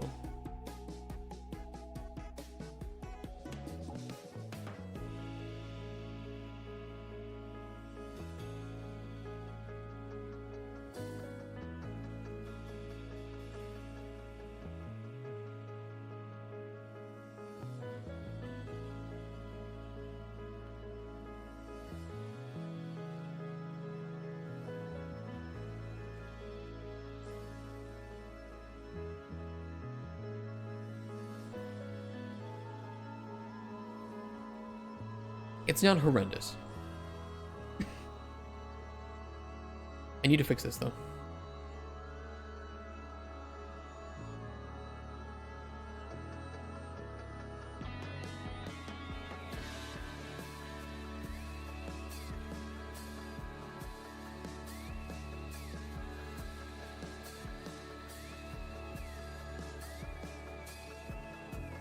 Why can I not replace that overlay with the child? Oh, because there's 2 children. Oh, a chaos bot. I miss those, you know? You want to know the really sad thing about this channel? I want to show you something.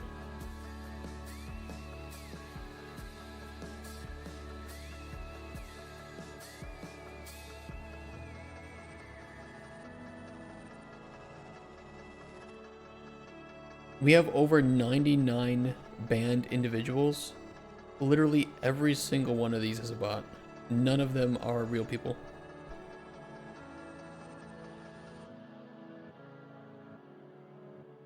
Gotta love it.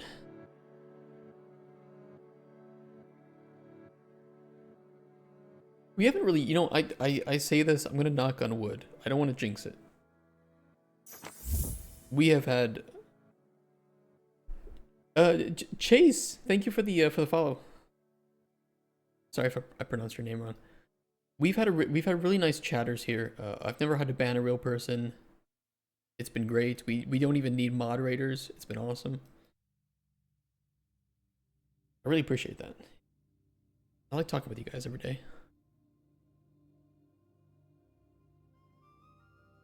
Yeah, I mean, if people are a little bit spurgy someday, or you know, we're getting into like a heated conversation, I don't care. I don't think that's worth banning. The only time I would ban somebody is if they were deliberately insulting you guys, or deliberately just like going out of their way to insult me, or causing some disruption, right? Or pasting some bad link. How's the Diet Coke? It is very good. How you doing, Anomalies?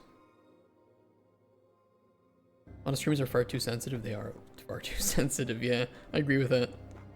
I mean, ultimately, like, this is my channel. I can choose what I want, but really my only chat rules are, you know, don't paste any, like, malicious links. Don't be an asshole. That's it. If you want to argue for, I don't know, eugenics or something, I'll disagree with you, but it's not like you're actually committing an act of eugenic, whatever. It's not like you're actually doing that thing. Share the Diet Coke, or I put ice cubes in your cup until I like ice. I just don't have any ice here. But I might buy a mini fridge. Okay, I want to offset the input box. So I want the... It's kind of annoying. I have to fix this. Give me a sec. Get rid of the overlay. Text. Wrap this with the overlay. Throw that in here. Center this.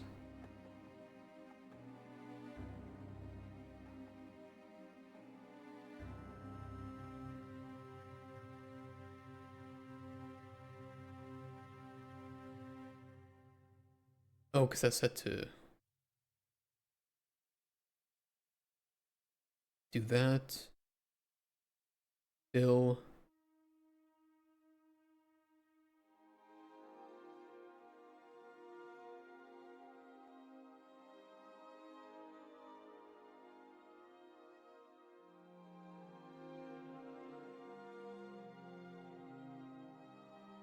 Why does it push that?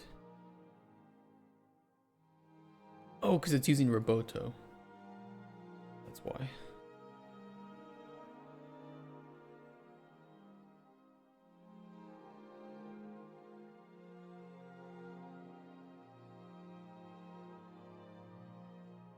Give me a size box on this too.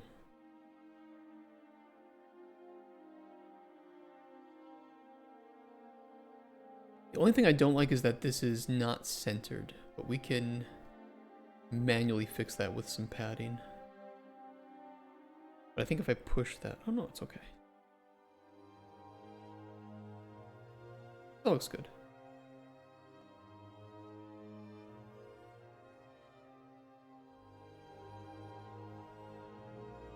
It's kind of weird because I'm typing in a text box, but technically the font is invisible, and I'm mirroring that to the rich text box.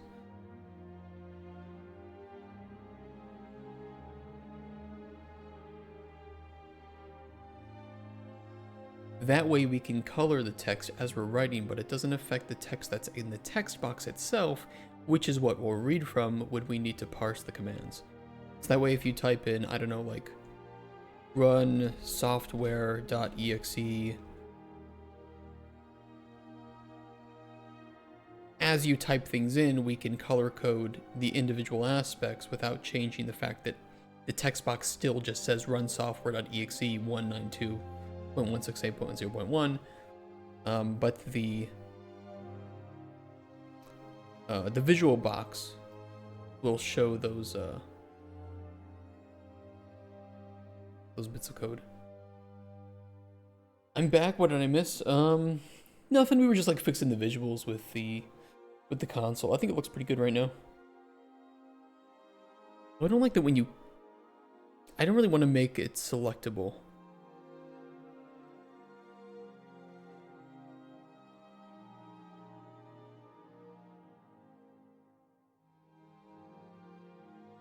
It's a console. It shouldn't be selectable, you know?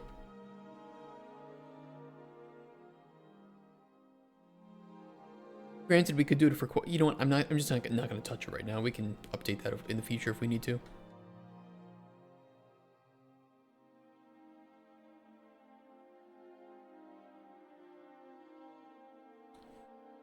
Let me see something.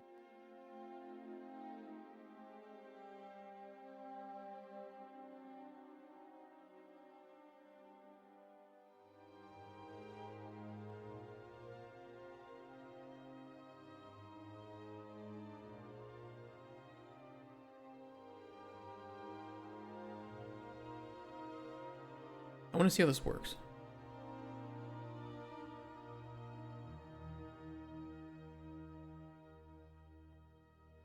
Find substring.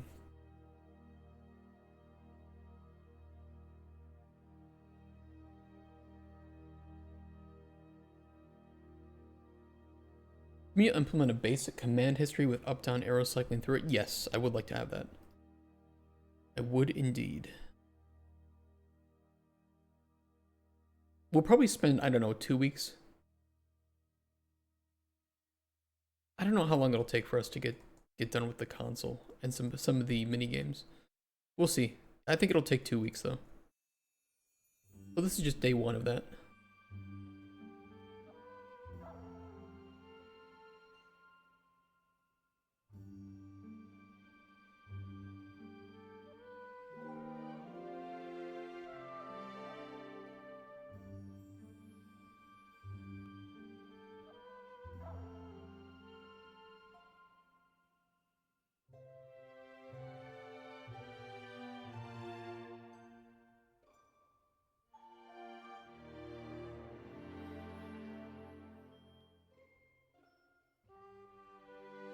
Hold on, there's a better way to do this. I don't remember what the name of it is though.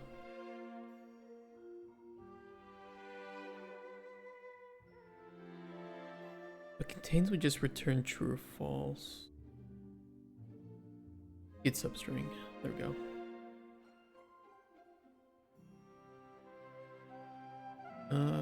Okay, this is kind of weird. This is a little awkward. I need it to work for temporary purposes.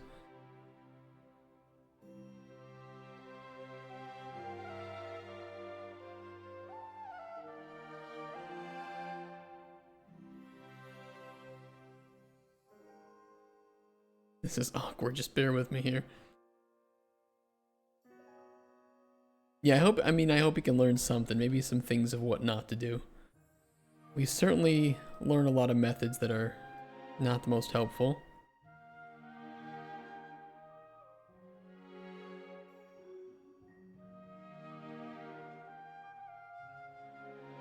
I have to insert that though.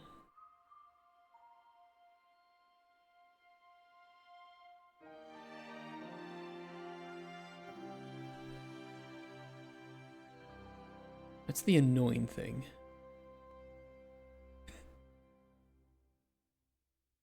Let me try this just for the time being though.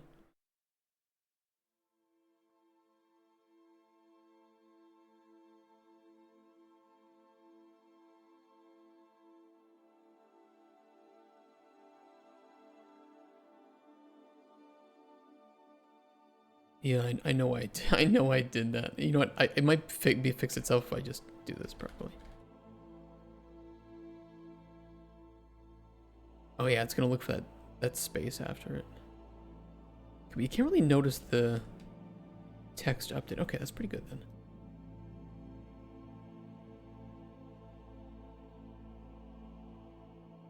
What am I doing?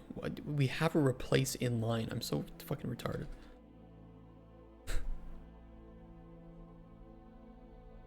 Kill me. Let's do all this fancy shit when it literally already exists.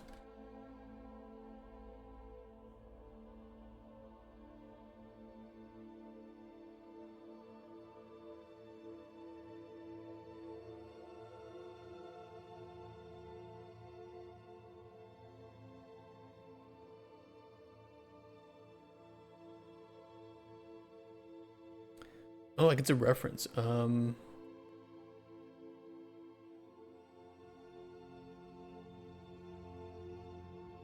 We can always replace if that doesn't work instead of doing inline. Oops, wrong button. Wrong console.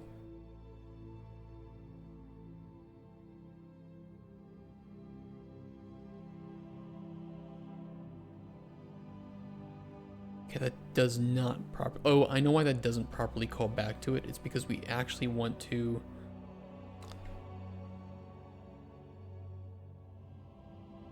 use this text. We're to plug an array into that or anything with regex. Yeah, there is a way that I could do this. I just want to test if it's if it shows up properly, and if there's any like weird hitching that occurs. And that doesn't work. Ignore case, software.exe, replace.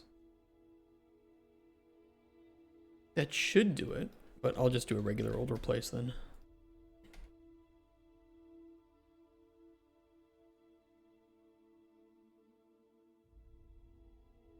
I would create a data table where I would choose what do I want to replace and what data table row name should we use for it.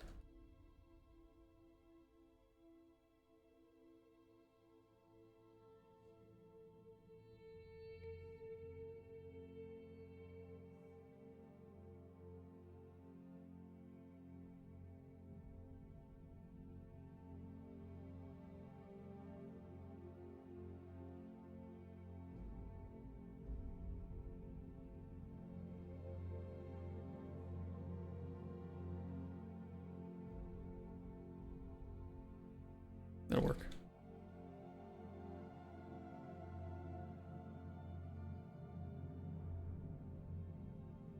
Yeah, and we could at least require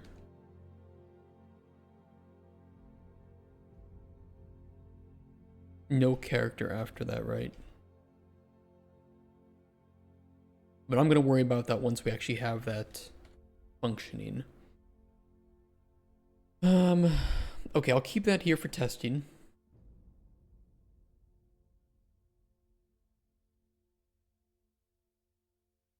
Let's make a basic command console entry.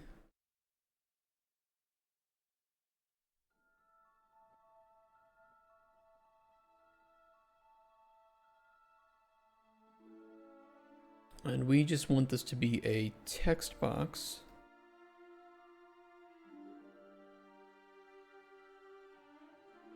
Rich text box.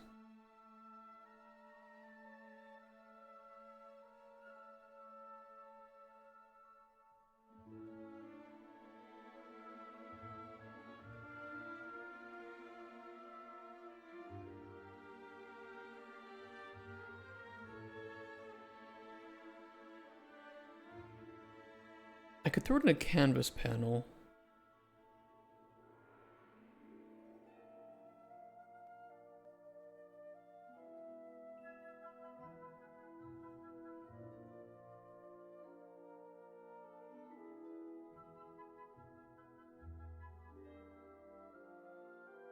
Let me try this. And set it to auto wrap.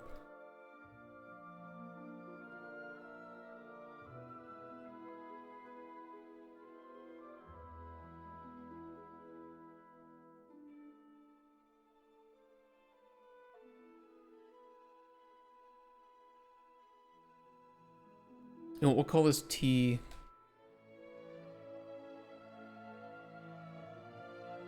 command line text. All right, let's jump back here and let's put a uncommitted. Create widget. Also make sure that the scroll box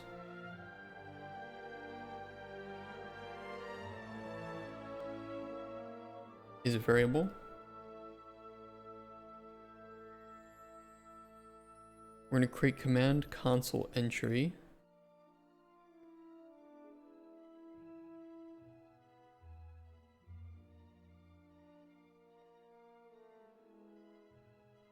What I call command line text. Set text. And for the sake of ease, I'm just going to run this as well here for testing.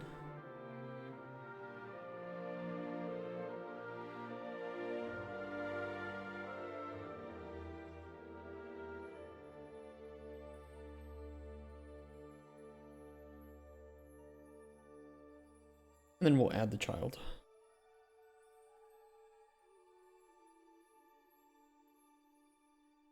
Now I think that it will add it to the bottom. Let's just double check this. Scroll bar visibility visible when scrolling possible.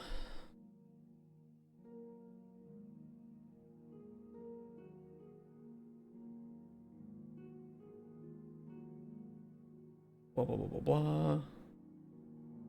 Should work. We'll test it. Adds it to the top, okay. And away.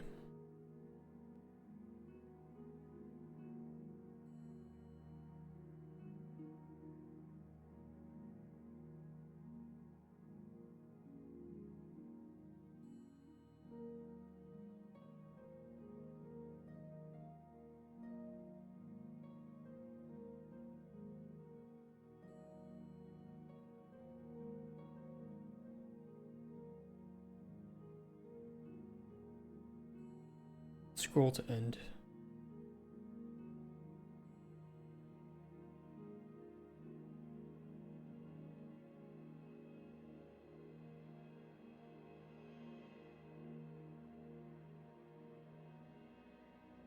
Awesome.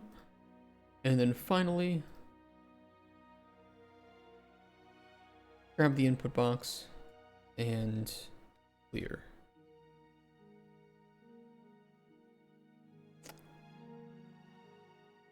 I swear there was a function for that, but fine. Let's run that.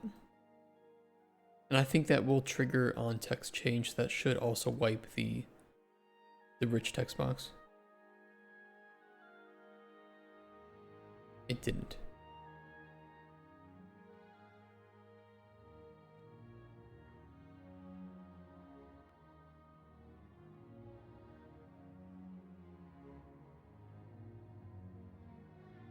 That is fine, I can do both.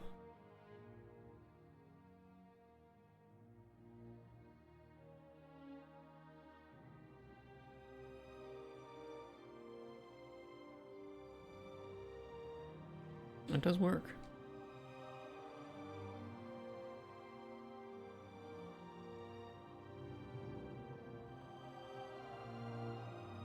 Yeah, we know about that issue. That's going to be resolved later.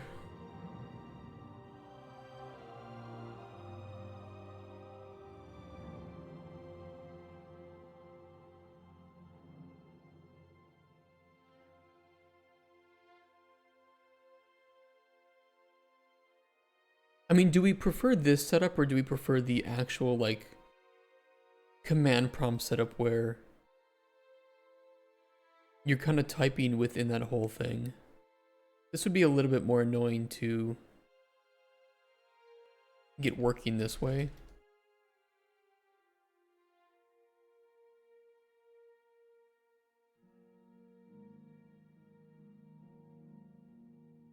But it would look nice, especially for more immersion.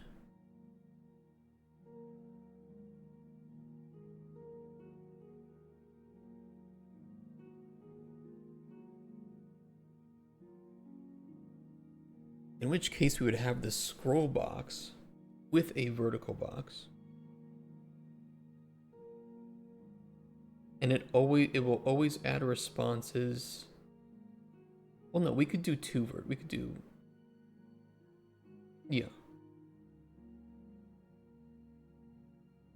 A nested vertical box. We have time. Let's see how it will look. Easy enough to do.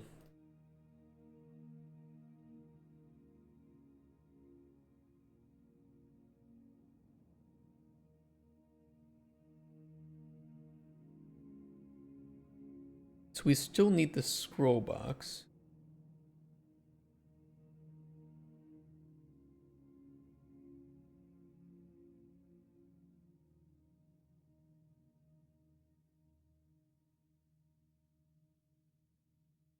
I'm just going to duplicate it.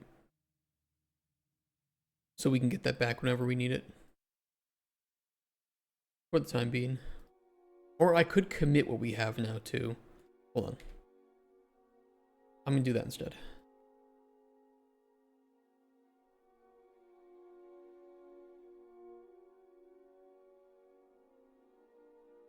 Work in progress, initial command prompt, work.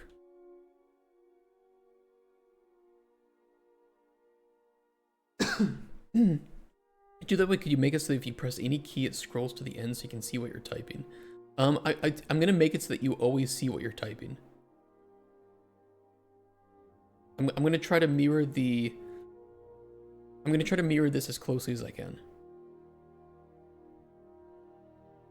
Oh, I see what you mean, like a button that will automatically take you all the way down. I think if you were to...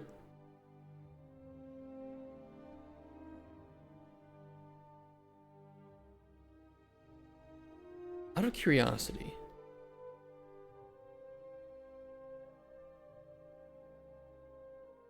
Pressing up will take you down. What about... Page down... Oh, page down and page up actually change.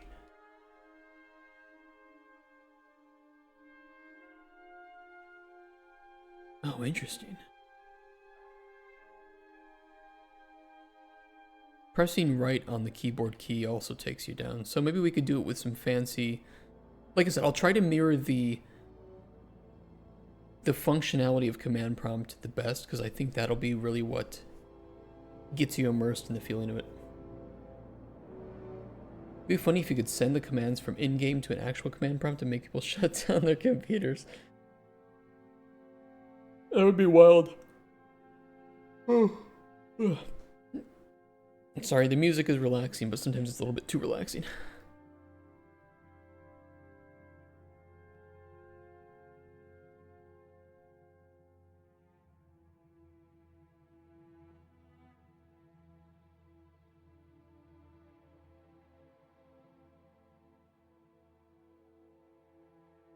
Okay. Alright, I've committed my changes. Now we can go in, we can try to break it, and if we don't like it, we can revert it. Thank God for source control.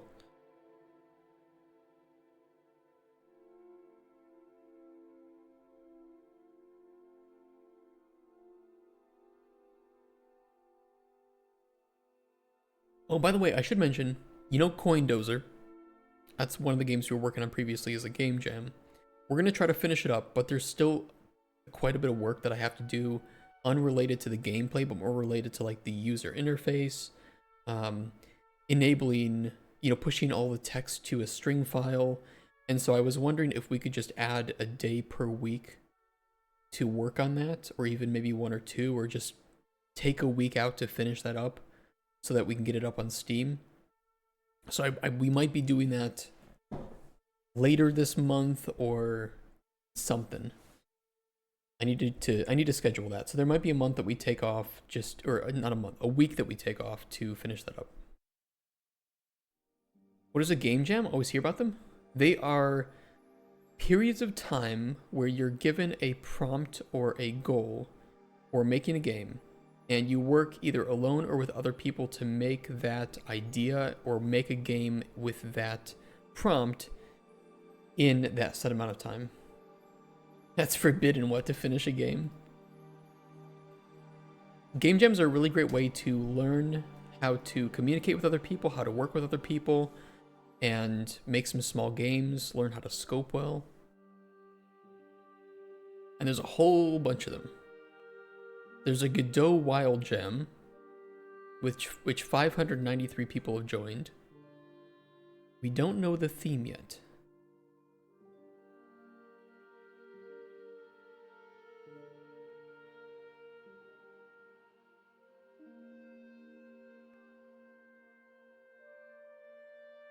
That could be a pretty fun one.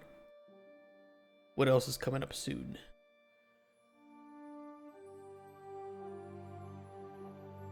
Jam Gam. Trans Representation Jam. That Discord sounds like it would be fun to join.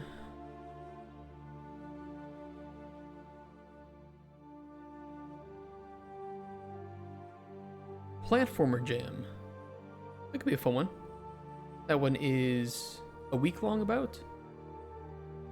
Have you ever tried Godot or other engines previously? Yes, I have tried other engines. I did not like them as much as Unreal, and I came back to Unreal. It's self-induced crunch. Dramux isn't wrong. I'm gonna be honest. I'm not a big fan of game jams for the pure sake that they often just encourage crunch. Even, you know, you're competing with other people, and if there's a prize on the table, what would you rather do? Stay up really late to try to get it done, or actually sleep for like 8 to 10 hours and take your weekends? Of course, there's going to be people that... And that doesn't mean that you make a better game, but it certainly means that you put more hours into your game than other people. So I did my own jam where I set the rules for it. And the rules were I don't overwork myself and I go home. And that was a lot more fun than anything else, to be honest. But they're nice. If you want to meet people, if you want to find other people to collaborate with, I think the game jams can be nice. And if there isn't a cash prize, you know, your goal is just to learn something, to meet people, to try something new, to test your abilities.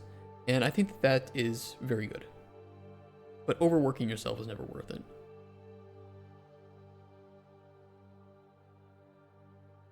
Ever.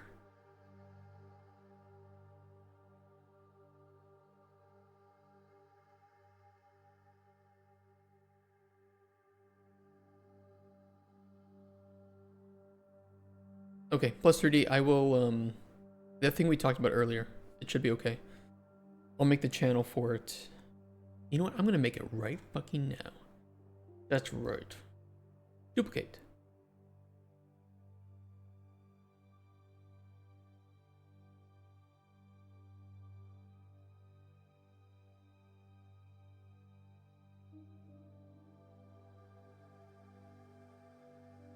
Add members. There you are. Send the nudes later, will do, sir.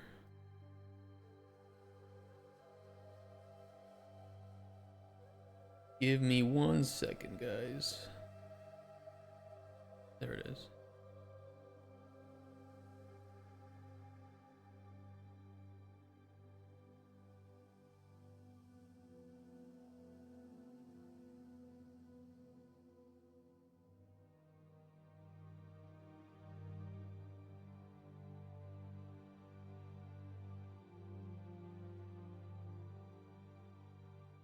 Okay, what was I doing?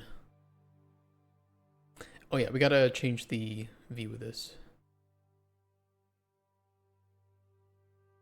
So this will be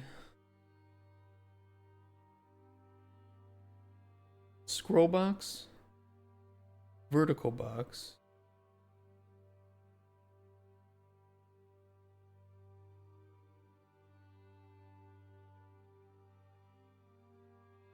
it's kind of weird though, because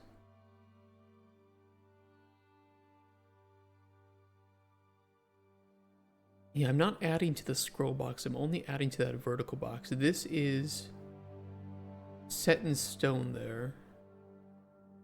And we don't want to show that at all times. So I could make that separate. And then the input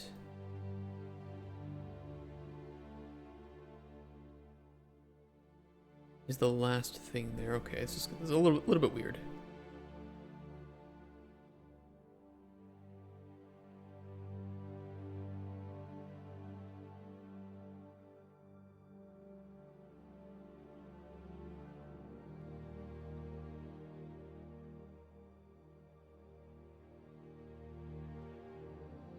let's fill this.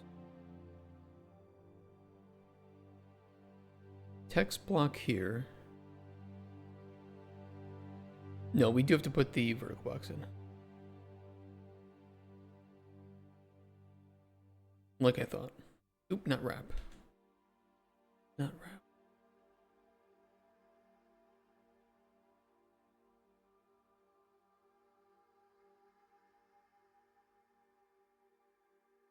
Text block there. Input box here.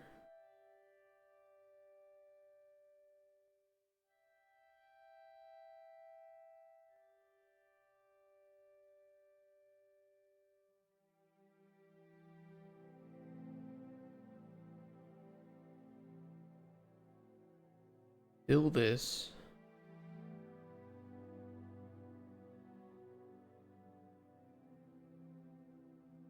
Let me copy this over just for the sake of it. Just for the sake of testing.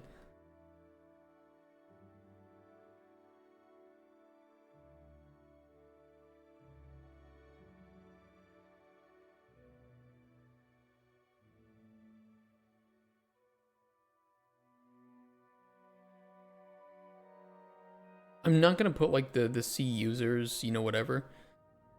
Just because I can always add that later, but that's just gonna take up some space right now and I don't want to deal with that.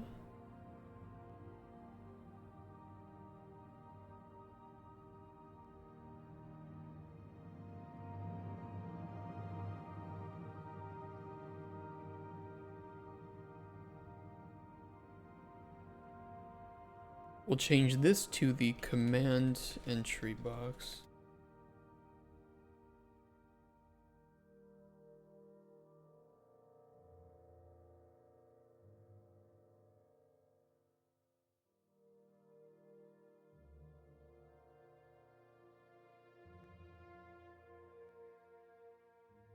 Oh, we still need, we do still need the scroll box to be a variable though.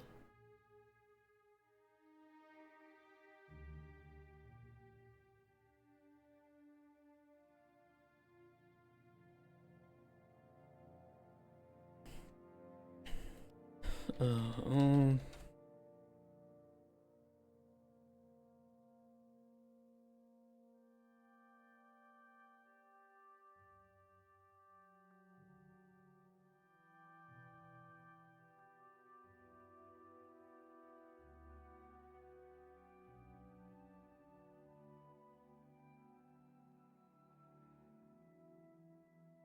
okay, right out.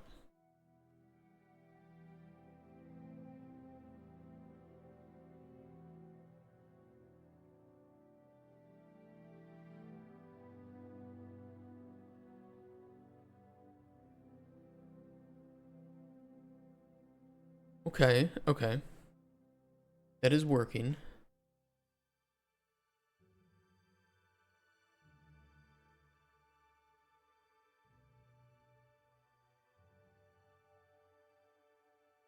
Can I test if this is only white space or not?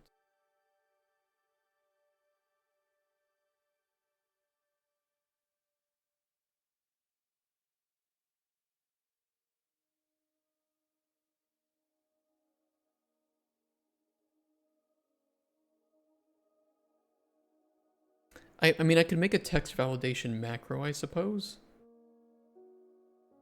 Just want to be able to enter if it's entirely white space, but I guess I could trim. That's only from the front.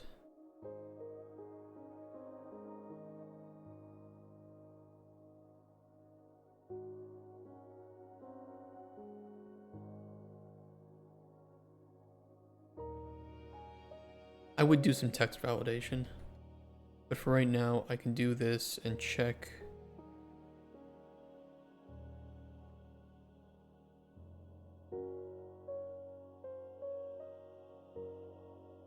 If we're not equal to none.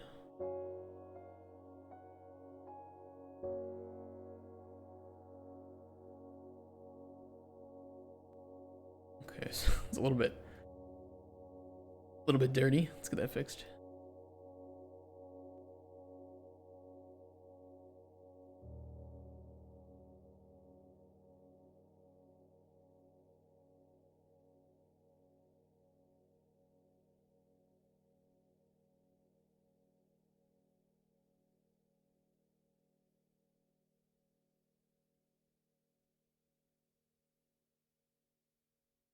Yeah, that should prevent me from adding anything, and it will automatically remove the... Yeah, I'll fix that. Okay, yeah, we cannot enter if there's just white space.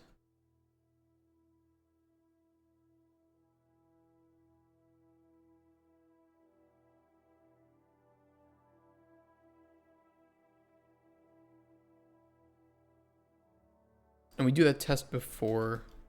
Yeah, okay. Beautiful.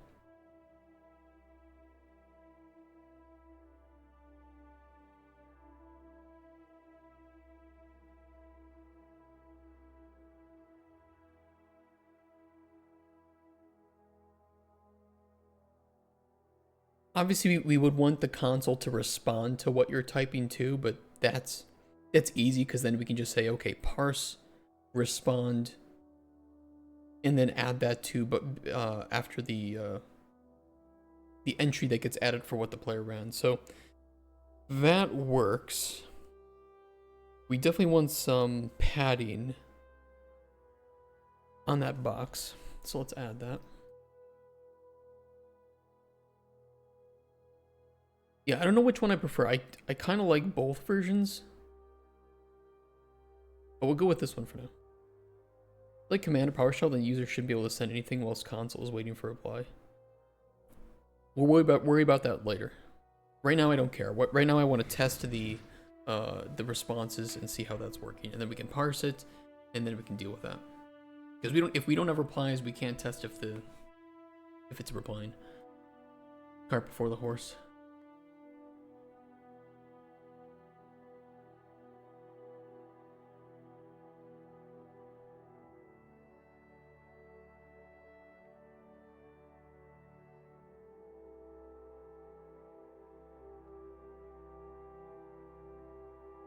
Yeah, no worries. We'll get that all figured out.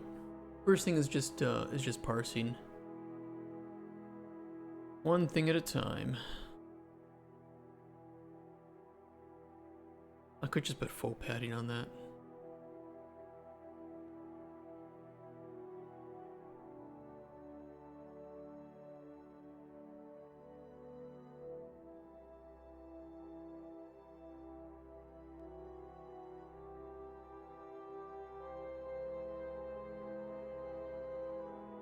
Oh, wrong thing.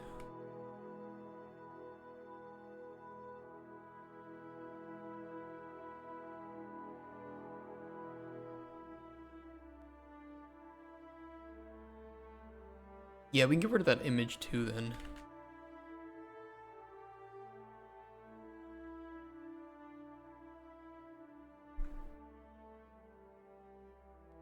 And then we can override the keyboard keys for arrow keys as well, and we can run certain custom commands on those as well as modifying what you're inputting.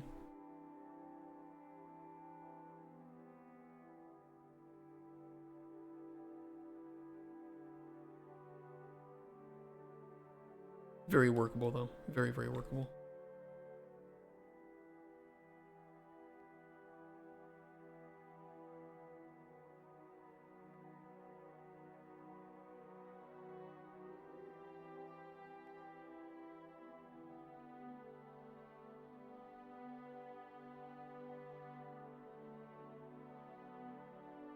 Hey, Quazu. Sorry, I'm still doing some other stuff on the other screen.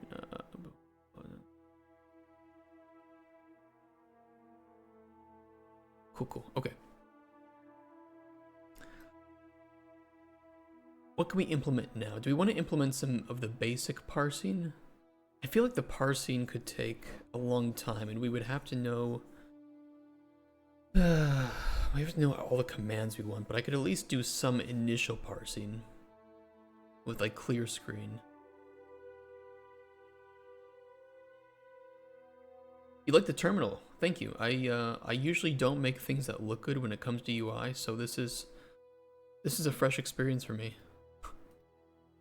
To be fair though, usually what I make is like programmer looking, like prototypey UI, because that I'm making prototypes, so it looks really ugly.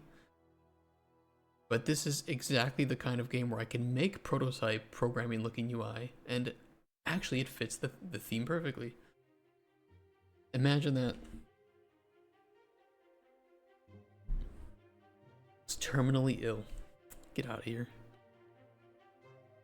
Was your play for phasing? Split into array, the Gid 0? For phasing? What do you mean phasing?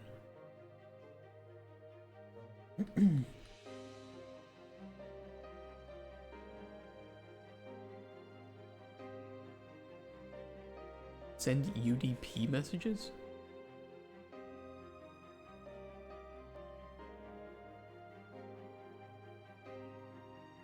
Getting commands from the user, what? Parsing it? I have thought a total of like 10 seconds about how I want to parse messages, so I'm gonna need a little bit more time before I tell you what I plan to do with that.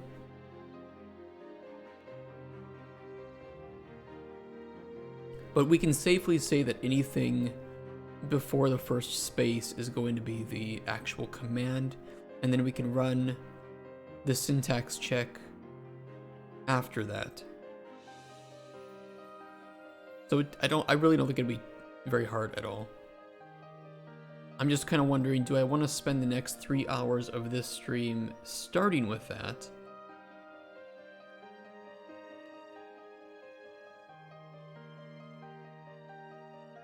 I mean, I guess we can.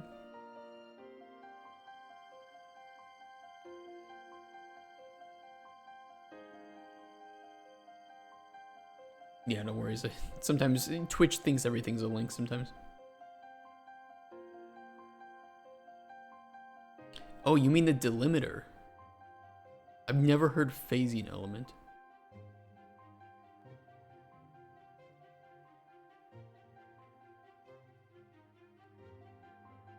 Is there like some specific... That's the word? Oh, phasing, okay. Yeah. Now I see what you mean. So what is your play for getting the delimiter? I really think that what I'll do is just... anything before the first space, if it's not a valid command, then we won't run it. Yeah, we dyslexic, no worries.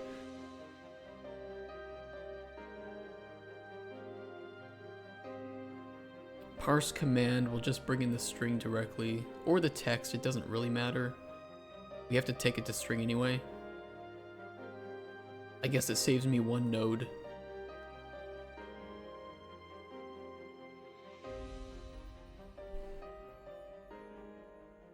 Command text to string. Local variable that shit for me, please.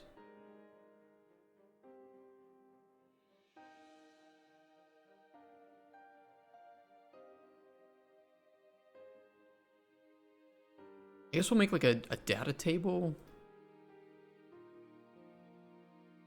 There's gonna be a lot of custom code that has to be written for this, right?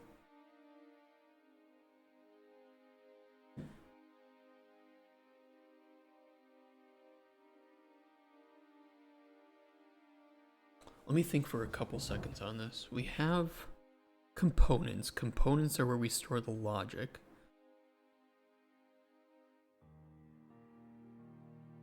We know what commands should be available for the given component. I suppose what we could do is we could get the possessed pawn, grab the components, and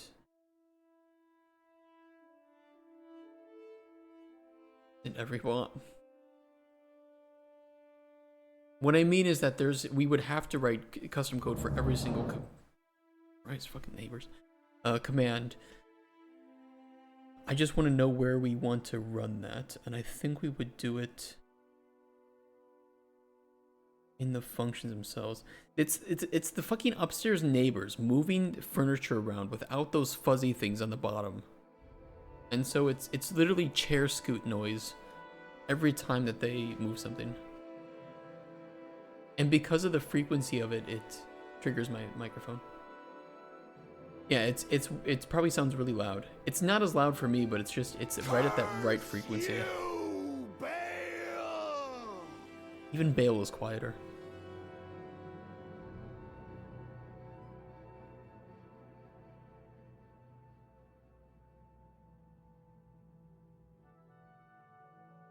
We'd almost have to check, is it a valid command? So we would need like some base commands for the console, and then commands that are available for each device.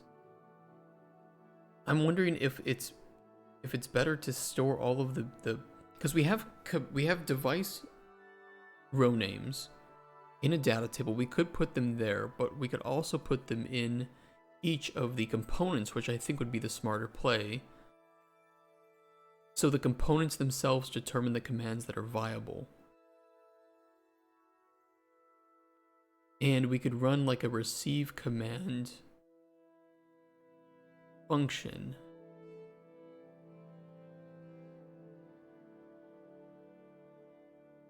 Receive command.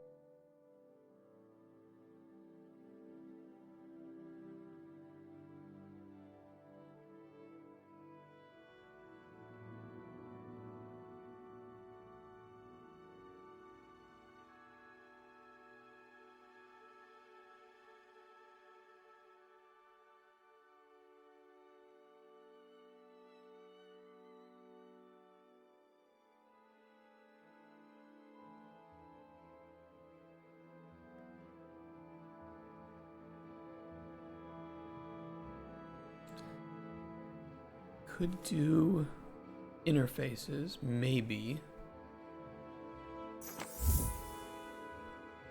Black Free Monster, thank you for the follow. Appreciate that, nice name. I'm trying to work my way down here, so it's like we have the command from the widget. We jump down, we parse that. We then determine, can anything be run? So we will need to gather the commands that are available. So we'll need like base commands, we'll need contextual commands. So I think similar to the way that we handle inputs, we will need to contextually determine an array of commands that can run at any time. And I think that we could either determine this every time you try to run a console command, or every time you switch between devices. So like on possession and unpossession.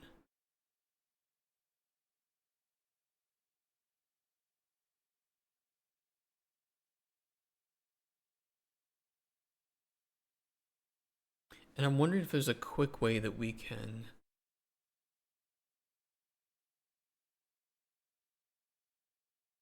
just like auto register a command and tie it to a function. Interfaces could work. I'd rather not send data through though. I'd rather just do a call. No data sending. Or you know, at most like the parameters or something, right? Although I don't want to really trade back and forth the parameter a million times.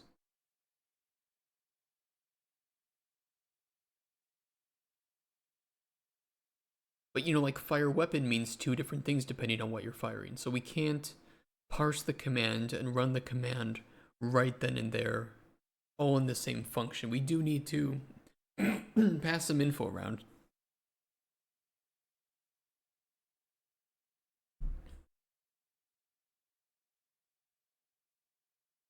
I don't want to send the array, no.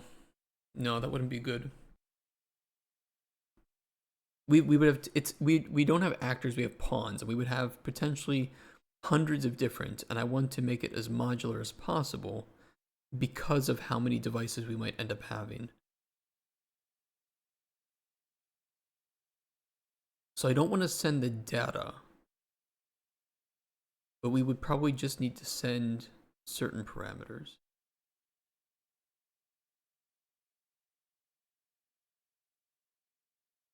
Where's my music?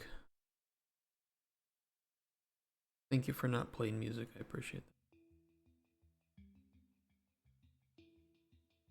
Sometimes Spotify just breaks when you're trying to play local music. Really annoying.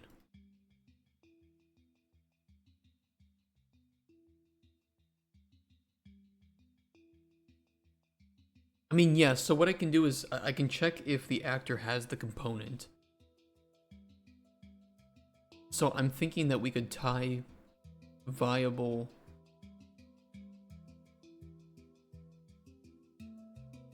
commands to the possessed pawn. To the, not to the possessed pawn, to the components. Gameplay tags could be done with this, because we would have too many enums. I think gameplay tags might be the right play.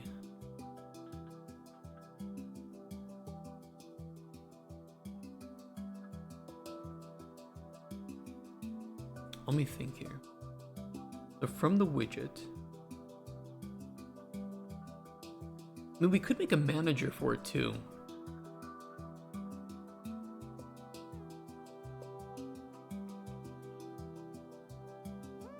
Where we associate the component with the commands that can be used for it.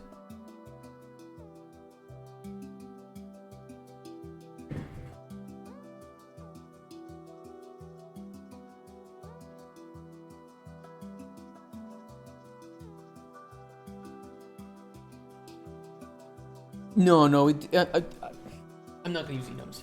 That's what I'm saying is that I don't want to use enums because we would just have too many.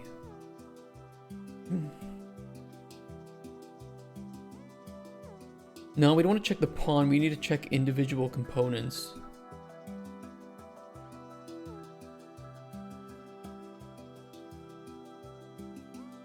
I might need to set up a manager for this.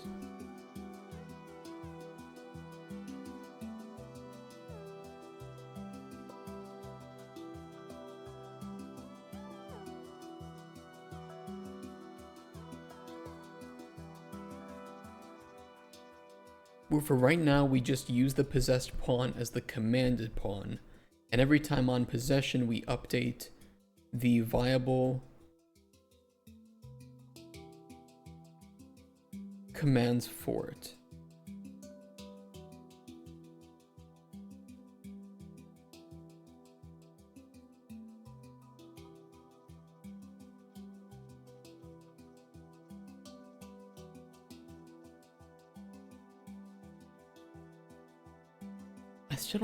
I don't know. I'm trying to think of what I don't like about this.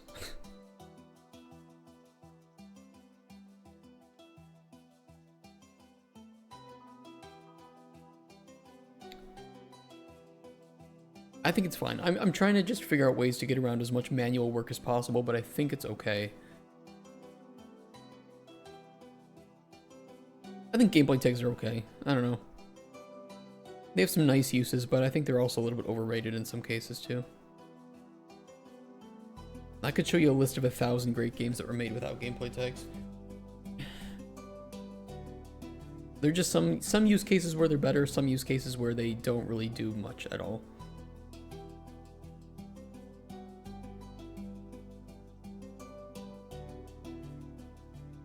Do I need to enable it? It is a separate plugin, right?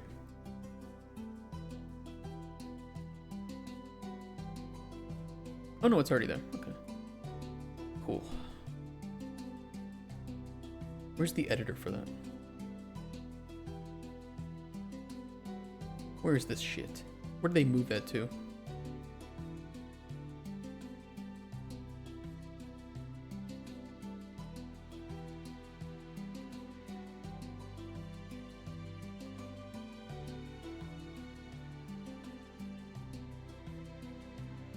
Where do you grab that apart from just the ini file?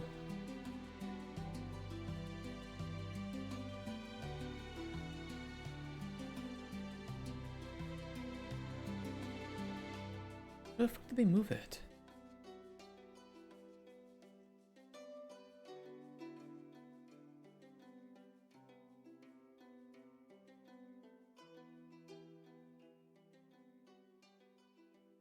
What is in the project settings? Oh, it's up here. Okay, I was looking for it down here. There we go.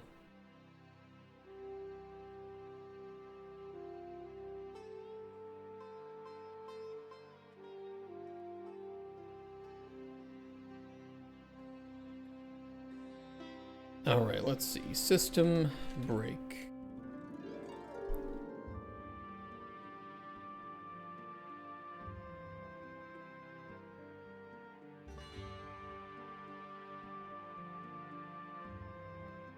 Console commands.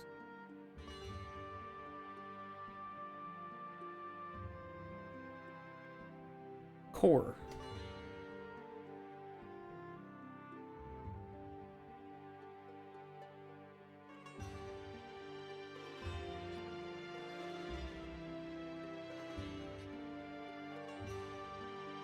I might define them like this initially. We'll see. We'll see if I like that. And then I'll just add like a temporary one for right now. Or like screenshotting with the CCTVs or something.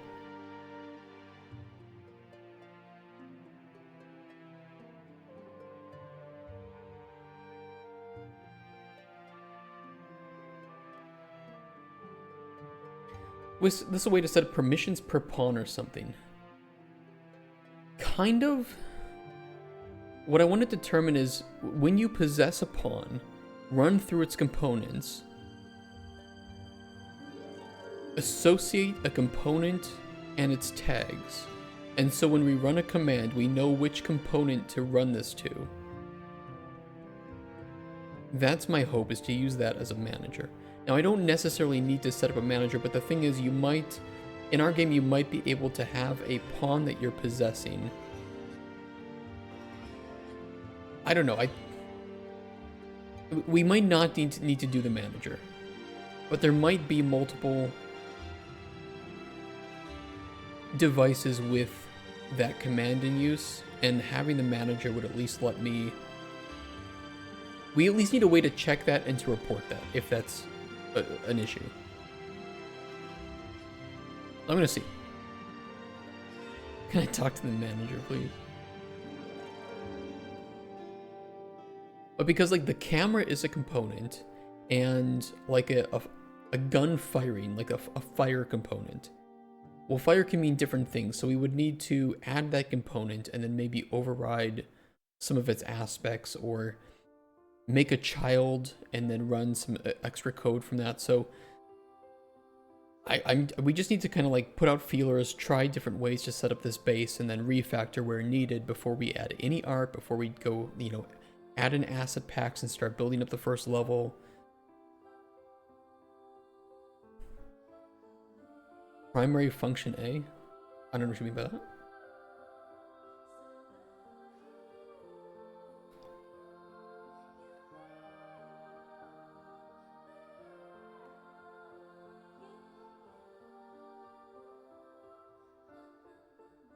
Yeah, we'll try this. Wish I could dock this. I'm unfortunate that I can't. Okay, let's see.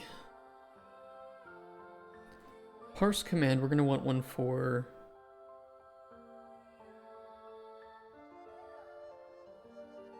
Probably on pawn possess. Check for duplicate.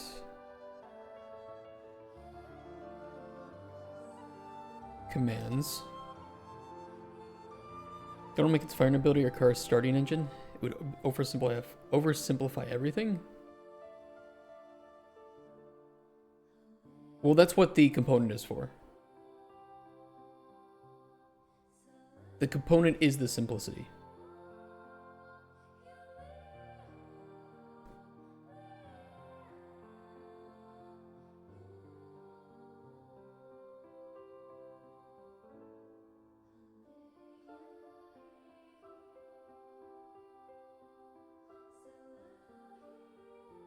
Um.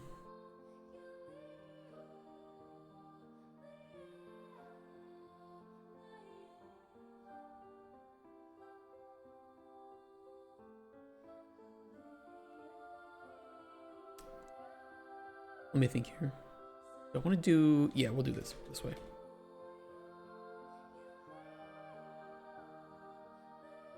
And we don't need to return any data. We're just going to print some error nodes if there's an issue.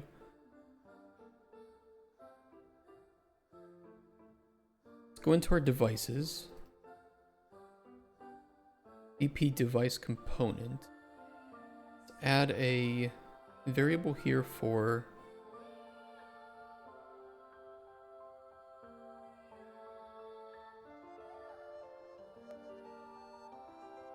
Still don't know how I feel about this, but we're gonna try it.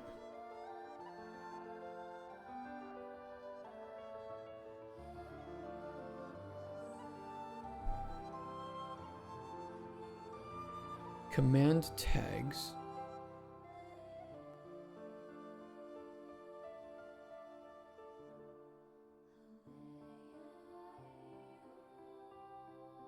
Get all components, or get components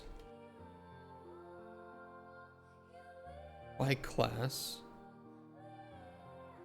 Device component. So I short today that in some states it's illegal to record someone's audio without consent. Yeah. Maybe you can have some CCTVs in your game without audio and it would kind of make sense. Yeah, we plan to do that. So every device will have its own senses. Some CCTVs might be only like black and white. Some of them might be color. Some of them might have a microphone. Some of them not. Ale2, thank you for the follow as well. We're getting so close to 900 followers, which is wild. Also, thank you for the fart. I appreciate that too. Record that, okay.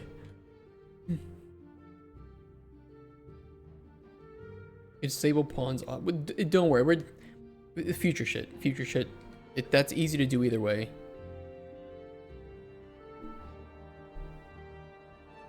Right now we need inputs and commands. Audio will be months and months down the line.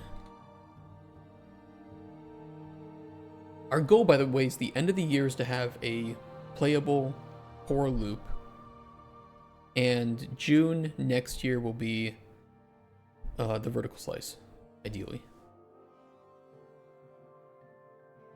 We'll see how that works though.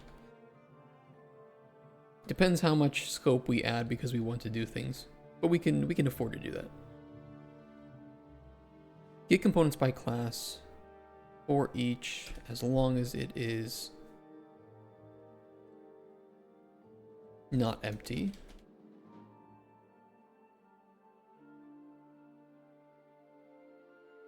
And if the pawn ref is actually valid.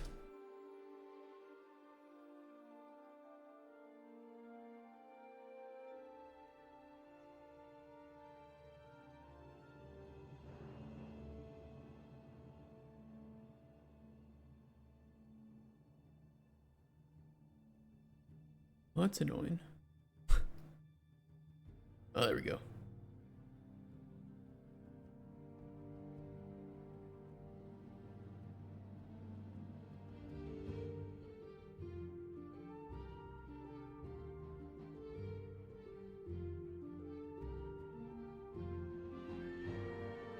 Realistically, we can probably just connect this up too.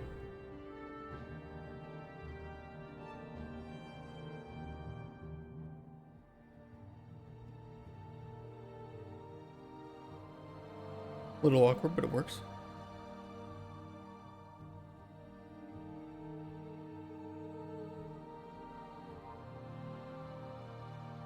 Get command tags.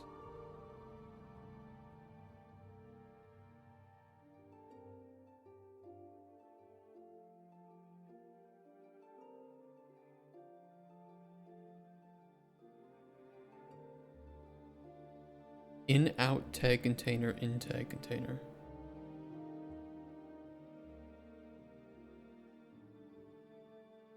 A container that will be appended to with 2 O's.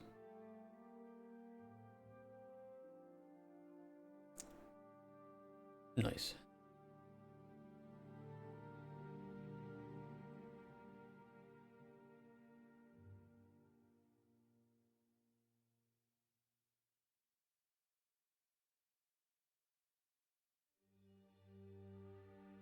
We'll do a map here, actually. Oh, I can't do a map.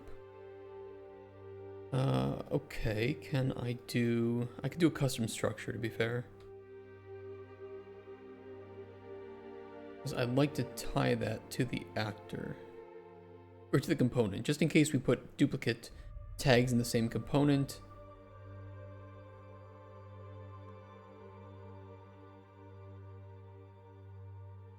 That's annoying.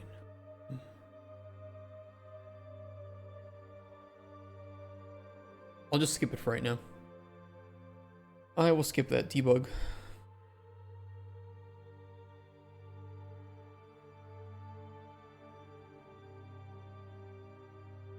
Can it add duplicate tags, though?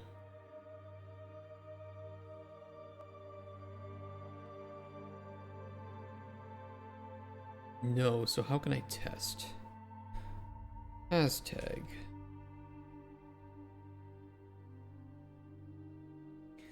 Okay, so we'd have to kind of run through it twice. We'd have to build all the tags first and then check.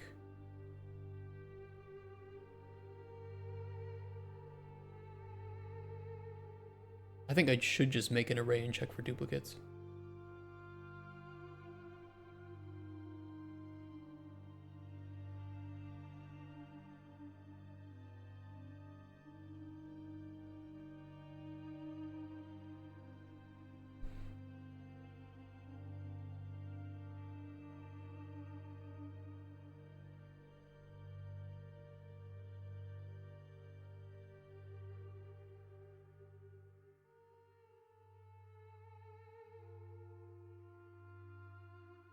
Yeah, we'll just do an add unique.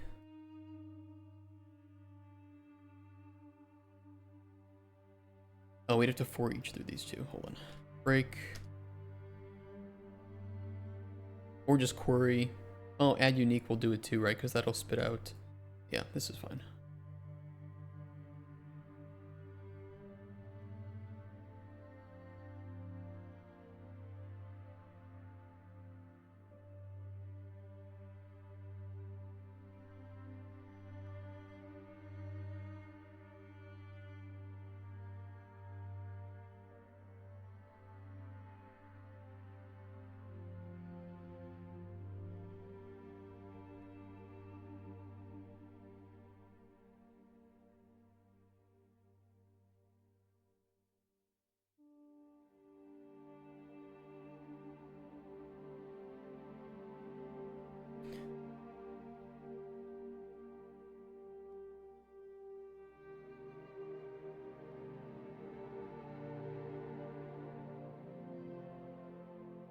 Okay, print string. Make a red. And we can always check the tested component. Let's promote that. Tested component.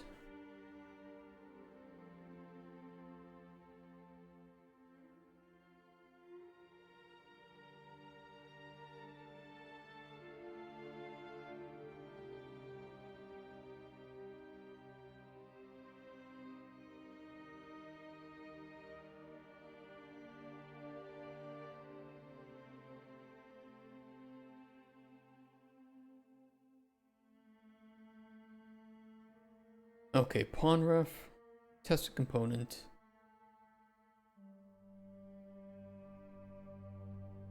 Get display name.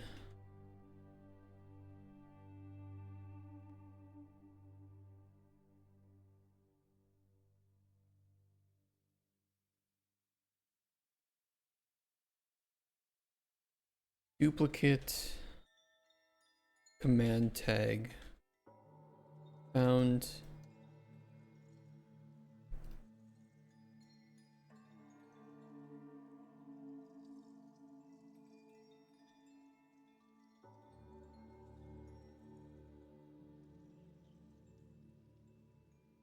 And we're gonna run that every time we possess.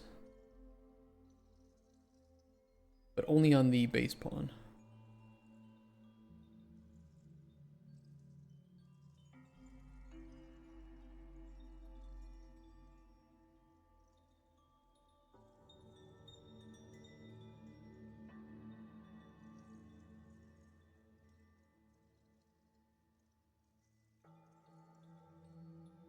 Check for duplicate commands. Pawn ref, self.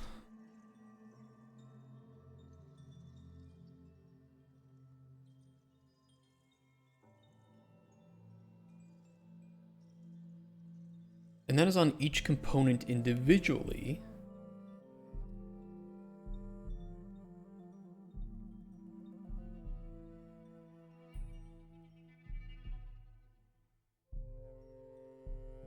So let's go find one where we have multiple components. Well, most of them have multiple components, to be fair.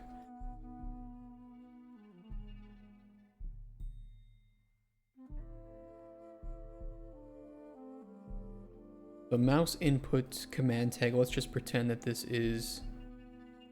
I've accidentally added the screenshot command tag to here. Obviously, we don't want that. It should be on the BP device camera, though.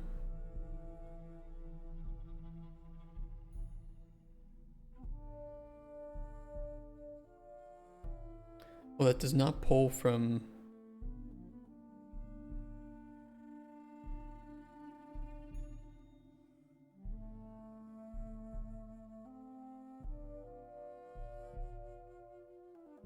Oh, it's running the BPI.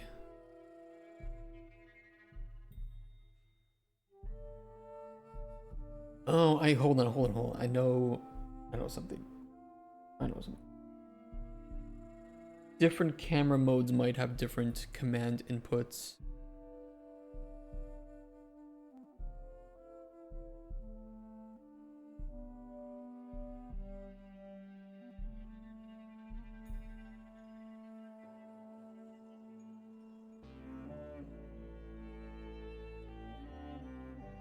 Do you want to add default camera commands or just all of them?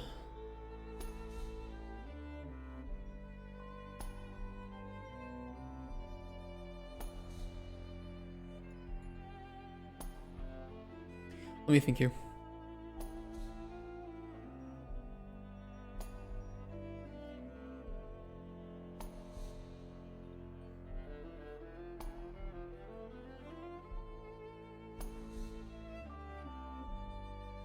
Device camera transforms. Add a container. Command tags. Let's save this. Check out. Close. Don't save. Reload. I don't know if that bug is still around. It probably is. They'll never fix that bug. But if you change structures, save everything before you change the structure. Change the structure, save only the structure. Close Unreal and save nothing else. Otherwise you will have errors, and you may not notice them. Very sneaky.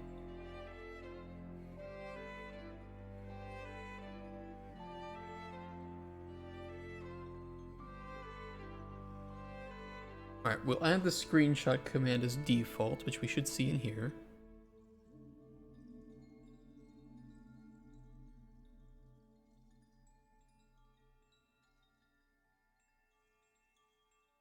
Ah, I hate how it does that every time. I break my you know what, I'll just fix this by breaking the transforms manually. Really annoying though.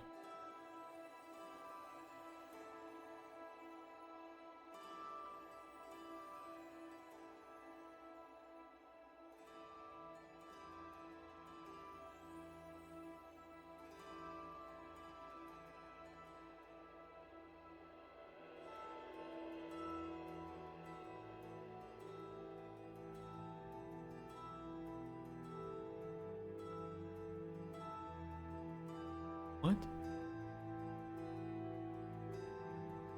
hide unconnected pins, but it shows...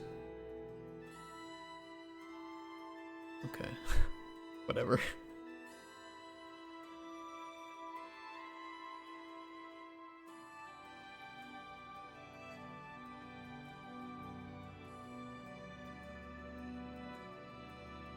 Always bugs. These aren't even my bugs either. This is Epic's bugs.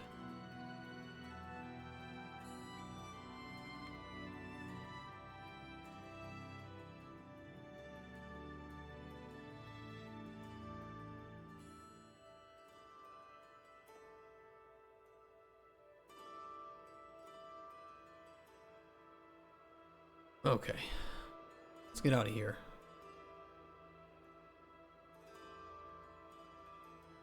Alright, now in the command tags, we should have different commands for each separate bit of transform. What I could do is, rather than grabbing it from the base, I could set an interface call, which might be a little bit more robust. I'm going to do that instead. Where be? Base device component, BPI. Get command tags.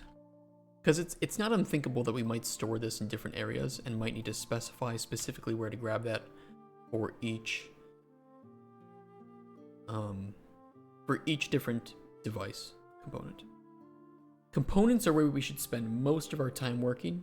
Devices are where we should spend the least amount of time working. So if we make a new device and we say, okay, this has a gun, it has a camera, and it has a microphone, we should be able to add camera component, set that up a little bit, the fire component, and the microphone component, and then just place that device in the level and it works. That's the intention, that's the hope. And so most of our pawns, most of our devices are very lean at the moment, which is exactly what I want from that. This is it. This is the amount of functionality in our computer.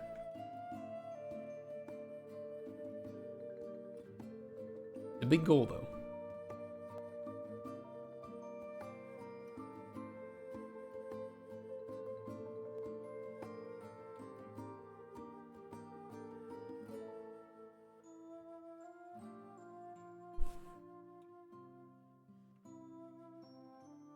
Yeah, that should be fun.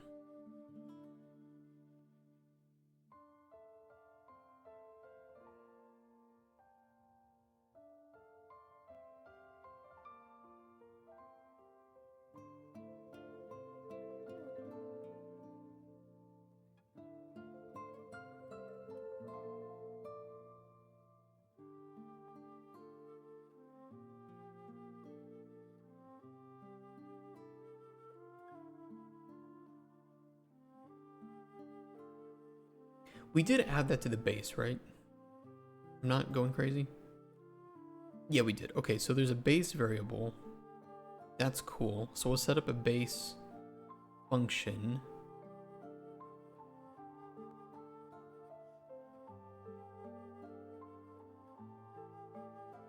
Easy.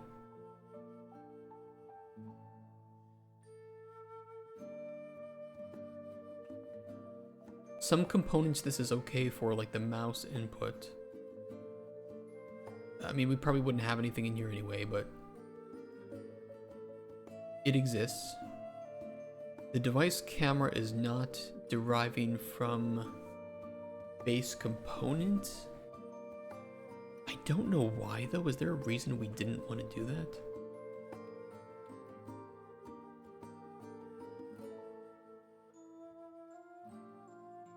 Well, it can't even because it's a camera component.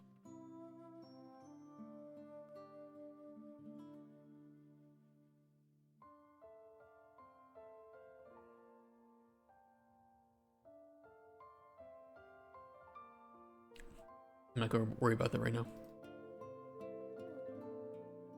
Okay, camera transform. Get current camera ID.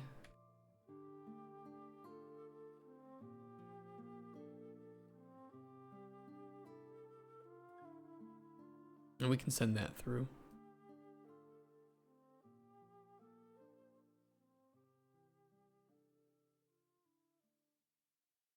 I think most camera types would have, you know, like very certain basic ones, but you might have a camera that is, you can switch between different modes or something, right? So like it's the same camera angle. I guess we have multiple ways to do this because we have some pretty nice functionality. Or we could have the exact same transform data, but two technically different cameras, which would have their own inputs and now would have their own console commands. I don't know. I mean, the functionality is there. We don't have to use it if we don't want to. I suppose is what it comes down to.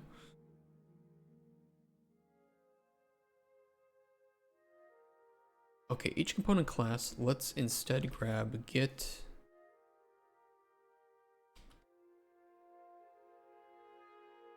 What did I call it? Get command tag.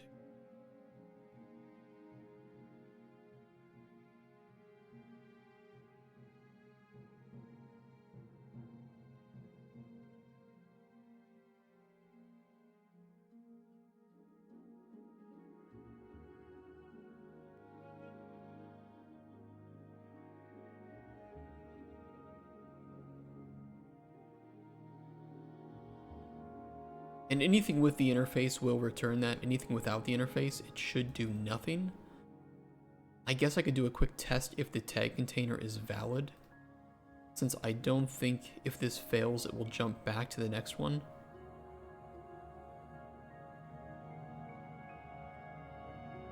I can't do an empty test on this, right? But I could do it here.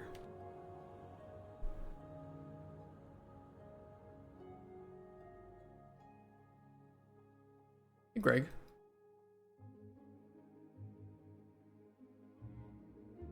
How you doing? Do you prefer Kisla? Chiswa? Are you Polish?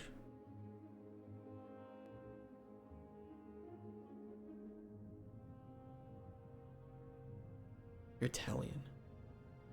Oh, you told me how to pronounce it one time, didn't you?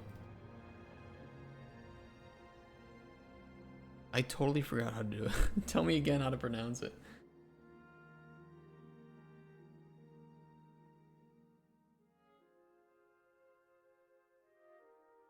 Like Chisella or something, or Chisella? You told me once, and I already forgot.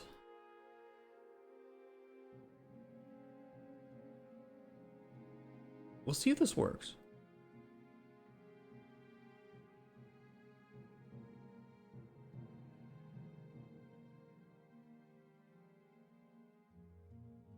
Chisella. I love, you know what I love? Italian cheeses. I fucking love Italian cheeses. Ooh, Italy makes great cheese. Don't get me wrong, I love a nice, you know, like Netherlands or you know, like a English cheddar. Love it. Love it when it's nice and aged and fantastic, but I think Italian cheeses, especially hard cheeses, are so good. You guys love to age your cheese, and I aged cheese is my favorite. Cheesela. Okay, Cheesela. Cheesela, cheese. I think I can actually give you a nickname. You know what? Let me try that feature. So I don't forget. How do we do this?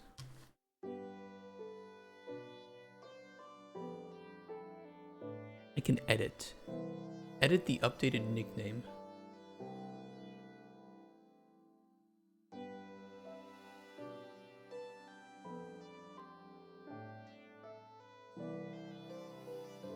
Okay, what happens if you type something now?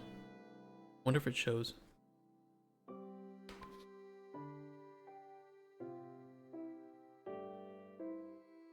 Oh, dude, it does. Look at this. Hold on, I'll show you. Look at it. That's pretty nice. That's pretty cool. Do you guys have the ability to do that too with others? Because I can like click on you and then press this little edit button. That's pretty nice. I like that.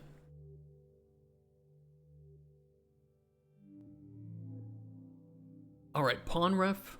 We have the CCTV. We have one component, which is the mouse input. I know why. I got components by class. We need to get components by interface.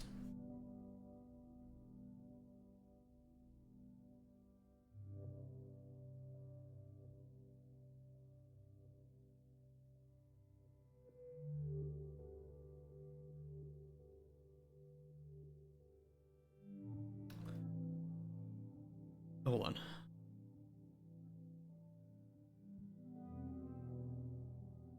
Change this to just a actor component. And that should be fine. It shouldn't break anything. Run this in, connect. Okay. It should throw an error that we have a duplicate. It does. Oh fuck, it only appeared for device CCTV, device camera, duplicate command tag found, system break, console commands, camera, screenshot.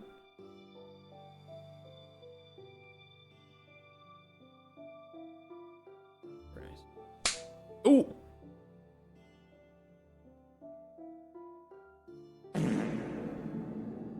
We smacking.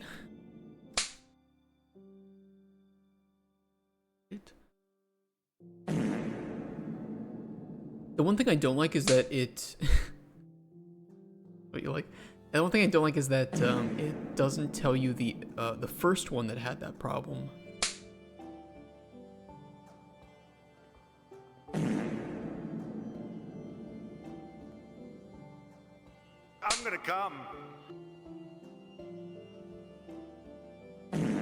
This is what we're doing now. I'm gonna make these cost 10,000 points. Don't test me.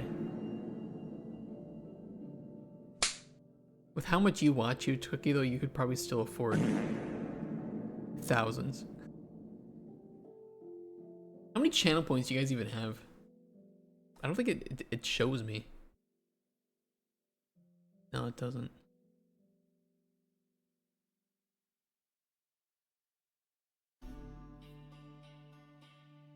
Under 67. Yeah, it's kind of dumb. I kind of wish it showed me.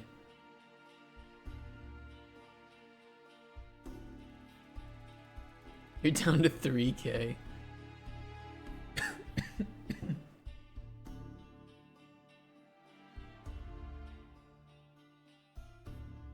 If we're doing separate tags, you know what we could do is we could do an actor.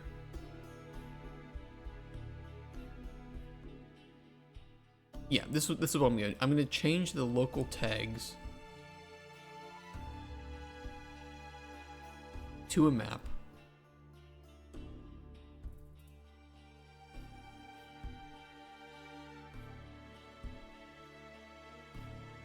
Change this to a component, actor component. We want to do a class reference. I think so. Because there should only be one class per actor. So we'll do this, get class.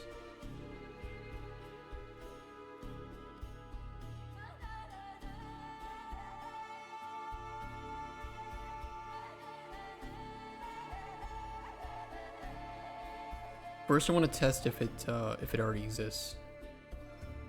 Because if we add it, it will just update.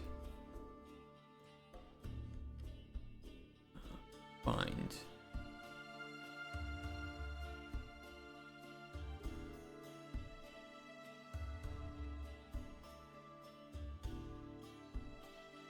Not really what I want though. I want the...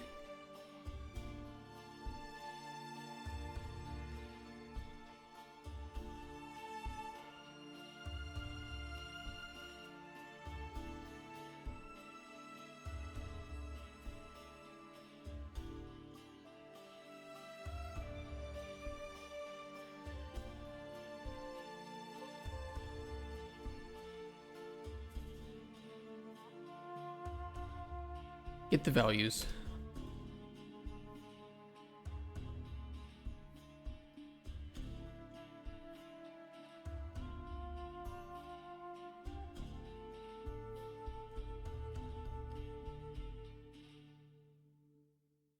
Contains item.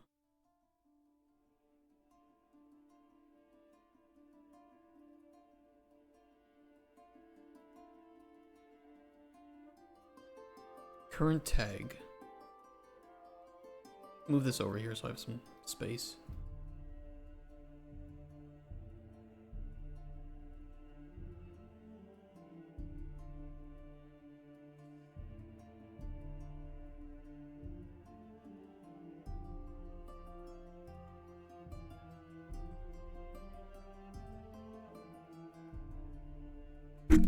Oop, sorry. Sorry about that, guy. Wow. Okay, if it contains the current tag that we're testing, we want to grab the component at that tag, or the class.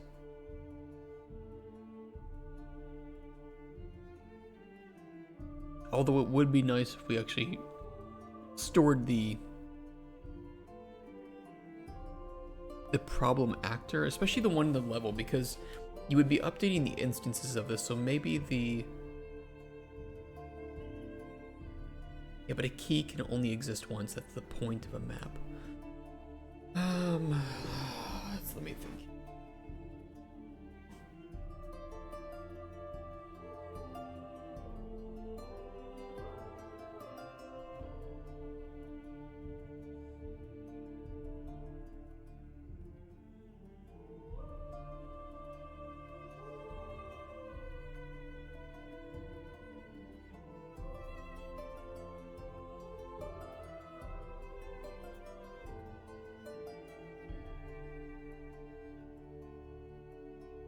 I think I'm just testing this wrong.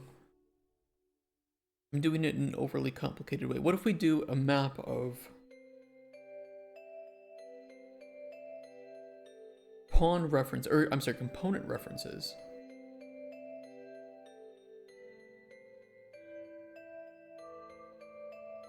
To gameplay tag containers. We fill those up as needed, and we'll do the check afterwards.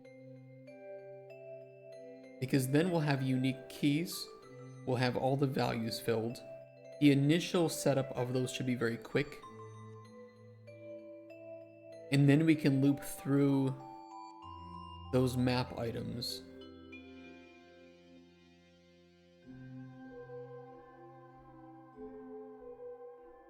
And I think we can check for duplicates in tag containers.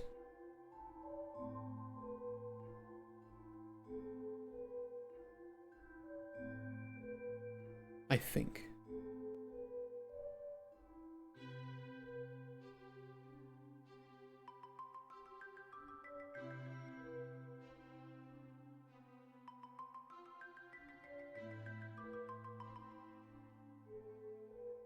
Compare tag container to other tag container.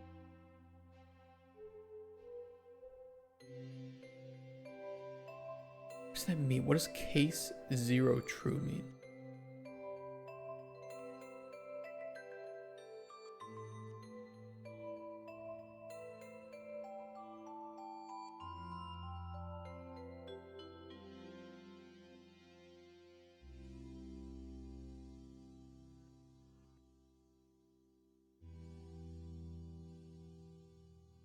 Like, I can do has any tags.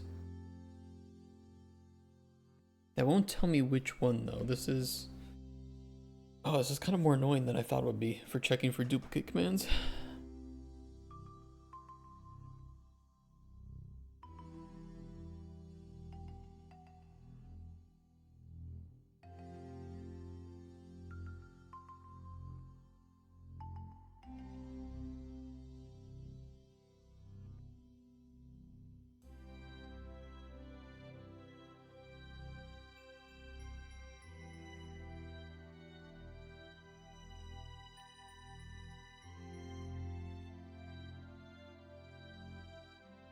I think maybe the map between tags and components is probably the best idea.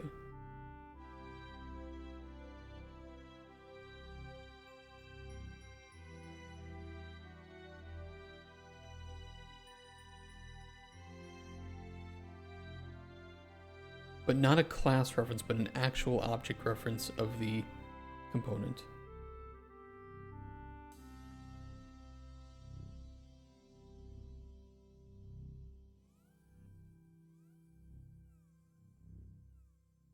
And we don't want to overwrite the value. We first want to check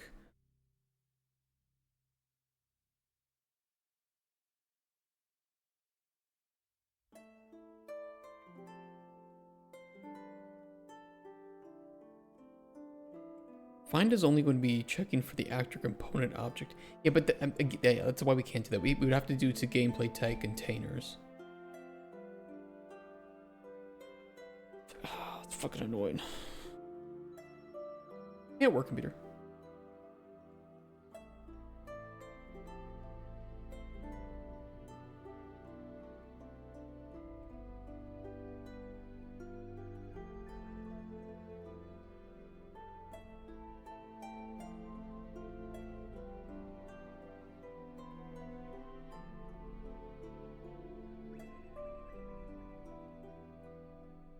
Yeah, we'll test.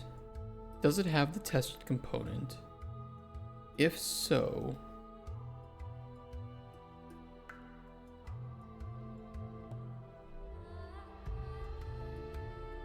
I don't know if I can add. Oh, it is by reference, so maybe.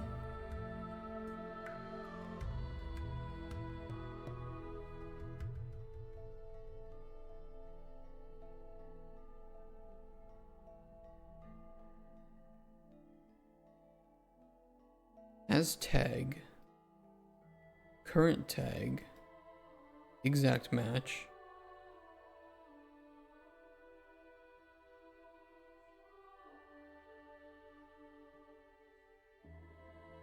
If true, we want to report that.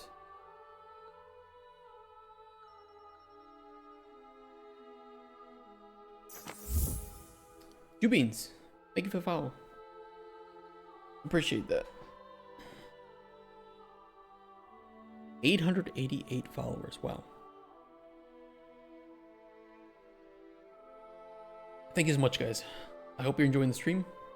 And if you are curious about any of our previous days of development, either on this game or our previous games or our gameplay that we've done, we do have a YouTube channel. You can type !YouTube to see it. And we have tons of stuff on there. We have different gameplay. We have some Next Fest demos that we played. All the days of Cauldron Chronicles that we worked on. From day 1 all the way up to day 197? There should be more days than that. Not loading, 235 days. We have some tutorials. We have a little, the micro jam game that we made over the course of 5 days. Lots of fun stuff. And 92 Tim Kaine reactions because we love yapping to Tim Kaine. So if any of that interests you, definitely go check that out.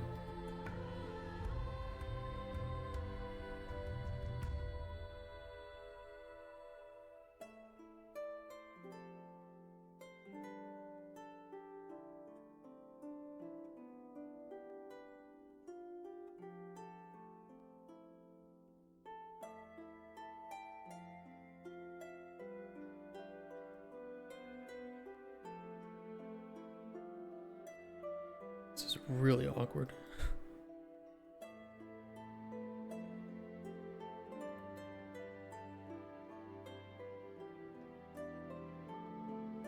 A little bit spaghetti-ish too. That's fine. What are you gonna do? Test a component.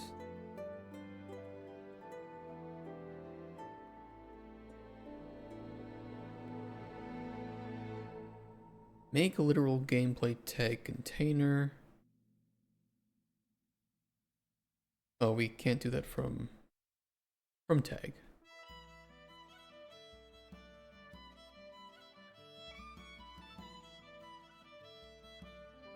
So make the container, otherwise update the container. Which will hopefully do that correctly by reference. I do not know though.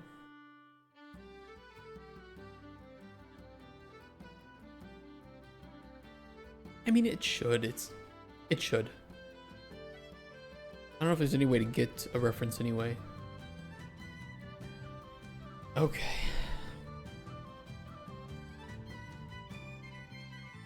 If it has that tag,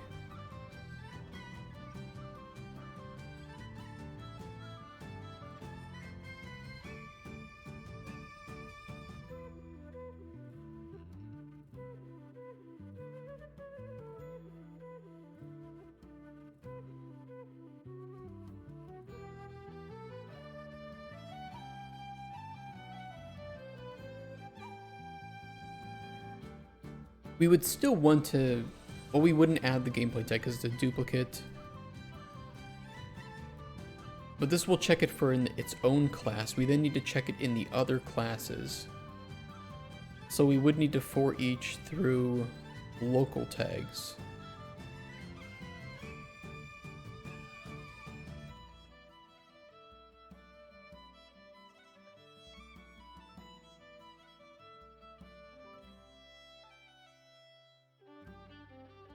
Pawn reference, component reference, duplicate command tag found.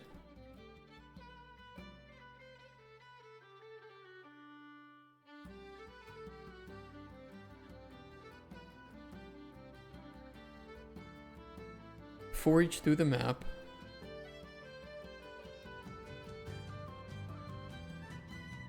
And as long as these are not the same,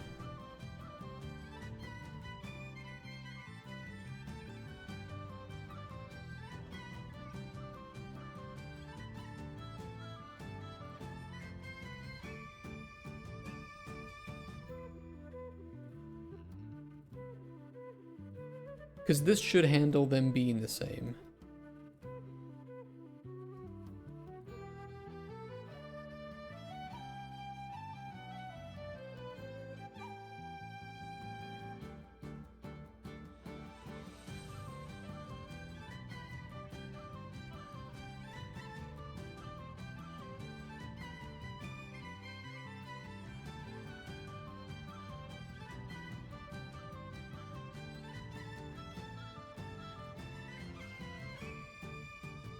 Let's do has tag, exact match, current tag.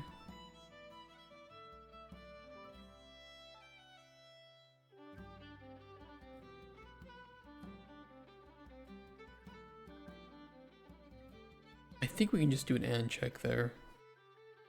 I don't anticipate that causing problems.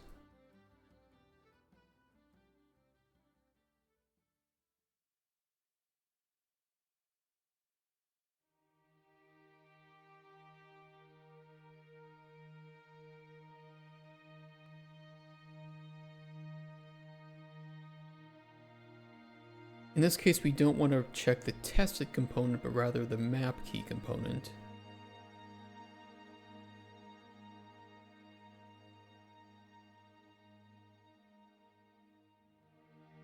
Let's see if this works. It did nothing.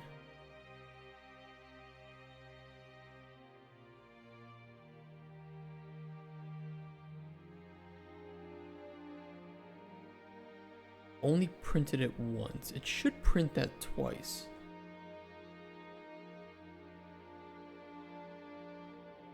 No, because why would it?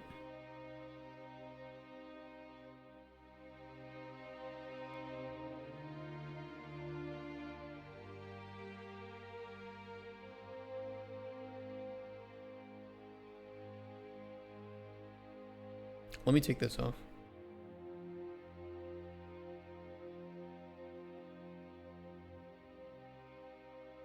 I mean, is it even worth running this then if we already do the check?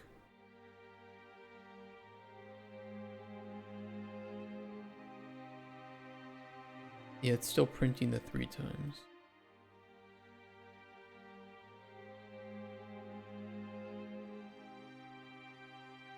So this only checks it per component. So that's not getting tripped, it is just tripping it 3 times.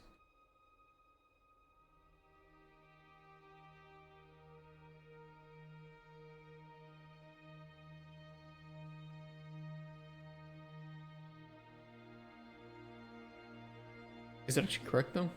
Mouse input, duplicates, command tag found, camera screenshot. Okay, nice.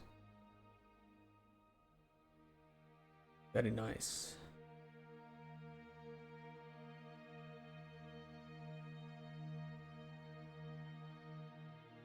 Probably because we're still adding the tag. If we add the tag because this is false. Yeah, but again, that's only that current component.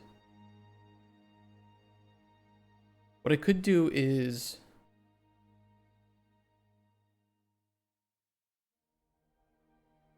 we could just add that after. Hey Kent, how you doing?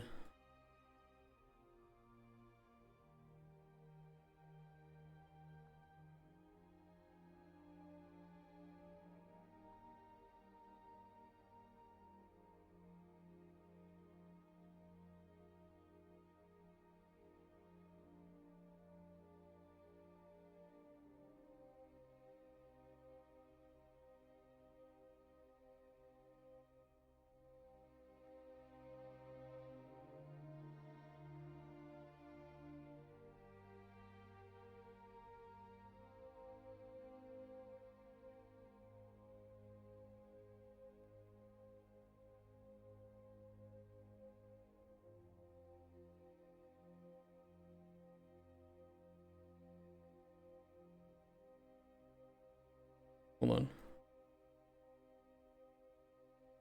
on. Do that.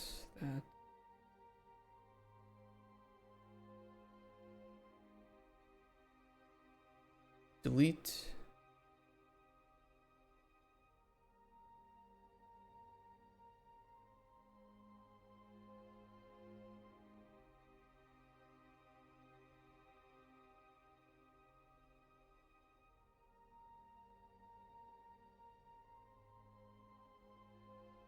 Will that resolve the problem?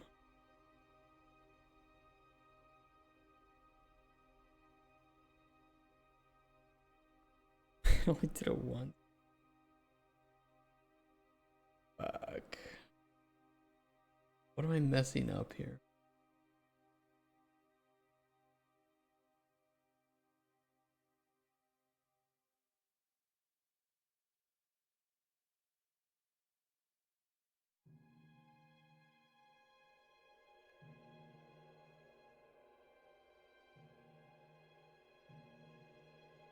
Does the component exist in the database? If so, does it have the tag already? If so, that'll specifically check for existing tags on the same component, not on the duplicate ones, or on the other components. But I feel like that is in fact redundant to this, which is checking all of them. I really feel like that's just not needed. Like none of this is.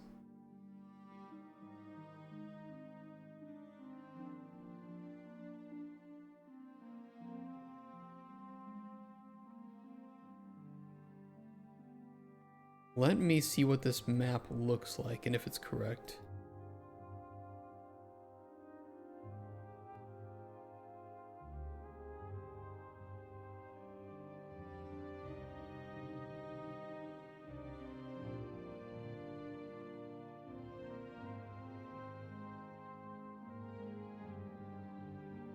Hold on.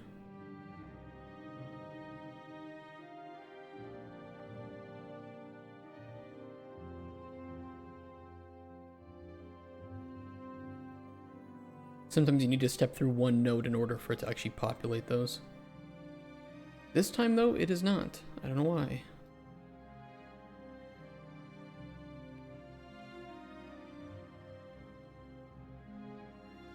Being kind of a dick, to be honest.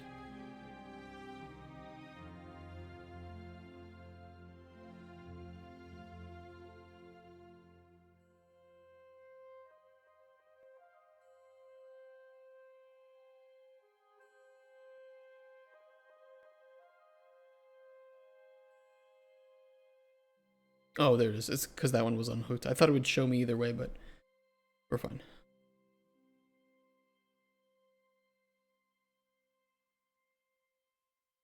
Mouse input, screenshot, device camera.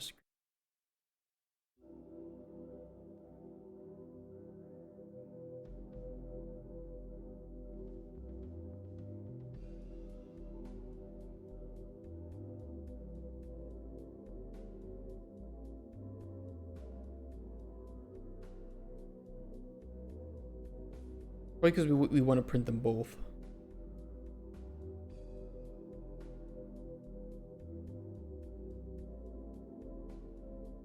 We actually need to run 2 prints here.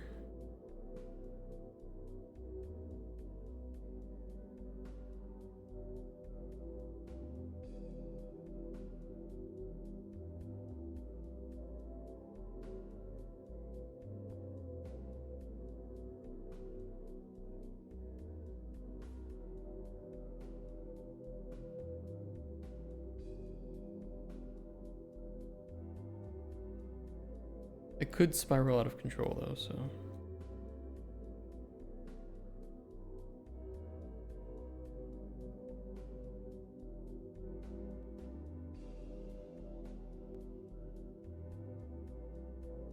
What we could do to prevent that is just build a, instead of printing, we could just build a string with each that's the problem and just check if it contains that string. Okay, it's kind of stupid, but it'll work. Dumb solution.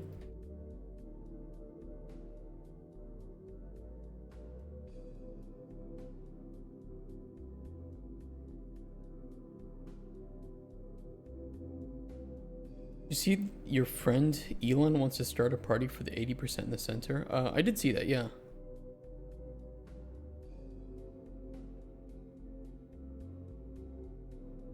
I mean, I'm for it in essence. I think somebody does need to start it, and I think that it does require a lot of money and influence to start a new party in the US, because you're going up against a lot of laws, weird laws and restrictions, especially for debate stages, in order for like third-party candidates to actually get presence. And then you're working against the media machine, which is owned by people with political affiliations, and they will prevent news and other things from getting out about, you know, especially positive stuff, or they won't bring these people on for an interview. You're working against a machine here, and that will require a lot of money and power to do so. But I think that it is possible. I mean, look at it this way. More people watch Joe Rogan than any other TV network. I think maybe apart from like Fox News. I think you could 100% find a way to override the two big political parties if you have enough money and time to put into it. And I would be all for it. I'm all for other voices other than the two sides of a shouting match. Put it that way.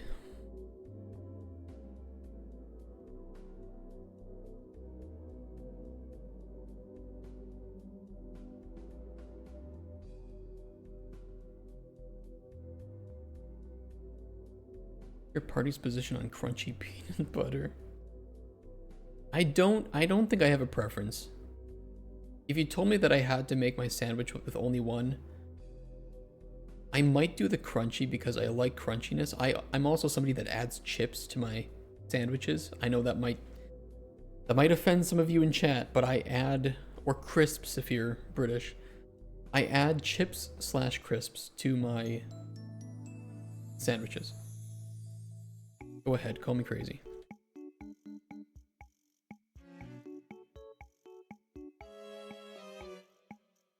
You too? Okay. Awesome. Pringles onion on cheese bread, nice. I really like, I can't really get them here in Poland, but I love jalapeno chips.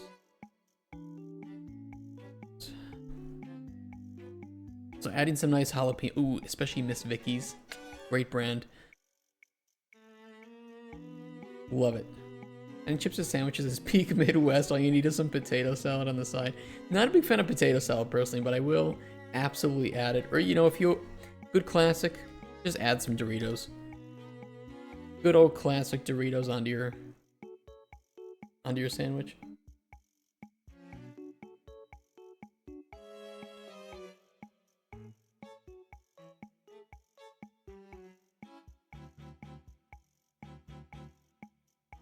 Here, watch this. This will upset all the people.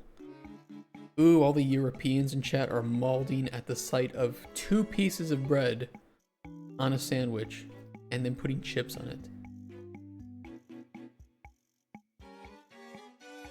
The European mind cannot comprehend these images. Okay, to be honest, no. That's not cool. Fucking fries on a sandwich. Just eat the fries. What are you doing? This is exactly like a bread sandwich, by the way. Bread sandwich.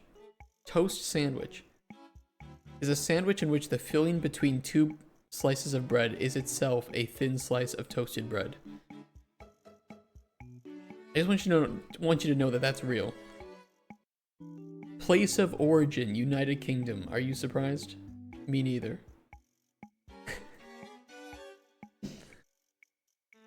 Yeah, you'll be thinking about the toast sandwich for the rest of the day, I promise you.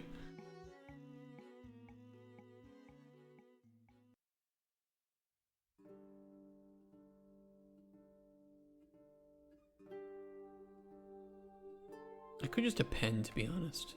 Yeah, let me append.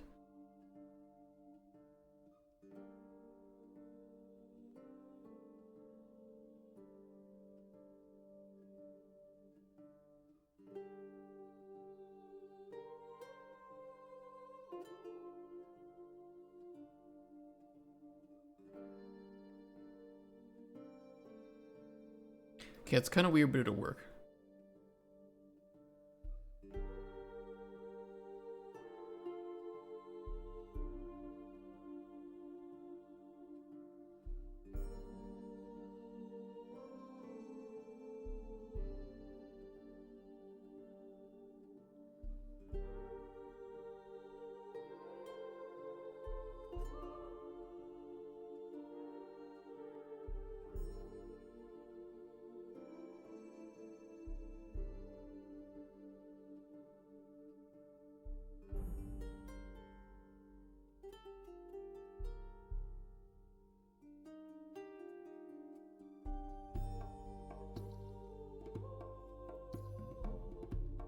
We need to append a line break.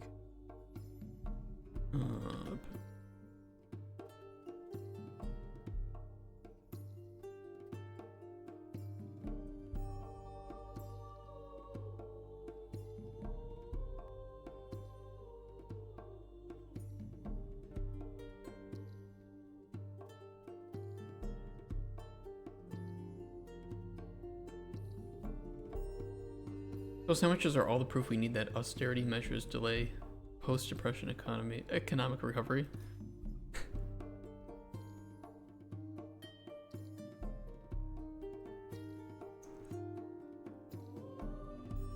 You know, I'm glad that America exists because we took, I think, some of the better dishes from the UK, and then we just were like, nah, fuck the rest of them. Like meat pies, like a chicken pot pie, is one of the most based meals you can eat. Jesus Christ. You guys have never had a chicken pot pie.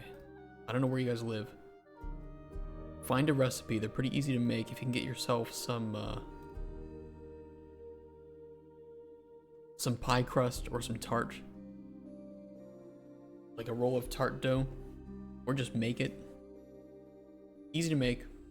Really fucking tasty. Don't add the corn though. The corn's kind of cringe.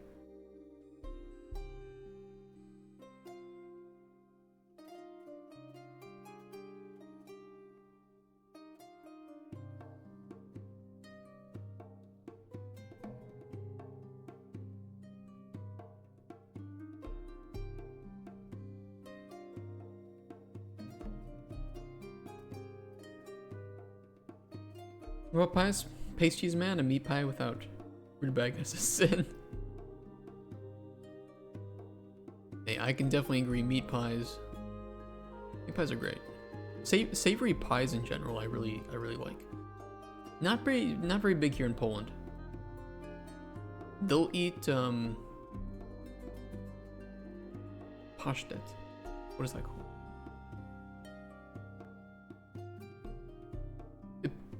Pate. Yeah, that's what it is.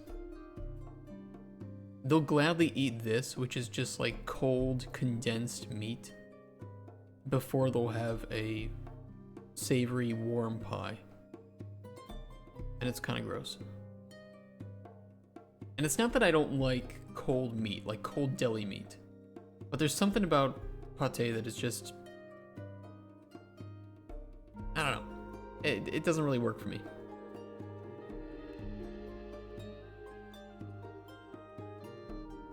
It did display.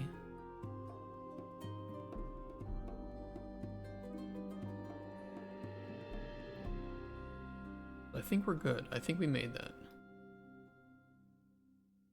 A little bit overkill, but it works.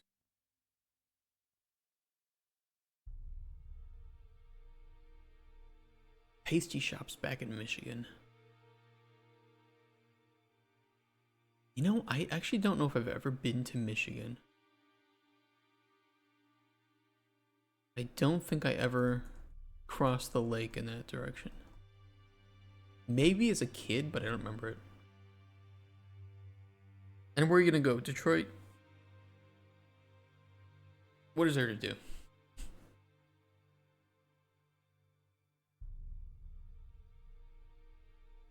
Detroit's a very sad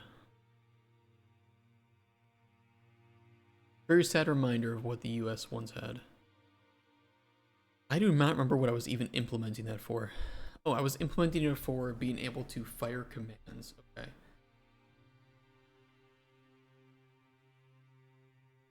We do need base device commands. We need base network commands that just are always there.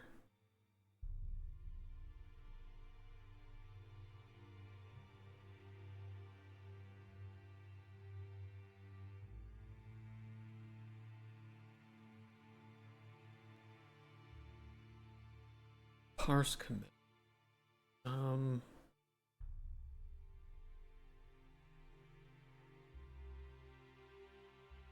Out of curiosity, if you already have CMD,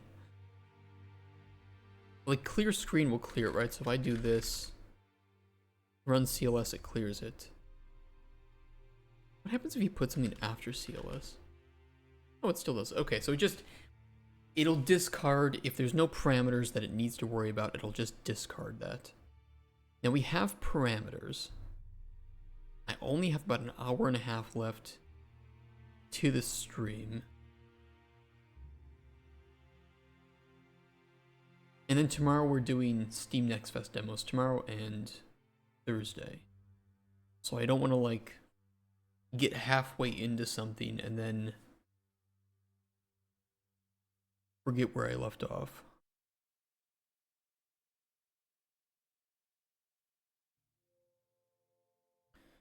Let's remove that duplicate command, by the way.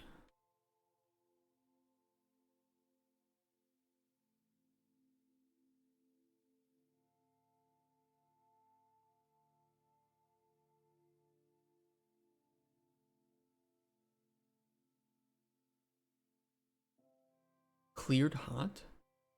What are you talking about, Dixie? Escanaba into Moonlight showcases everything rural Michigan has to offer.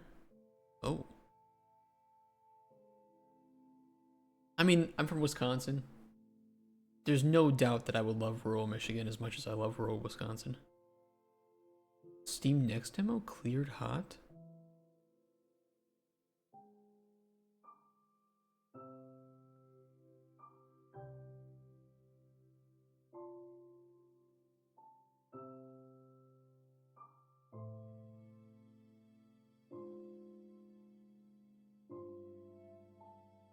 Why did I see this before? Where did I see this before? Oh, it's safe. Okay. You never know, okay?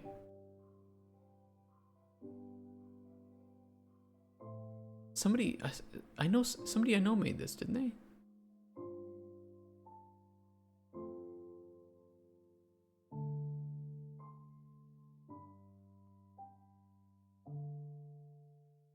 Oh no, I think I saw a tweet about somebody who had played this, and they said that it was the controls were really tight.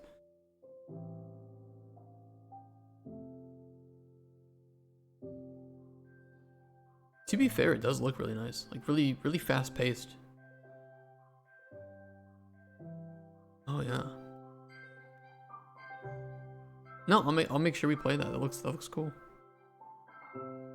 I'll even download it now so I don't forget. Okay, how long will it take? Ooh. Oh, it's done. Okay. They posted about this game on Reddit a year or two ago. Good to see they have something up. Yeah, that is cool. That's very nice to see. Hopefully in a year or two we'll have something up too.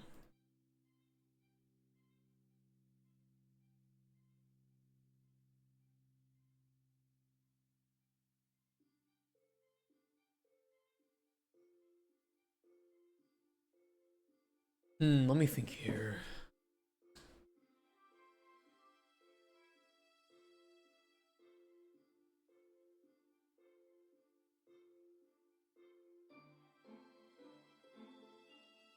By the way, if you see my hands down here and you hear like a weird like, I'm just clapping.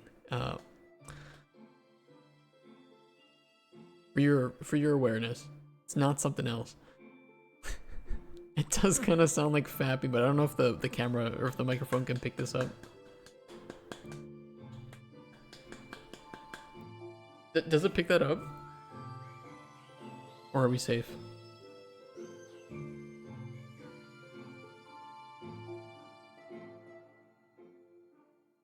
Why is he fat? Shut up, Casper. Where do we want to store the base inputs, the base commands?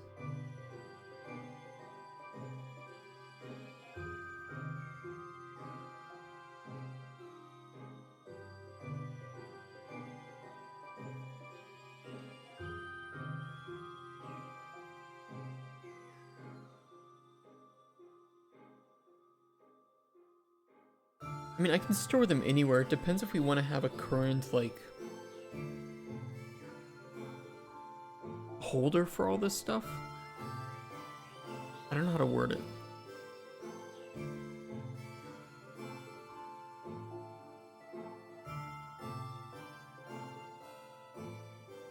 Like, if we have an actor component object reference. Oh. To gameplay tag container structure, then we've already built the holder for this.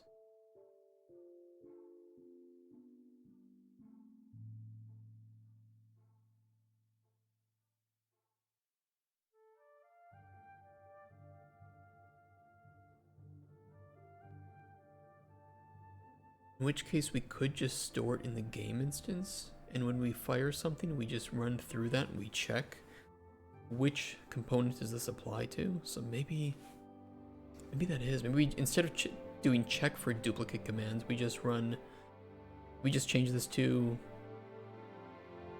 you know, build command map or something.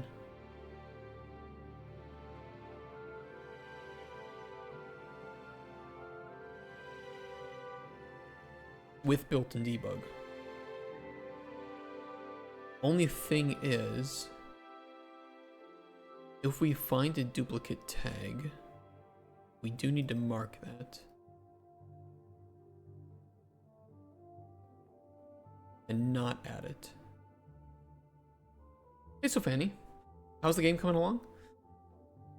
It's slow to set up some of this basic stuff. JoyX Coder, welcome as well. How you doing? Compared to Golden Chronicles had very few inputs, right? You moved around, you threw potions, and you could interact with things. But overall, from an input standpoint, the game was very simple. And it was really just, there was a lot of UI. There's a lot of interfaces as an RPG. System Break, a little bit different. I get a review on my personal project. Let me open this. Just to make sure that that is safe. Okay, it is. I might not be the best person to review this because it is all code. I'm gonna be real with you.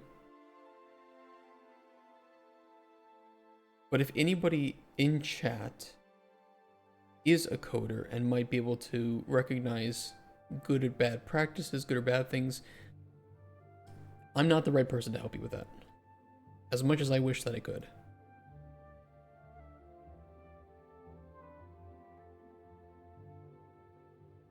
Fun choices. Oh, we skip all this. Okay, so we can just skip this. Go here. Reset it per run.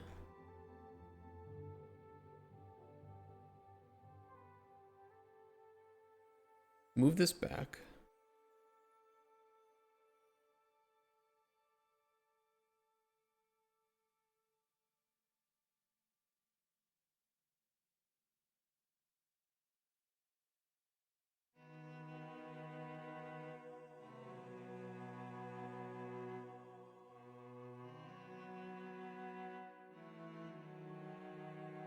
And then we'll branch here.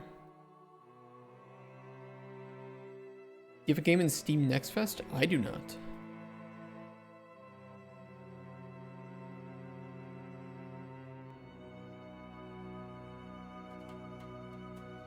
You know, that's a good question actually. Do we want to make a demo for Coin Dozer?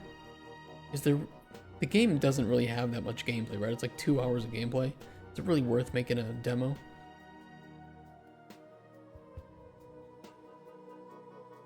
Like, the demo would be too short, I almost feel like.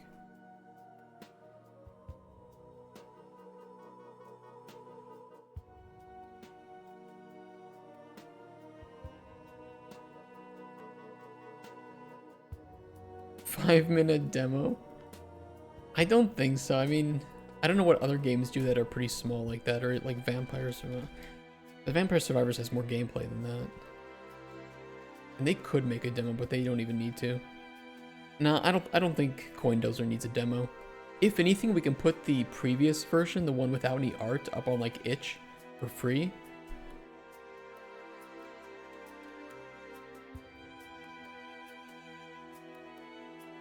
If you play solo, my game is a 5-minute demo. Yeah, the demo is Steam refund policy, essentially. I kind of agree with that. It shouldn't take more than 2 hours to beat Coin Dozer.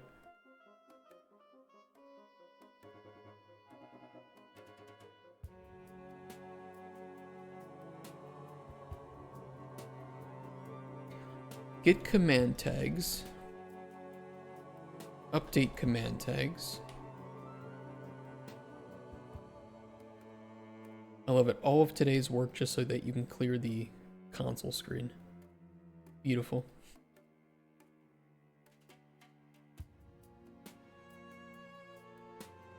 Yeah, this game is just a different beast. So Fanny. I feel like there's so much more work just to get the baseline gameplay loop working than it took for Colden Chronicles. Which Colden Chronicles, I mean, I guess the alchemy was a little bit tough to get to a basic level. But there were really good stages of getting between one and the other, and we could make the basic alchemy, we could prototype commissions. With this game though, I think there's a larger foundation of necessary mechanics. Yeah, the mechanics are part of the gameplay, yeah. Like interacting and picking stuff up, going into an inventory, I can prototype that in a day. Throwing things into a cauldron and testing them, I guess, was... I mean, it took us 2 weeks to make the alchemy prototype, so that wasn't short. But then we made a, like, fake commission system, so the core gameplay was kind of testable within a month or two. Maybe we'll have similar, because we're only 7 days in, so maybe I'm just... We need more time. You can treat mechanics as features rather than the actual foundation. I think in some cases what we need to do right now is build this really solid foundation of modularity, just because of how modular the rest of the game is. But once we have that, adding new devices it should be pretty easy to add new devices within a couple of hours maximum. At least ones that can perform the actions, maybe not have art or animation. But if we have those actions firing, then the art and animation can come in a very stable way after that.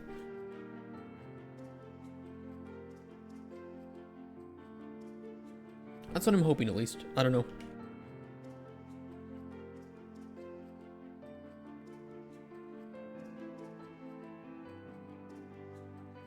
Gameplay tag.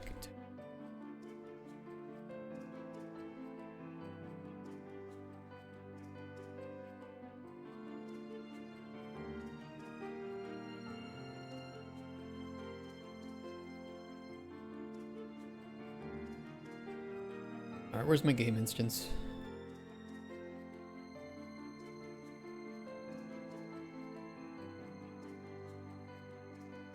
Command map.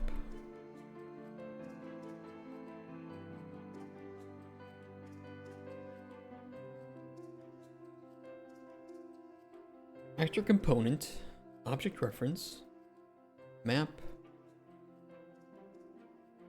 gameplay tag container.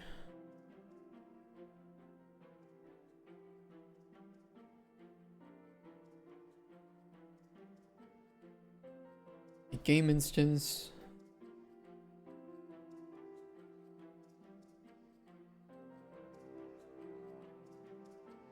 Command map.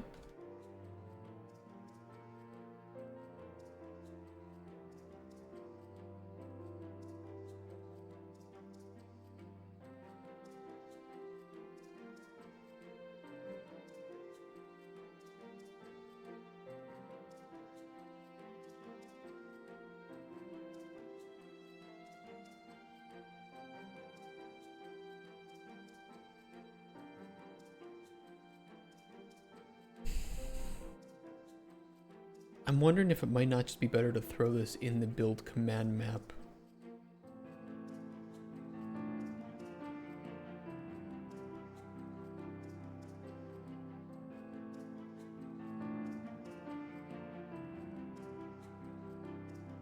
Itself.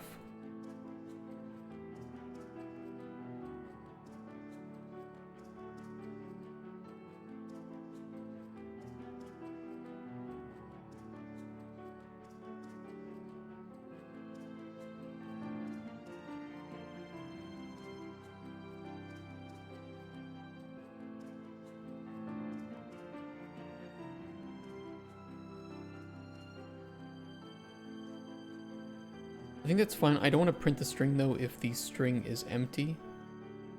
So let's trim trailing just out of safety.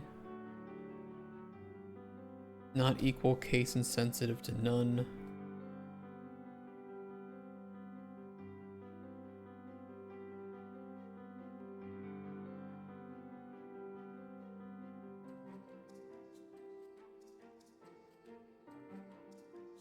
And I'm going to organize that.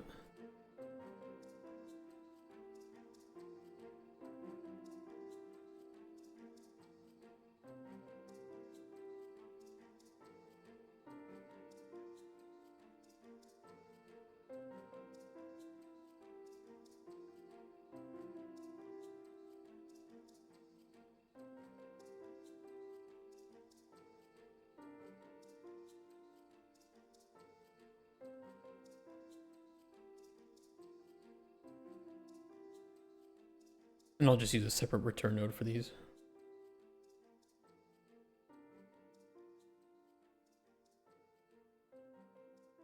That'll work. Get command tags, easy one. Get the game instance.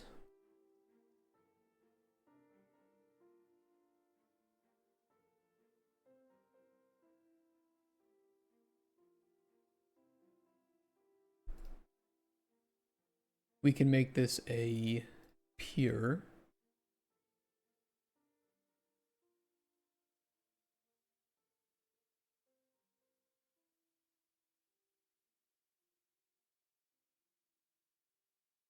And I kind of want to do the same thing to get console status as well in hindsight.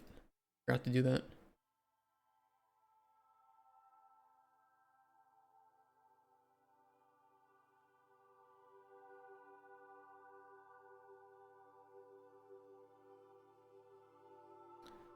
Okay. Or crash the engine.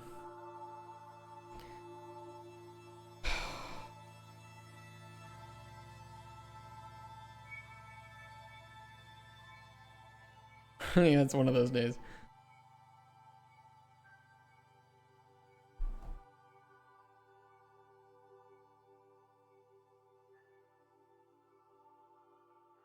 Having a shitty day too so far? No? Are you?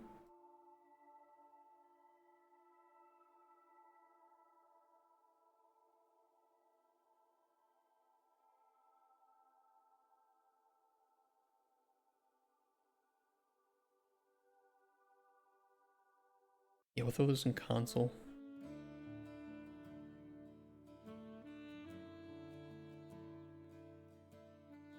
Something happen?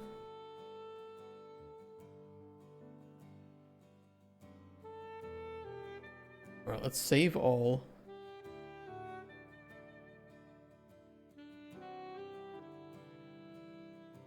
Get console status, set to pure.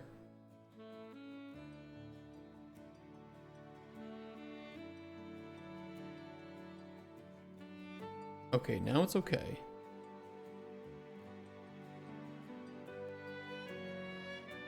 There's a couple more uses of that. Everyone's argue with you about grammar because Google Translate or Duolingo showed them something.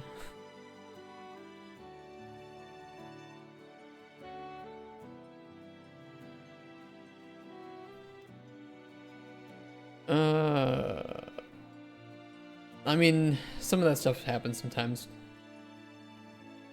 Everyone likes to think they're right. And I'm no different, by the way.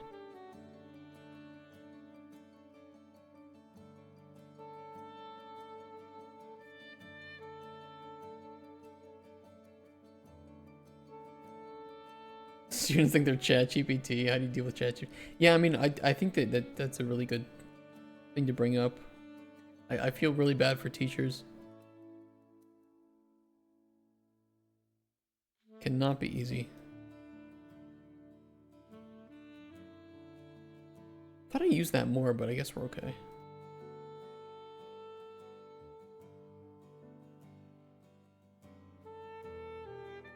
With ChatGPT by shoving it into a locker.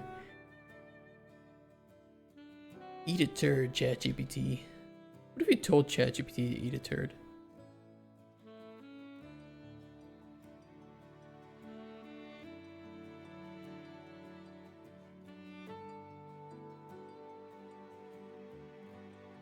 That's not a very pleasant message. If something's bothering you or if you meant that jokingly, feel free to let me know. I'm here to help you with whatever you need. Apparently that's what happens. Is Grok any cooler about it? Eat a turd.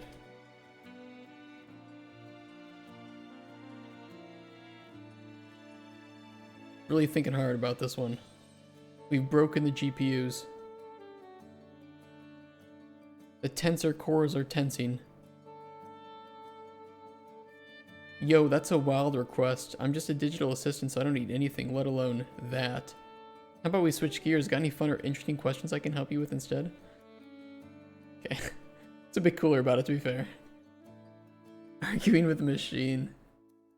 Yeah, it's working for me. I don't know what it is. Also, hey, Vintage, thank you for the message you left in that YouTube video, by the way. I didn't respond to it yet, but I really appreciate that. It was very, very nice of you. I'm glad that you watched it. I hope you liked it. I hope it was informative. Thank you, sir.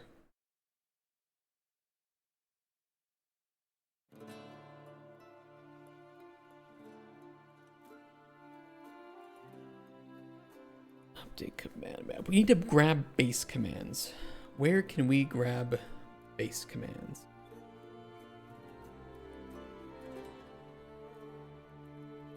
Command map is just a component, though.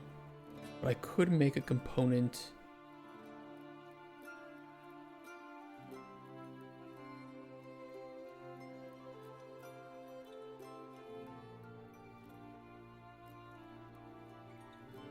Oh, you liked it? Nice, very nice. Set aside some time to refactor game using game instances and function library. It shouldn't take too long. I don't know how complex your game is, but it shouldn't take too long, and will definitely be worth it.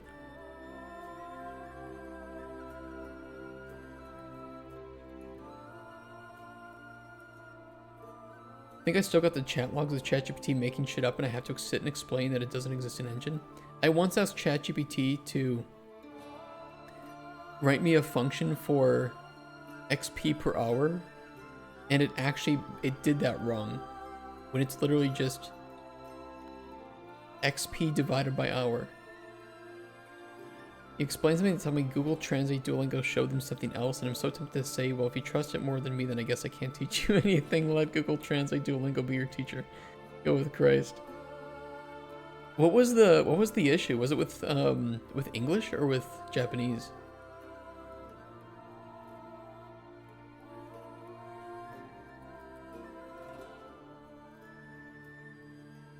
Probably Japanese, right?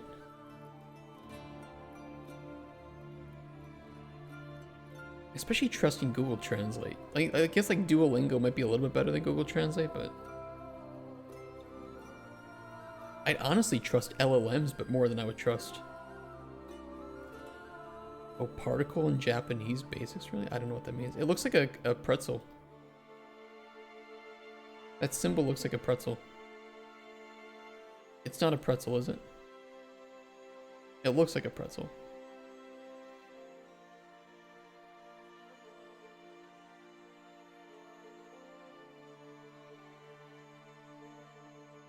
It looks like that. Oh, it's no? Okay. It looks like a pretzel. It's a fortune cookie.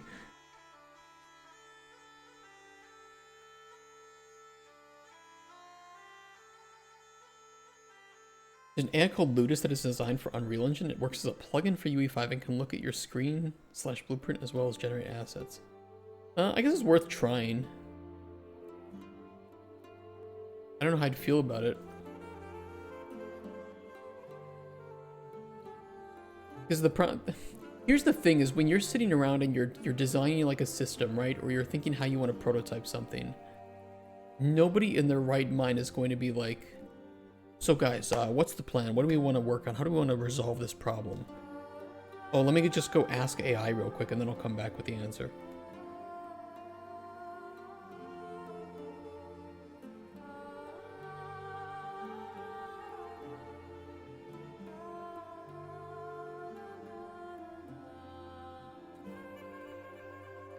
Yeah, do I grab base devices? I guess I could first. It's an actor component object.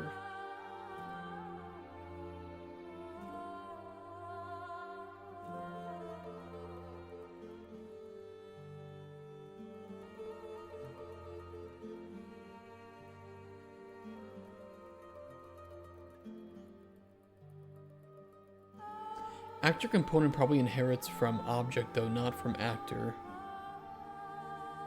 I mean, I guess I could make a map of object references. Of object to gameplay tag container. And we could store the base player in there.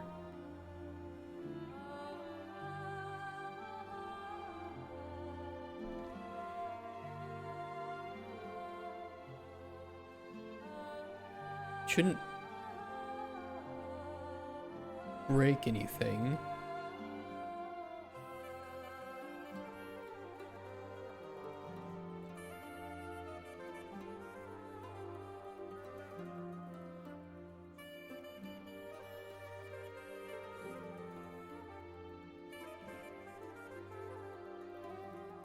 I haven't experimented with Ludus yet, but watched a YouTube video on creating a whole game using Ludus. It was quite interesting, but have to take it with a grain of salt. Last thing I want when I'm doing design work is the dumbest junior in existence confidently suggesting bad ideas. I mean, that's exactly how I explain LLMs to other designers. Like, at best, which sucks for juniors, I admit, At best, LLMs are a junior designer. They can help brainstorm. I guess they can kind of think of some of the high level, but ultimately, beyond that,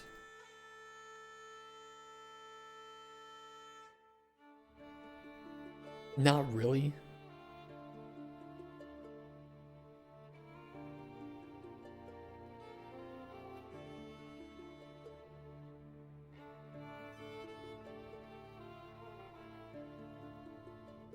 Yeah, we gotta switch this. It's not bad, but I would never use it to write like a design document. It's great for summarizing, which, you know, just wastes a lot of time on my part, so I'm not unhappy with that.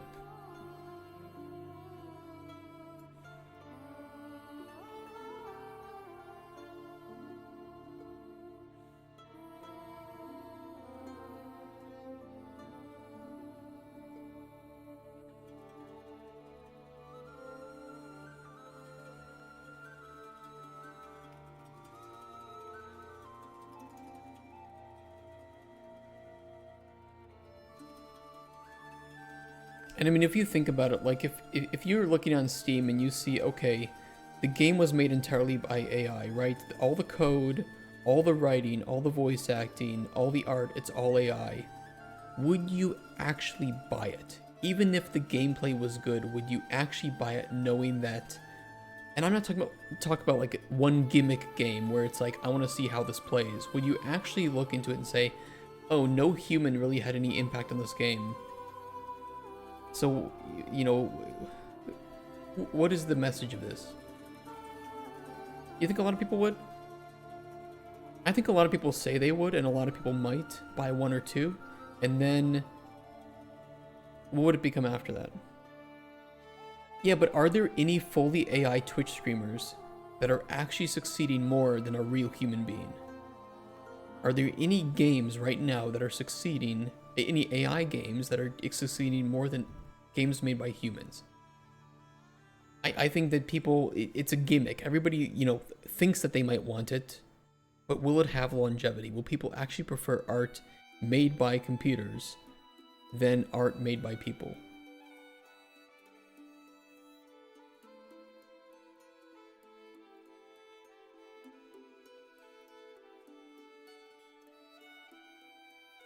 And I think that it's something that even if we can do it, people won't prefer it. I'll compare it to procedural generation. We can use procedural generation to build entirely fake, entire game worlds, right? And there are games that utilize that pretty well, but there are also games that use it as a crutch to replace their gameplay, and people don't play those. Why? Well, the world is entirely unique. Everything is special. Why don't people play that when everything is different? When they land on one planet and it's entirely different from a different planet? I think a thing that would be vital for me personally would be the origin of the AI. If a group of people created an AI with the intent to have it make a game, I'd maybe give it a peek out of curiosity. If it's a case of, say, someone went to ChatGPT and had it make them a game, then no, I wouldn't touch that. I mean, but are you saying that if you would play a game that was purposefully entirely made by AI as like an experimental thing to see how it did it, that's different than saying, okay, now 80% of the games on Steam are literally entirely AI generated. Art, code, design, writing, voice acting. There's a difference between like an experimental thing that's kind of cool because it is gimmicky, because it is fresh, versus now every single game is just AI created slop.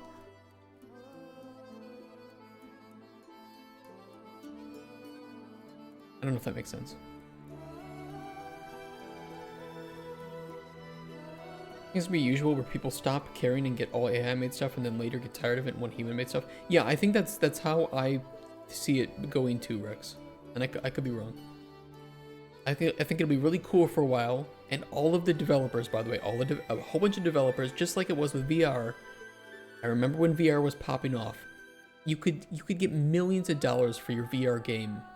It's snapping your fingers. You could hold up a piece of paper that says, I'm working on a VR game, and you would just be handed shit tons of money. and it didn't really go anywhere.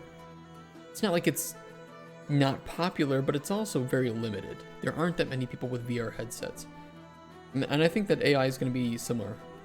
The moment you can make games with AI and people start to buy them, they're going to invest a shit ton of money in it. Then there will be too many games made by AI, not as many made by humans, and people will prefer to support human developers because they'll remember that all their favorite games that aren't just derivative slop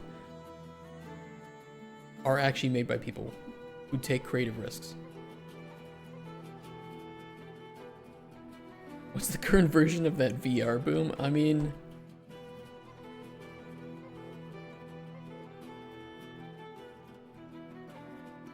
there's like genres, I guess. There isn't really like a hardware gimmick at the moment. But there are definitely like genre trends.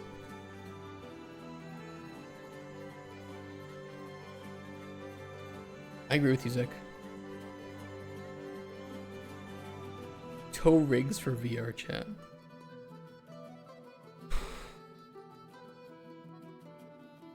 Stop.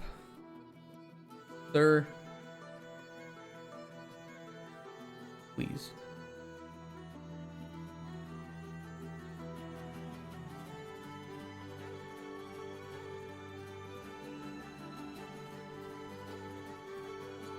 I don't know if I want to put it here, but I'll just put it here for now. Fuck it. We'll refactor it if we need to.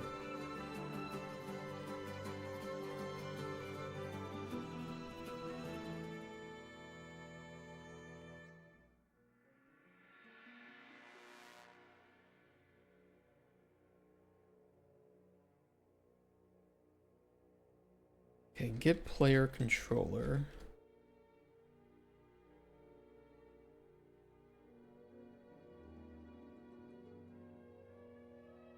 Get base console tags.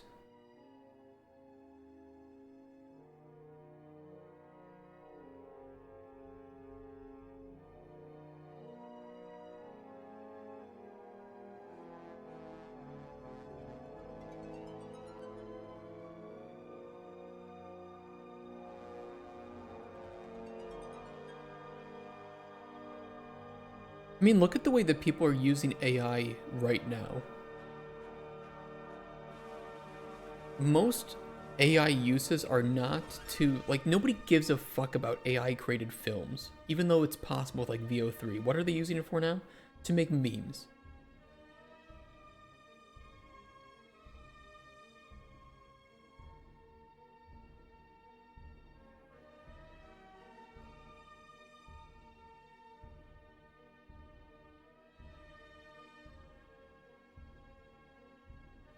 And I think as Zek put it, as the solipsistic hellscape gets larger and more pronounced, I think we'll start to see some really incredible pieces of dissenting artwork by humans.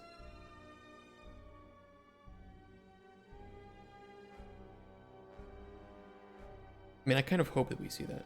What am I doing? What the fuck am I doing?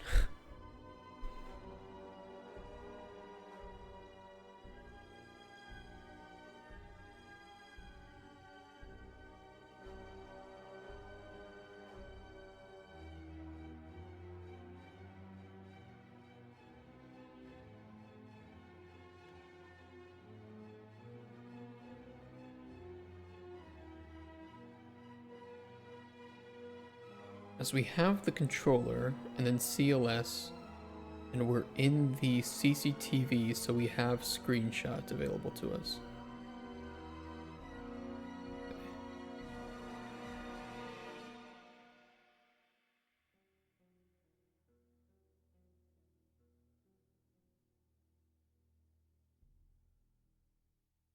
So when we parse the command,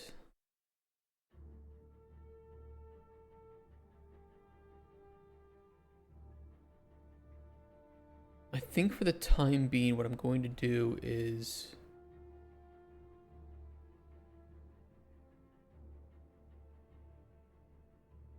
our cat's watching me. Primary consequence of video generation is that we now have the opportunity to see why some people simply shouldn't cook. Imagine the room with 10 times the budget.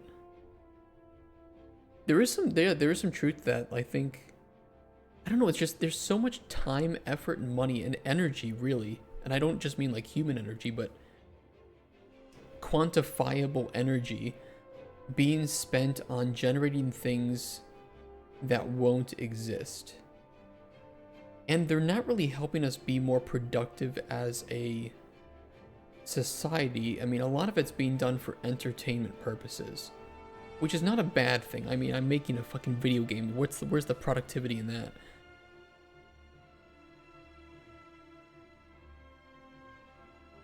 But it's almost like there's more time and effort being spent to make the entertainment side of it than the productive, life-changing side of it. But maybe it's just that we don't see that as much. It's not as flashy.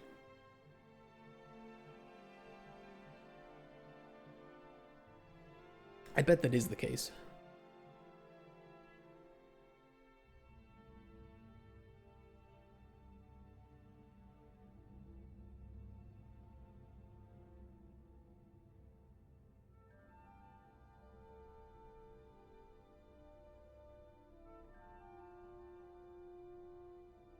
We'll parse into array at each space. And what I'm going to do right now is just grab the first entry to that.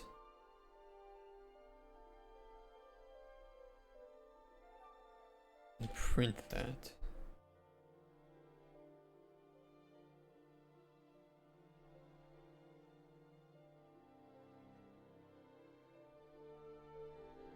We can grab the command map.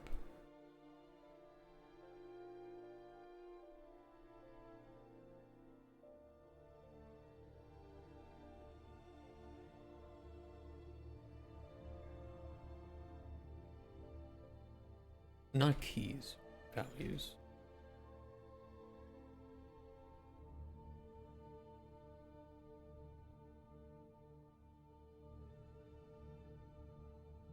I already have like command string.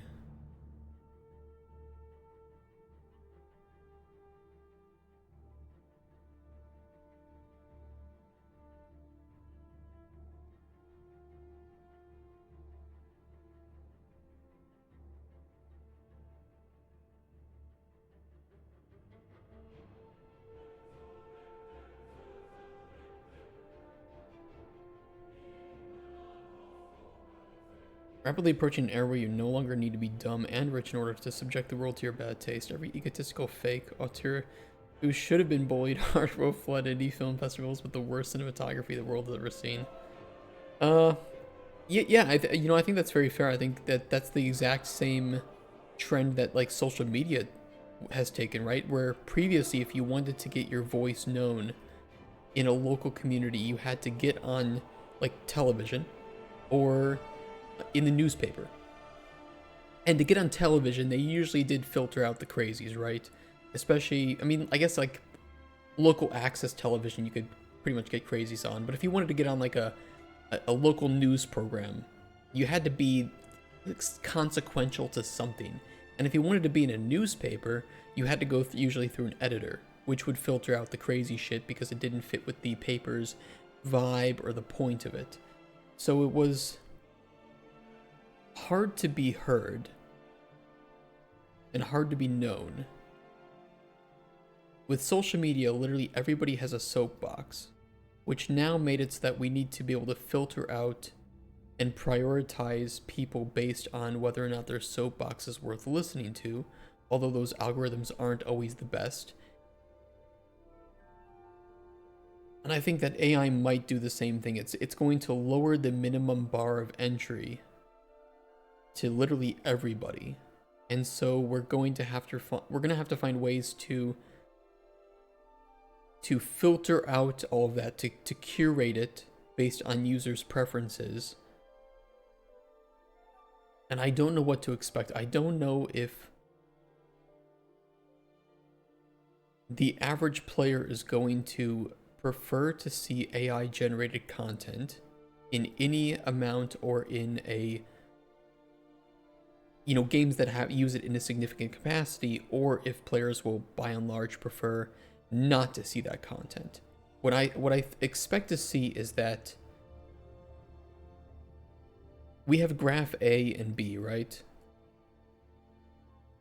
A is the amount of games made with little to no AI, and B is the amount of games that is made with primarily or entirely AI.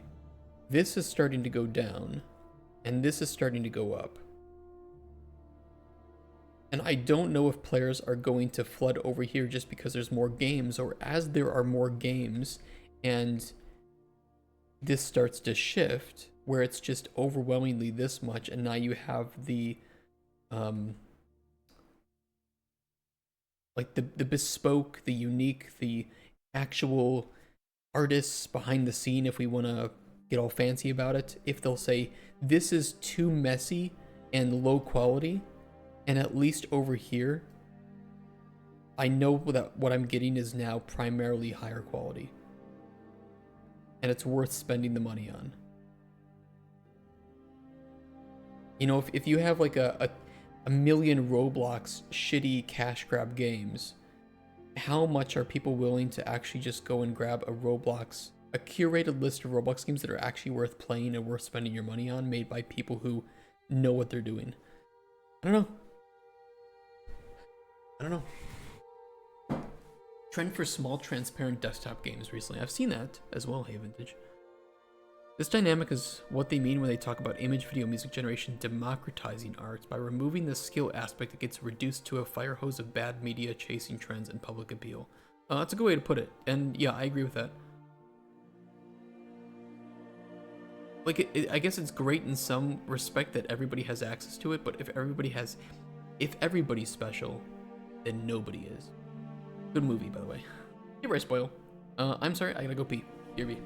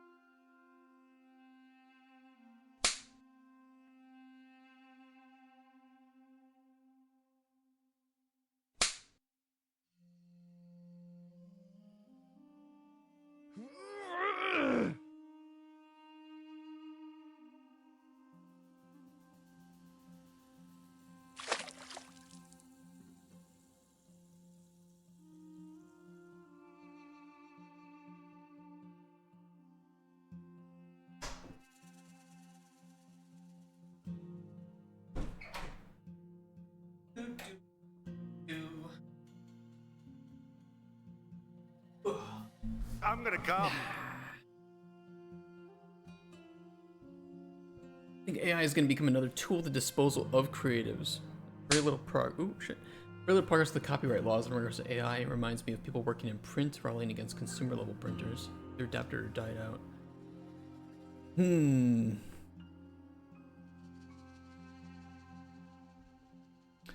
Yeah, see, I'm with you, John. Looks like once there's, and I think it's already starting to happen. There are more bots on the internet than real people, and we're starting to see more AI generated shit on the internet than real people. I think that something will have to evolve, because I just don't see most people saying, yes, it's great when I go to Google Images and I want to see a picture of something that it actually exists outside. but I'm shown 49 out of 50 images that are AI generated. What's the point? Soundtrack is really good. It can even be up in volume when I go AFK. If you want to see the current song we're listening to, hold on. I forgot to turn it on today. You can type in exclamation point song. If you're ever curious.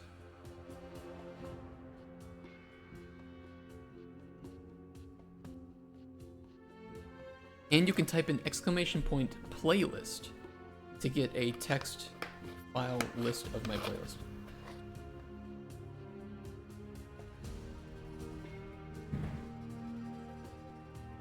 Some of those songs though are like locally held, so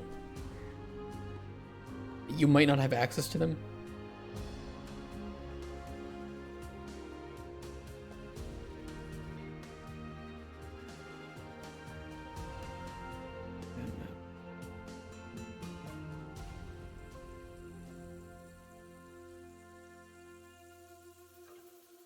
Means pirated. I mean, some are gotten from like KH Insider, because I don't have access to those, on Spotify. It just depends on which song. Most of it's on Spotify though. Are there multiples of these? It's so weird.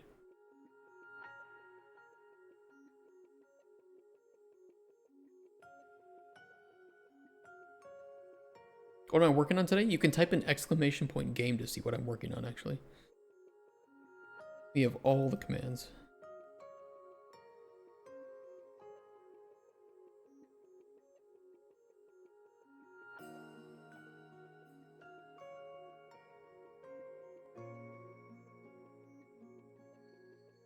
The playlist shows. There's a link to it. Oh, that would make my life so much easier. I think there is a like text file to playlist converter. It's a hentai game about upskirting. That's exactly right. So true.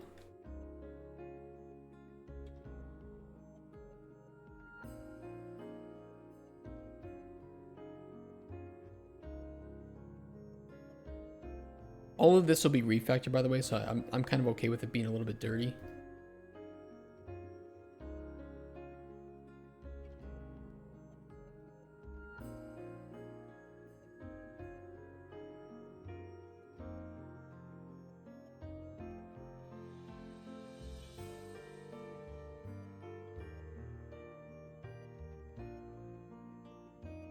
Also, what did I have printing out on event tick? Especially with the falses. I need to find that.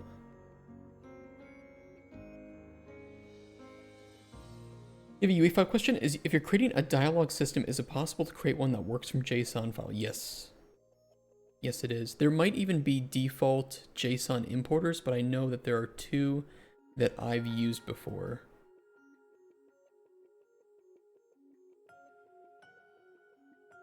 There is LE-JSON, low entry, which could be pretty nice. I don't know if that can read from files, though.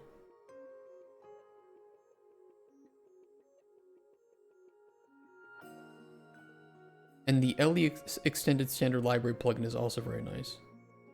This is also free. One of my favorite ones to add. But I wouldn't be surprised if there are actually ones that read from JSON files. There's a bunch of free stuff here. I assume that one of these probably does.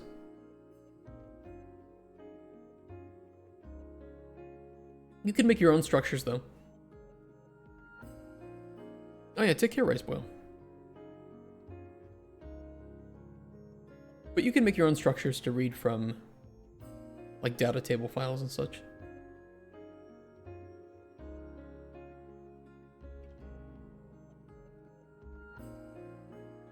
I did that for a really old game that I made.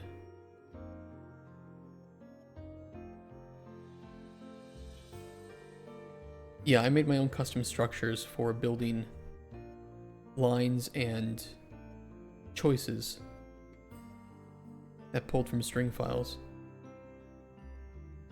And this would dynamically build a choose your own adventure game. Oh, it ships the JSON parsing. That's pretty nice.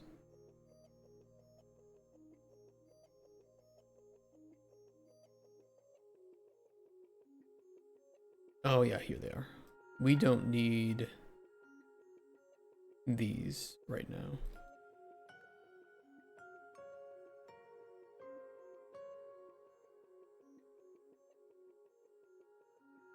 Beautiful. Yeah, JSON is easy to parse.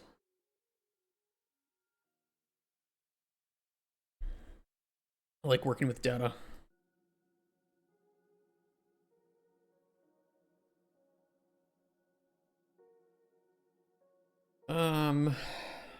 I at least want to be able to clear the screen right now, but we need to write some custom code for that.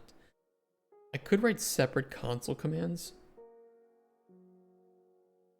I can also just refactor if I don't like it.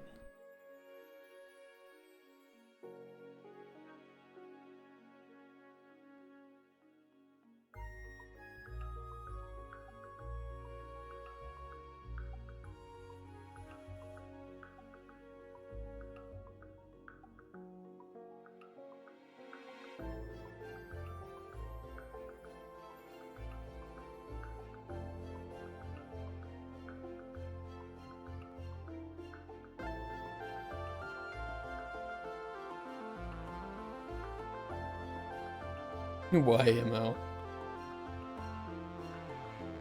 I usually just end up making my own structures these days.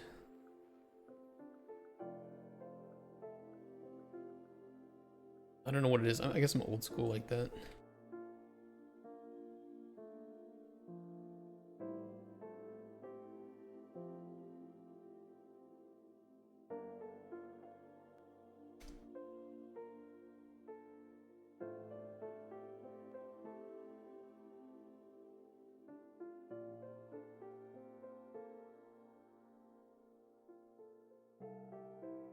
You just write the function in the command console directly.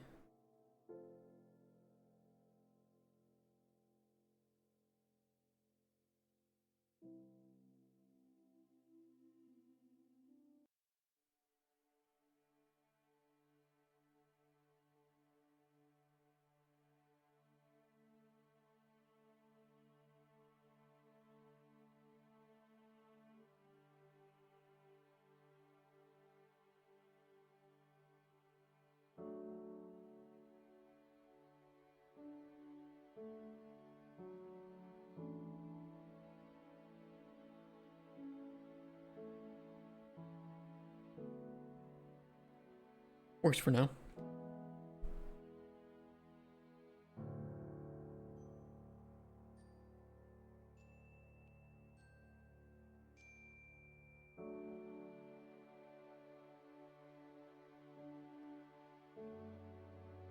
Commands. This will be widgets.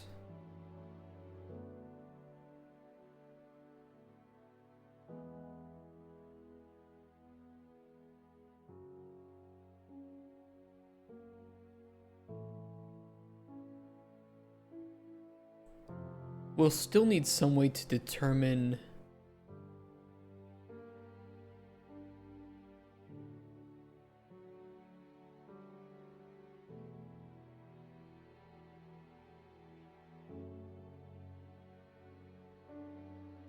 the firing of commands. But yeah, I need to talk to Cuthbert about this and see what he thinks about the hierarchy here, and if he has any ideas.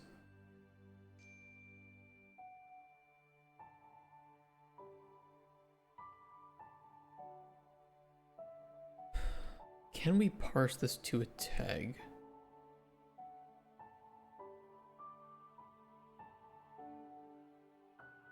I mean, I guess I could. I could append.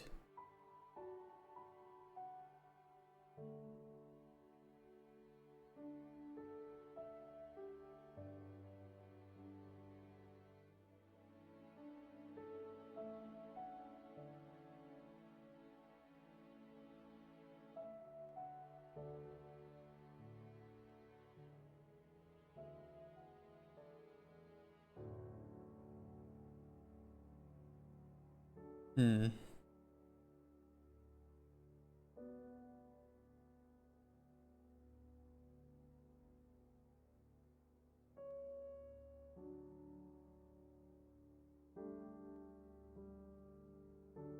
Yeah, I don't like the hierarchy of this, but I just want to get it working.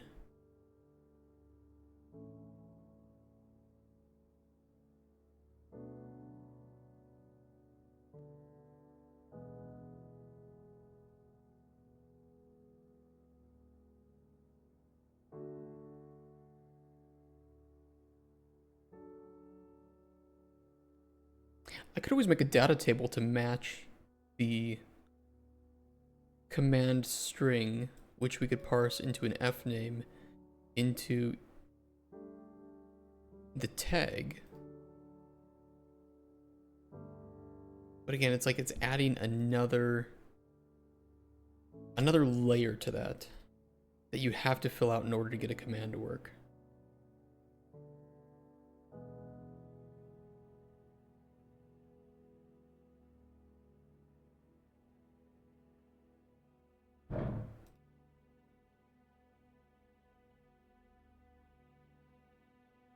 We'll refactor this.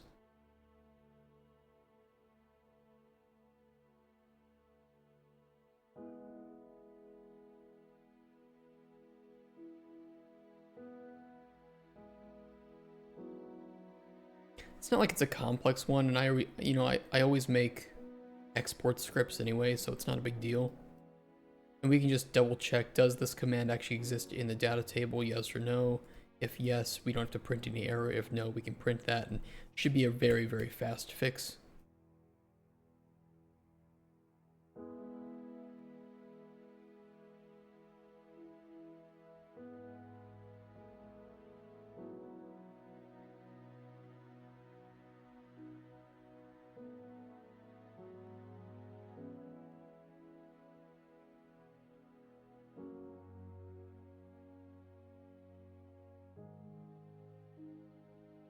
But this just seems redundant. Oh well.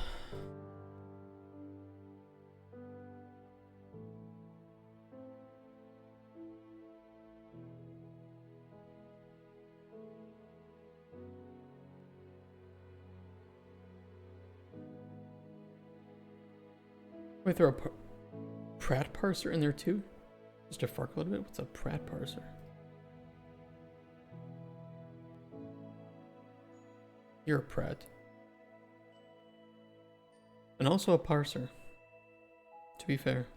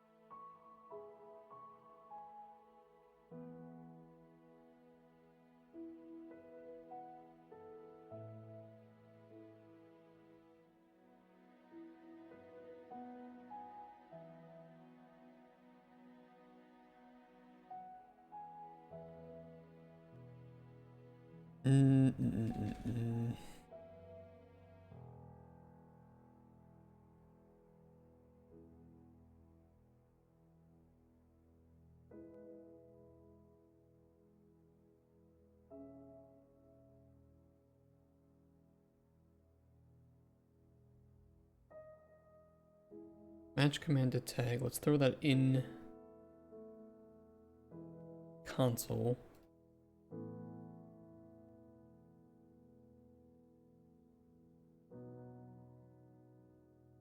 Alternative stack-based shunting yard algorithms used to parse infix operator expressions. They use a nifty little precedence table. Put that in terms that you would use to explain to normal people.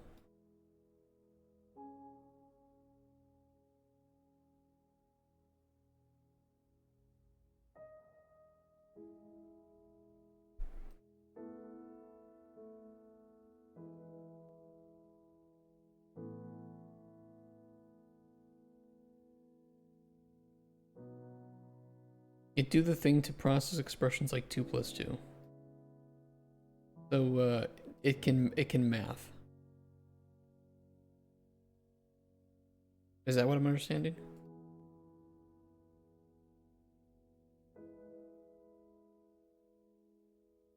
What's the container?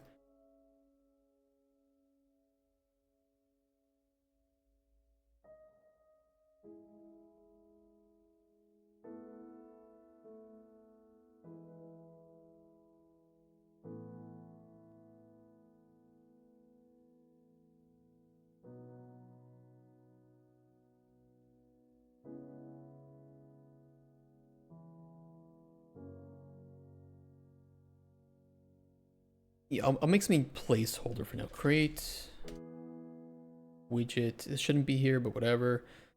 Command console entry. Command line text.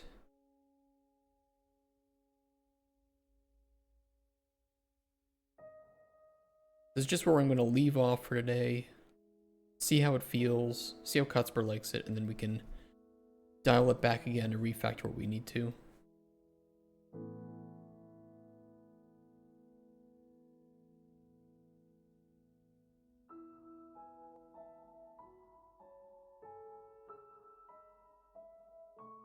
This could be its own function, to be fair.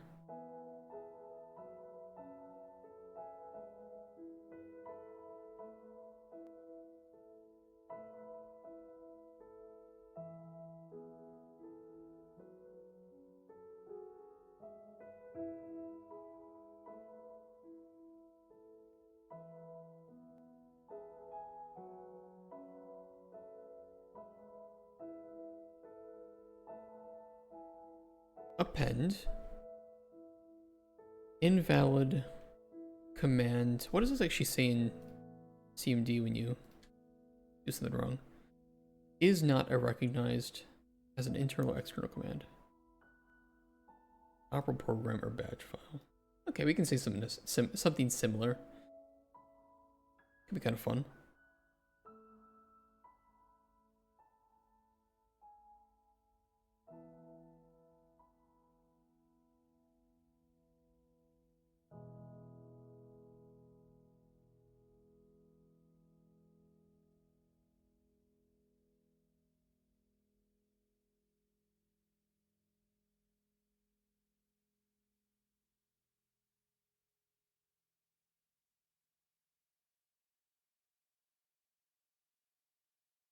It's immersive. I like it.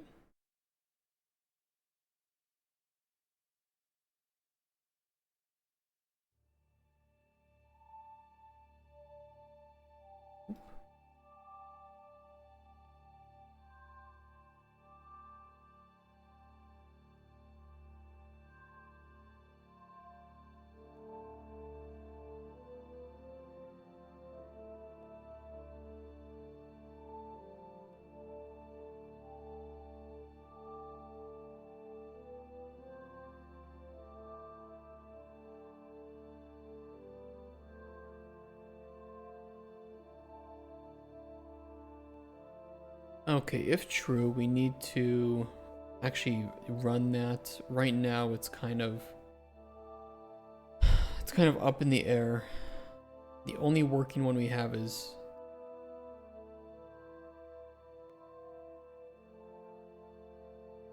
right now just clear the console. That's the only one that's working. I need to figure out exactly how we want to set this up in a understandable modular way. I'm not going to do that tonight though.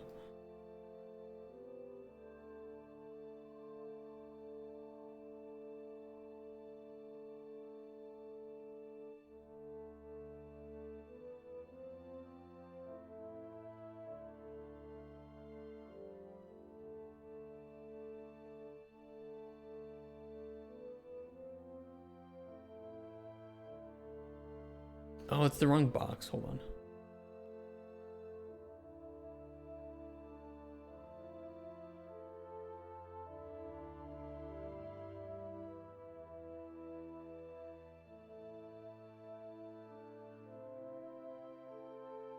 Command entry box. Hey, Chillimp.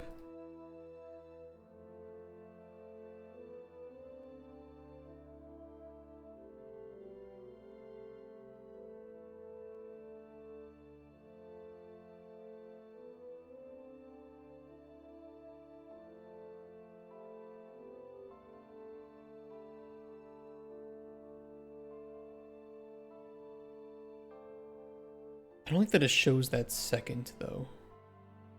So let me parse the command after that gets entered.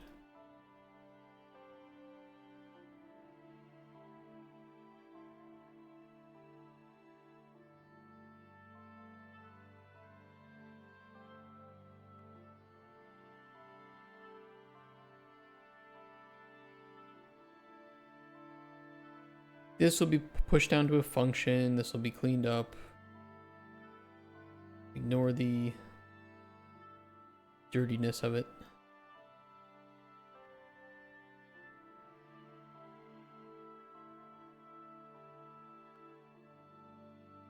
What are we doing and why do we suffer? It's a good question.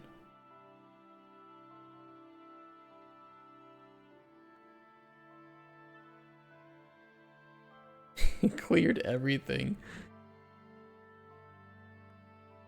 I didn't want you to clear that much. Not the scroll box. The command entry box, please. Wrong one. A little bit of overkill.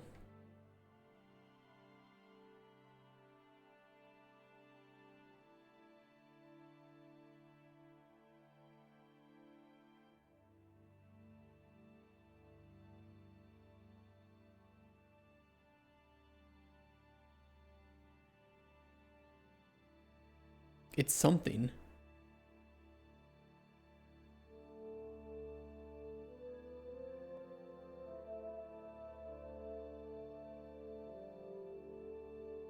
It is a bit slow, isn't it?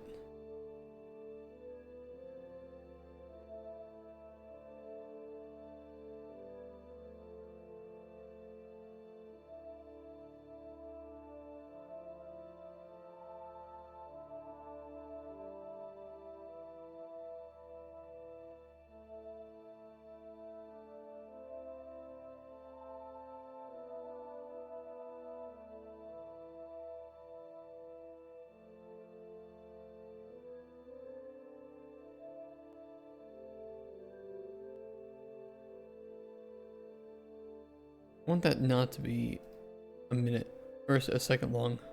How can I adjust that? Why are you being a bitch?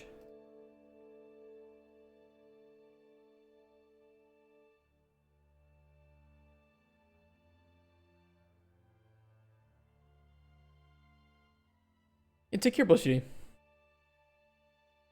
We will talk in chat. One little Easter egg suggestion, if you write CLS, then it clears it. Yes, make it so if you write clear, it says something like unknown command. You little Linux guy. That could be pretty funny. I like it.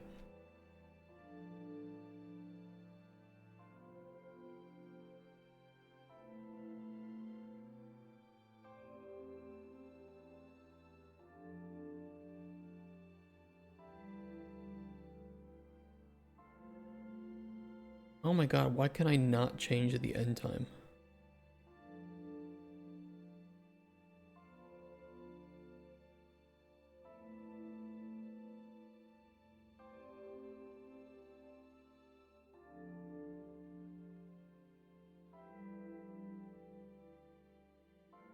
There we go.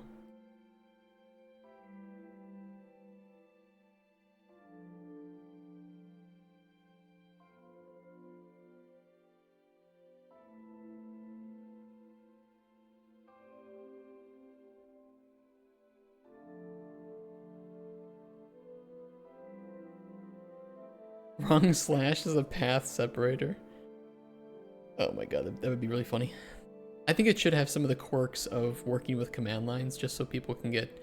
So that you can give PTSD to people that use command lines relatively often and teach people who don't use them very often a bit more about why they're annoying as shit.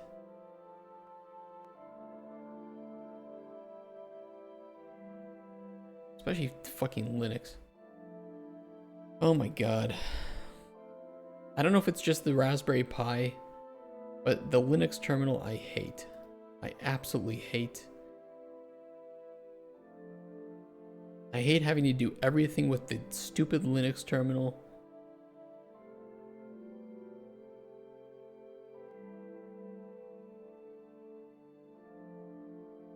And I think it is. I think it is Raspbian because to edit like shit in Raspberry on the Raspberry Pi, to like properly edit files with the right privileges, you need to like open it up through the console and or the terminal, and it's just a mess. I hate it.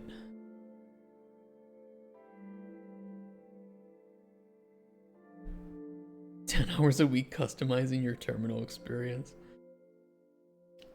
Sir, nobody's home. I don't want your pamphlets. We don't believe in that here in this household. Make a porn command? And that should open a Google Docs for the porn game idea. If we can make some fun stuff. Like, it would be cool if you could play the mini games that you use to hack, but like if there's like a hub, like I don't know how it will look, but if whatever you're choosing the level you want to play, I think it'd be really cool to make that immersive, as if you're like in your home network and you're deciding where to branch out and where to jump to in the world to start a level. And if in there you would have access to the command line and you could like open up some software, do some Easter egg stuff, and we could do it. Why not?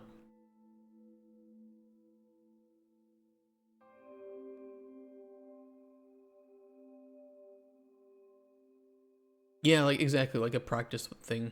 I think it would be really cool. The entire main menu. Maybe the main menu itself is the console and you have to figure out how to start the game, like play, load game, and it shows you the list. It's basically like a batch file, right?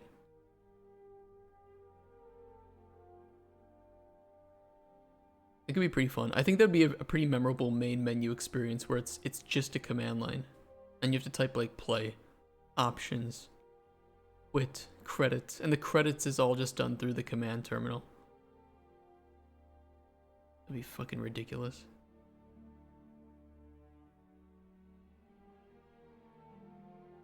Yeah, you can share links. Go for it.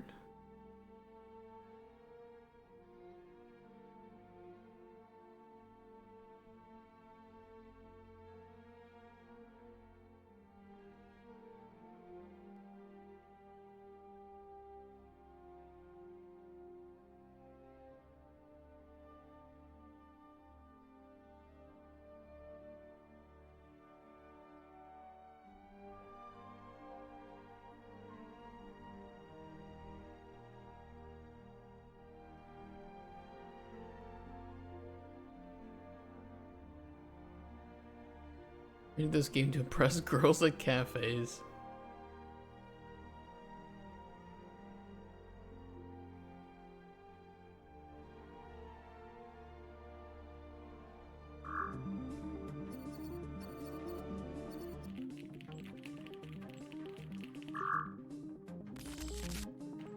That's pretty funny.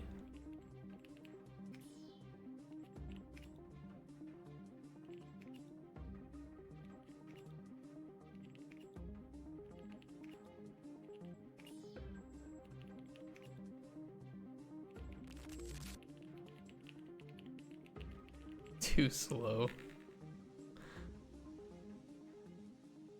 I like the usage of the fake hacking.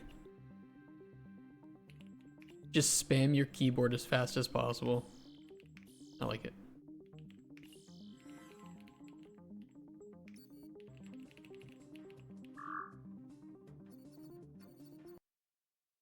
I'll send that over to Cuthbert and see what he thinks about it.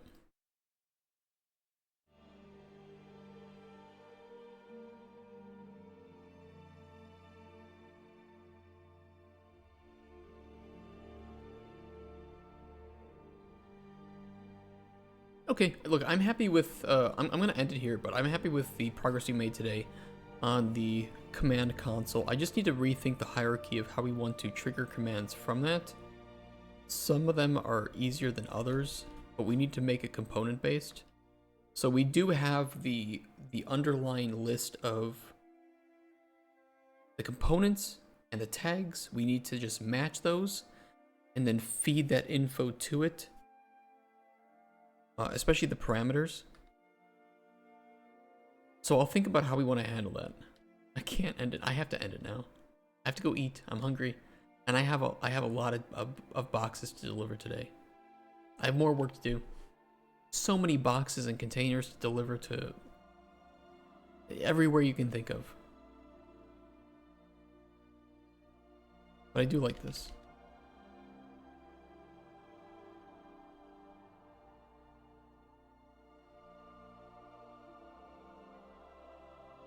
And I'm really glad that we still have our trace working.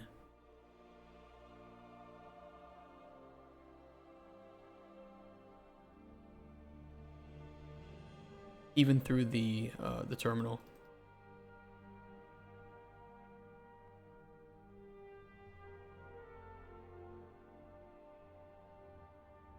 Oh, it's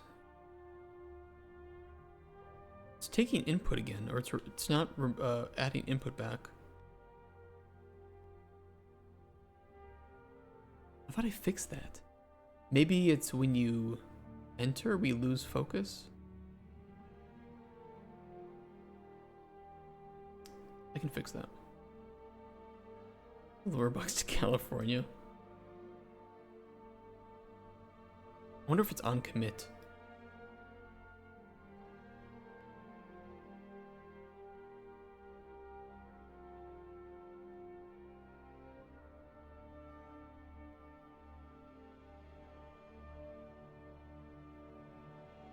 Weird.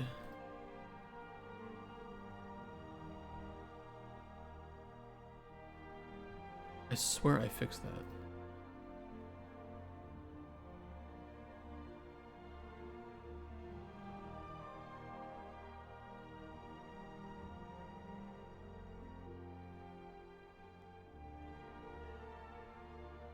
The only thing we should handle is tab, and everything else will get consumed by the widget. Unless the background image is moving along with it and it's fucking up or something.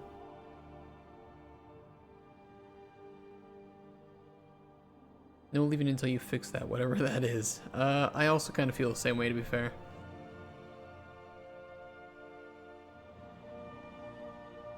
Shouldn't be moving this.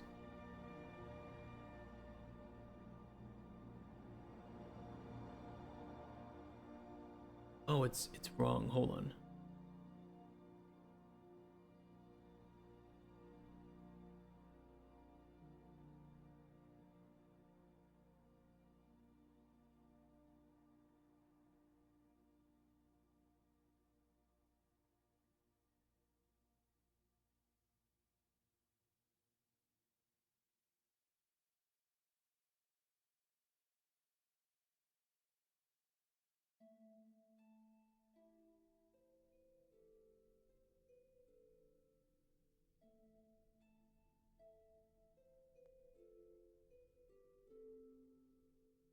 That's to make sure that you can't, like, you don't have, you technically do have input on the game, but we remove all of the contextual inputs that you might have at the moment, like all of them except for the base ones, like escape, closing the console, you know, the core ones that are needed for the game. And thankfully, for some reason, the mouse, get hit under mouse cursor actually goes through visible widgets, which is weird because other traces might consume that. So we are able to use this as a way to hover over things and still obtain information that way. But obviously we can't, you know, interact with anything until it's closed, which is what that white box is. This is preventing us from doing anything behind it, and we're using it as a way to keep focus on the editable text box, where usually it would get removed. So it's a very kind of hacky solution, but it means that we can both type in the chat and still move around and click in the background and nothing happens.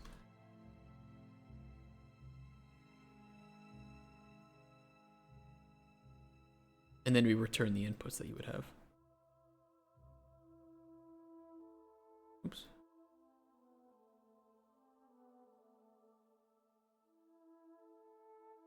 A little bit hacky, but it works. Did I import my duck ship to UE 5.6? I would switch to Unreal 5.6 primarily if you can. spend the time to do it because the performance gains and optimizations are pretty big.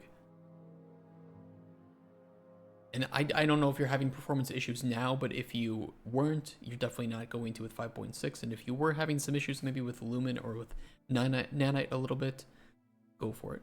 All right, I will stop there, guys. I gotta get going home. And like I said, I gotta eat and deliver packages, which totally does not mean that I want to play Death Stranding. You depend on Paper ZD to go to 5.6. Yeah, that's fair. How you doing, Ifrit? I'm sorry, I gotta get going. I will see you guys later. Take care. See you tomorrow. Steam Next Fest. Tomorrow and Wednesday. Or Wednesday and Thursday. Tomorrow and Thursday. We're going to be playing Steam Next Fest demos. So join us for that. We're going to have some fun. 2 days. And then we'll jump back in on Friday and continue with this. Take care, guys. Have a wonderful rest of your day. Cheers. Thank you so much for all the follows today. I appreciate it. We have a YouTube channel. Go check it out if you want to see previous days of development or cancel me for anything bad I've said before. And you can also check out our Discord, !Discord, where we can talk, hang out, and we can share ideas. See you guys. Bye-bye.